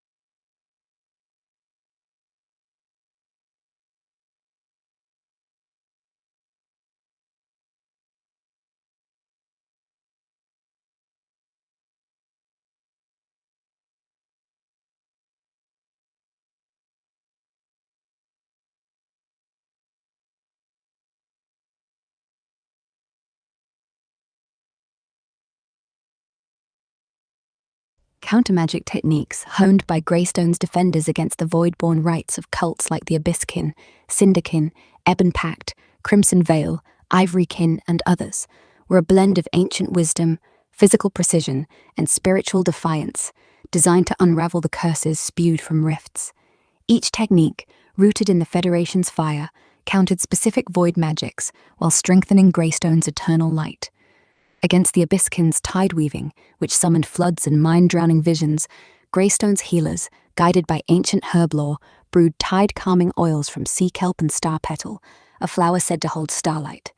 These oils, smeared on village piers or burned in braziers, stilled conjured waves, while Mirath star-slingers shattered tide altars with precise stones, breaking the chants. Vaesira's star carvings, lit with pitch, burned away the visions, their light grounding minds. For the Cinderkin's ash storms and ember wraiths, Mirath's tonics of lungroot and clearvine purged ash from lungs, restoring breath. Ereva's slingers targeted ash altars, and Voron's blazing stars disrupted the weaver's chants, scattering wraiths. The Ebon Pact's soul-binding, tethering spirits to the void, was countered by Vaesira's tonics, brewed from spirit bloom, which freed souls, while her slingers cracked black glass shards, and Tyrion's stars broke the binding runes. The Crimson Veil's blood beasts and blight met Vaesira's star petal tonics, cleansing flesh and fields, with Ereva's traps, oiled nets, snaring shapers, and Mirath's carvings shattering blood altars. The Ivorykin spectres, whispering despair, were banished by Tyrion's mind-clearing tonics of Dreamleaf, while Vaesira's slingers and Sorin's stars disrupted bone altars. The Duskkin's twilight gloom fell to Sorin's oils, burned to clear skies, with Torvain's slingers and Ereva's stars breaking shadow altars. Common to all techniques was the star slinger's precision, using stones to destroy altars, traps like oiled nets to snare weavers mid-chant, and blazing star carvings to burn away void magic's grip. The Federation's songs, sung in defiance, amplified these efforts, weaving courage into every counterspell. These methods, taught in Greystone's academy, kept the Federation vigilant, its dragon and star banners high, its flame, carried by Mirath's slings, Vaesira's carvings, and its songs, burning eternal, a light no void magic could dim. Shall we weave back to Mirath's tale, carrying Greystone's fire forward?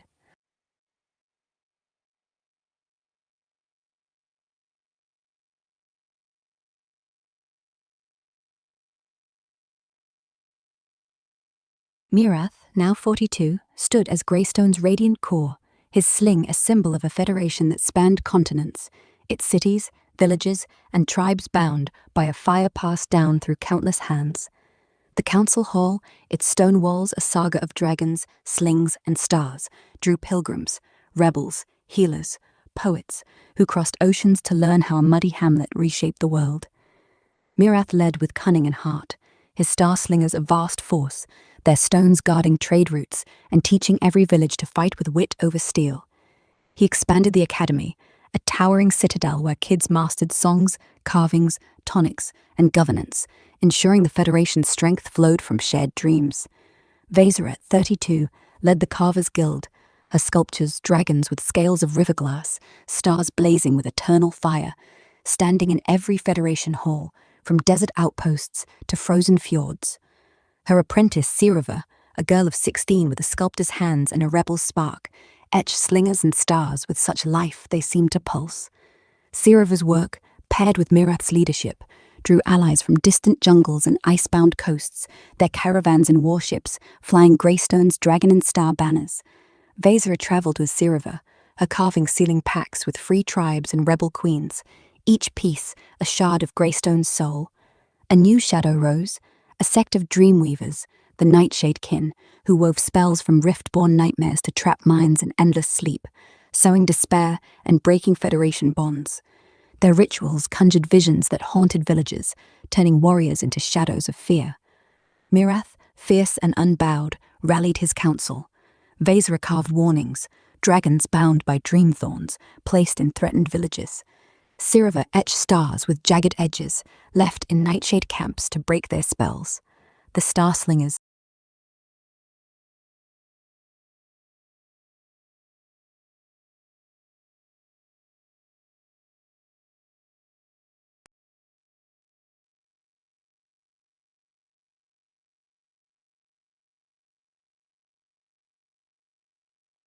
Ileida, now 42, stood as Greystone's radiant core, her sling a symbol of a federation that spanned continents, its cities, villages, and tribes bound by a fire passed down through countless hands.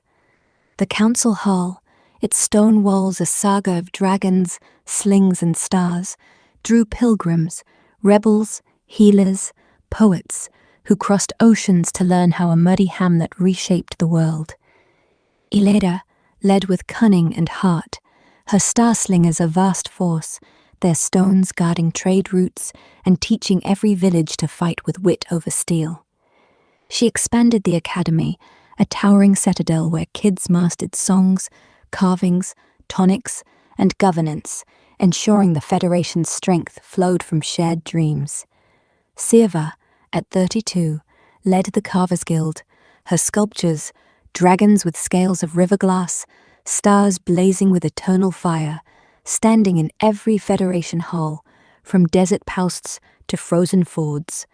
Her apprentice, Virus, a boy of 16 with a sculptor's hands and a rebel's spark, etched slingers and stars with such life they seemed to pulse. Virus's work, paired with Ileida's leadership, drew allies from distant jungles and icebound coasts, their caravans and warships flying Greystone's dragon and star banners. Siva travelled with Virus, her carvings sealing pacts with free tribes and rebel queens, each piece a shard of Greystone's soul. A new shadow rose, a sect of storm callers, the Tempest Kin, who wove spells from rift-born winds to shatter lands and scatter minds with howling chaos. Their rituals summoned gales that tore through villages, unraveling Federation bonds. Ileida, fierce and unbowed, rallied her council. Siva carved warnings, dragons battered by storms, placed in threatened villages. Virus etched stars with jagged edges, left in Tempest camps to break their spells. The Star Slingers, led by a young woman, Mervyn, a slinger of 17 with deadly aim, struck Tempest enclaves, their stones shattering wind altars. Ileida, using old trap maps, guided Mervyn's slingers through hidden gorges, cutting off Tempest supply lines. Siva, digging through ancient herb lore, brewed oils to calm the conjured gales, her guild etching runes into village gates.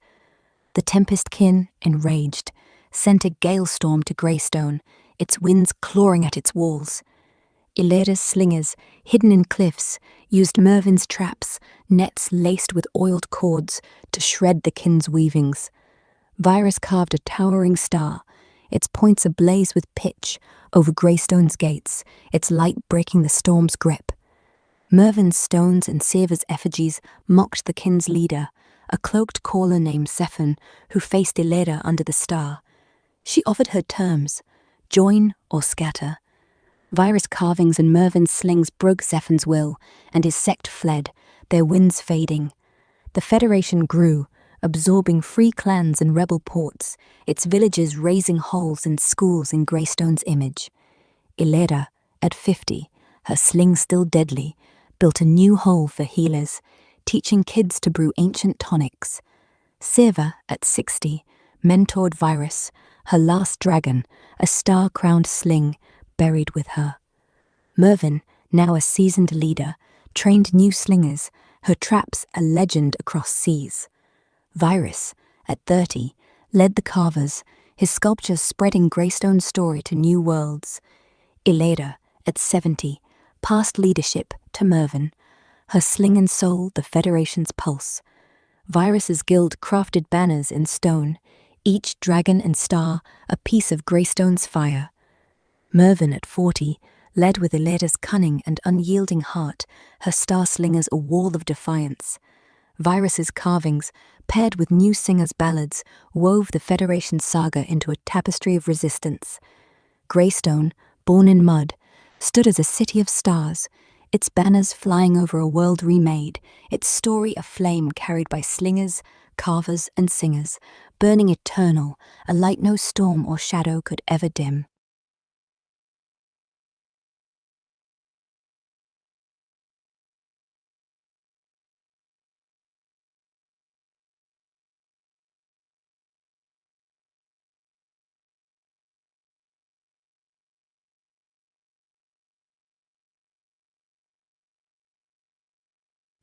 The Tempestkin's rituals woven in the storm-scoured cliffs of Vindrel, a cursed land where rifts howled with wind and shadow, were a fierce art of void magic, harnessing rift-born gales to shatter lands and scatter minds.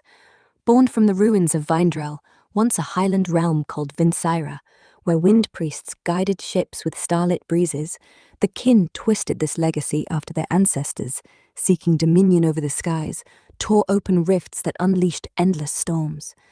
Led by Zephyrin, a cloaked caller whose voice carried the wail of tempests, the Tempestkin used these rituals to summon gales and chaos, aiming to unravel the Federation's unity. Their central ritual, the gale weaving, required a wind altar, built from storm-bleached stones and driftwood, stacked in a crescent over a rift's howling mouth. The altar, etched with spiraling wind runes using obsidian blades, was anointed with the caller's breath, exhaled into a rift-forged shell that hummed with static. 7 callers, their cloaks woven with raven feathers, chanted in a shrieking tongue, their voices blending with Vindrel's winds. A sacrificial offering, often a seabird's heart or a vial of rainwater, was placed at the altar's core, binding the rift's energy to summon a gale. These gales could tear roofs from villages, scatter trade caravans, or sow confusion with whispers of chaos, driving minds to panic. A single gale could disrupt a Federation port for days. Another rite, the Mind Whirl, used small shells, carved with runes and buried in soil, to send pulses of disorienting wind, clouding thoughts with vertigo. The Tempestkin targeted outposts, planting shells to weaken defenses before their gale storms struck. During their assault on Greystone, their gale storm aimed to shatter the village's walls and will, but Ilera's star-slingers shattered the wind altars with precise stones, and Virus's blazing star carvings, lit with pitch, broke the storm's hold. Mervin's traps, oiled nets, snared callers mid-chant, while Siva's oils, brewed from windbane herb, calmed the gales. The ritual's toll was harsh. Callers' voices grew raw, their lungs weakened, their eyes clouded by storms. After Zephyrn's defeat, the kin's altars were toppled, their shells scattered, but Vindrel's cliffs still howl, and whispers tell of rogue callers carving new runes to summon gales anew. The Federation, its dragon and star banners high, stands vigilant, its flame, carried by Mervin's slings, Virus's carvings and its songs, burning eternal, a light no tempest could dim. Shall we weave back to Mervin's tale, carrying Greystone's fire forward?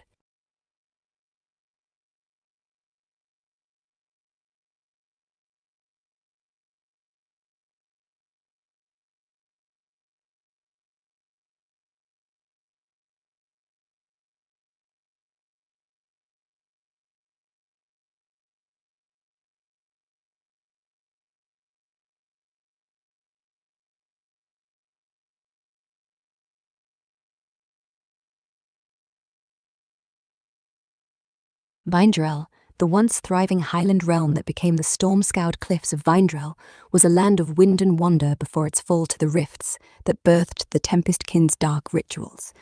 Centuries before Greystone's rise, Vindrel stood as a beacon of maritime and celestial mastery, its cliffs overlooking vast seas where ships sailed under skies alive with stars. Its people, the Vindri, were wind priests and navigators, their lives woven with the rhythms of breezes and tides.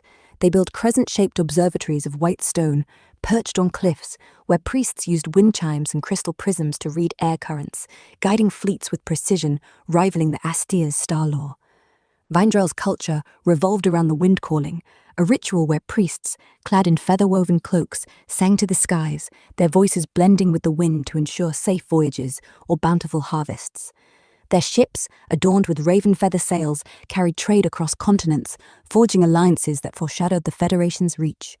Artisans carved driftwood into intricate maps, embedding shells to mark safe routes, a craft echoed in Greystone's dragon and star banners. The Vindrel revered the wind as a divine breath, offering seabird feathers and rainwater on stone altars to honor it. Their downfall came when a sect of priests, hungry for control over the skies, sought the secrets of rifts, gaping wounds in Vindrel's cliffs where winds howled with unnatural force. Believing these rifts held the key to commanding storms, they chanted forbidden words, tearing open the void. The rifts unleashed gales that shattered observatories, sank fleets, and scarred Vindrel into Vindrel, a wasteland of eroded cliffs and screaming winds. Survivors, driven by despair, turned to the rift's whispers, forming the tempest kin under Zephyrin, who twisted their wind calling into gale weaving. Vindrel's rifts, still howling, became their altars, and their legacy fueled the kin's assaults on the Federation. Illyria's star slingers, Mervin's traps, Virus's blazing carvings, and Server's oils broke the kin's storms, scattering their shells. Yet Vindrel's cliffs hum with unrest, and driftwood relics whisper of Vindrel's lost songs. The Federation, its dragon and star banners high, stands vigilant, its flame burning eternal, a light no storm or shadow could dim. Shall we weave back to Mervin's tale, carrying Greystone's fire forward?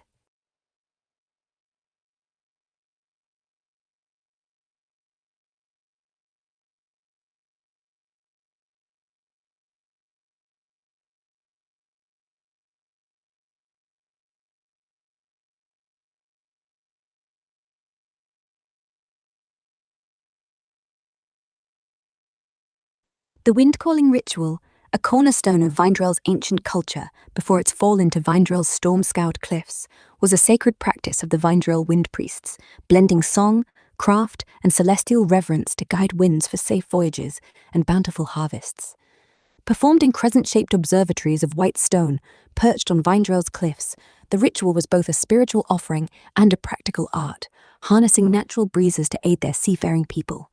It began at dawn or dusk, when winds were strongest, with a circle of 5 priests, clad in cloaks woven with raven feathers, their voices tuned to a melodic chant that echoed the sea's rhythm. At the observatory's heart stood a wind altar, a low platform of polished driftwood inlaid with shells, reflecting starlight or sunrise. Priests placed offerings, seabird feathers, rainwater, or braided reeds on the altar, believing these gifts tied their will to the wind's divine breath. Using crystal prisms, they caught light from stars or the horizon, projecting it onto the altar to align their chants with celestial patterns, a technique akin to the Estia's star reckoning. The chant, rising and falling like gusts, was sung in a flowing tongue, its cadence guiding breezes to fill sails or clear fog from trade routes. A skilled priest could shift a headwind or calm a gale, ensuring ships reached distant ports. The ritual's climax involved ringing wind chimes, carved from bone and hung around the altar, their tones signaling the wind's response. Communities joined in, singing choruses that strengthened the priest's call, a tradition mirrored in Greystone's defiant songs. When Vindrel's priests opened rifts, seeking to command storms, the wind-calling twisted into the Tempest-kin's gale-weaving, their altars and chants corrupted by void-born chaos. Illyria's star-slingers shattered these altars, and Virus's blazing star carvings broke their spells, while Mervin's traps and Server's oils tamed their gales. Yet in Vindrel's cliffs, shell-inlaid driftwood still hums, hinting at the lost art. The Federation, its dragon and star banners high, stands vigilant, its flame, carried by Mervin's slings, Virus's carvings and its songs, burning eternal, a light no corrupted wind could dim. Shall we weave back to Mervin's tale, carrying Greystone's fire forward?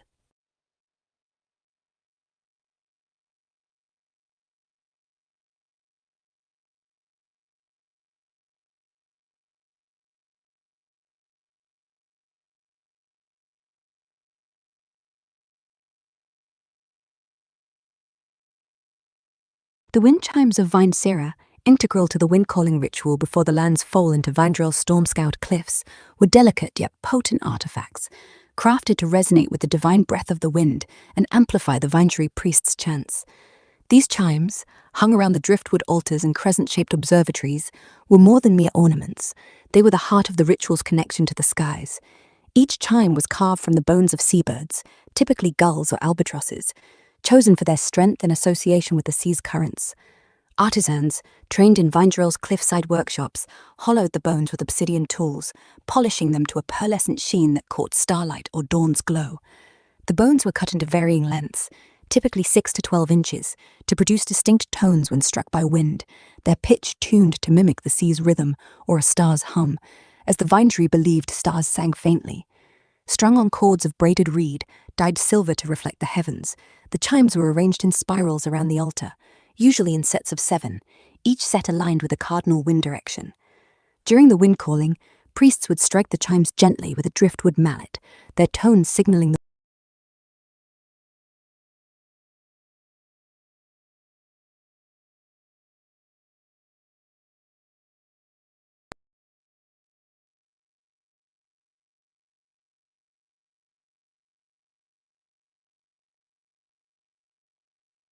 My 42 stood as radiant core, her sling a symbol of a federation that spanned continents, its cities, villages, and tribes bound by a fire passed down through countless hands.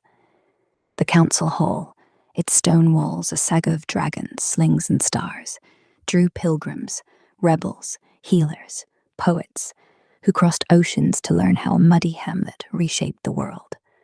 My room led with cunning and heart, her star slings a vast force, their stones guarding trade routes and teaching every village to fight with wit over steel.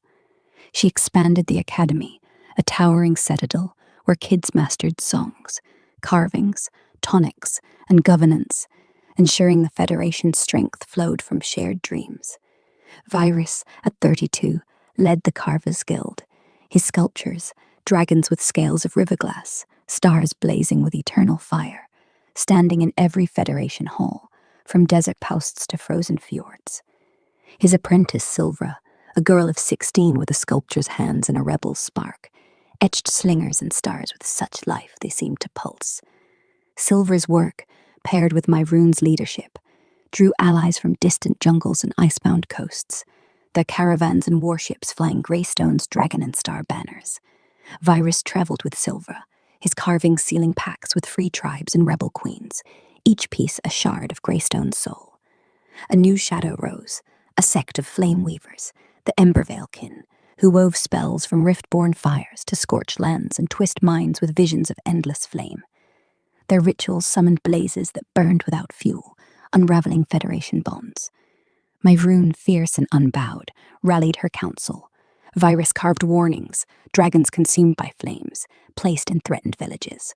Silver etched stars with jagged edges, left in Embervale camps to break their spells.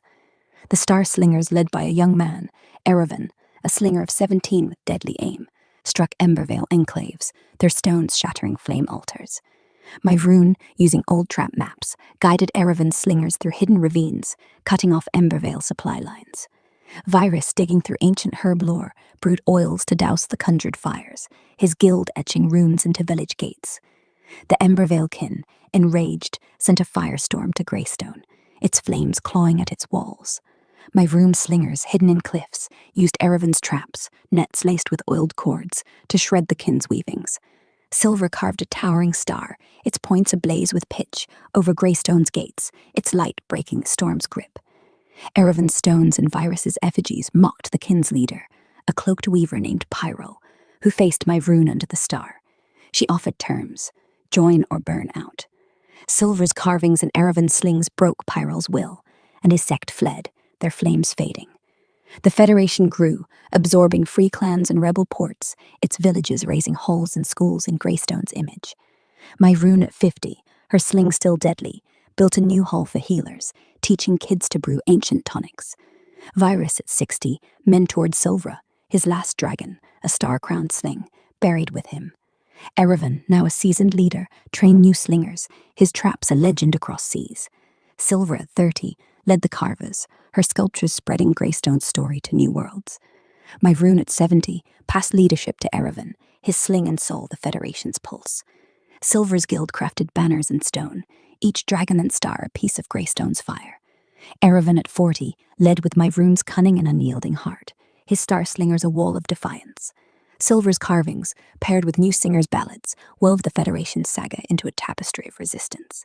Greystone, born in mud, stood as a city of stars, its banners flying over a world remade, its story of flame carried by slingers, carvers, and singers, burning eternal, a light no fire or shadow could ever dim.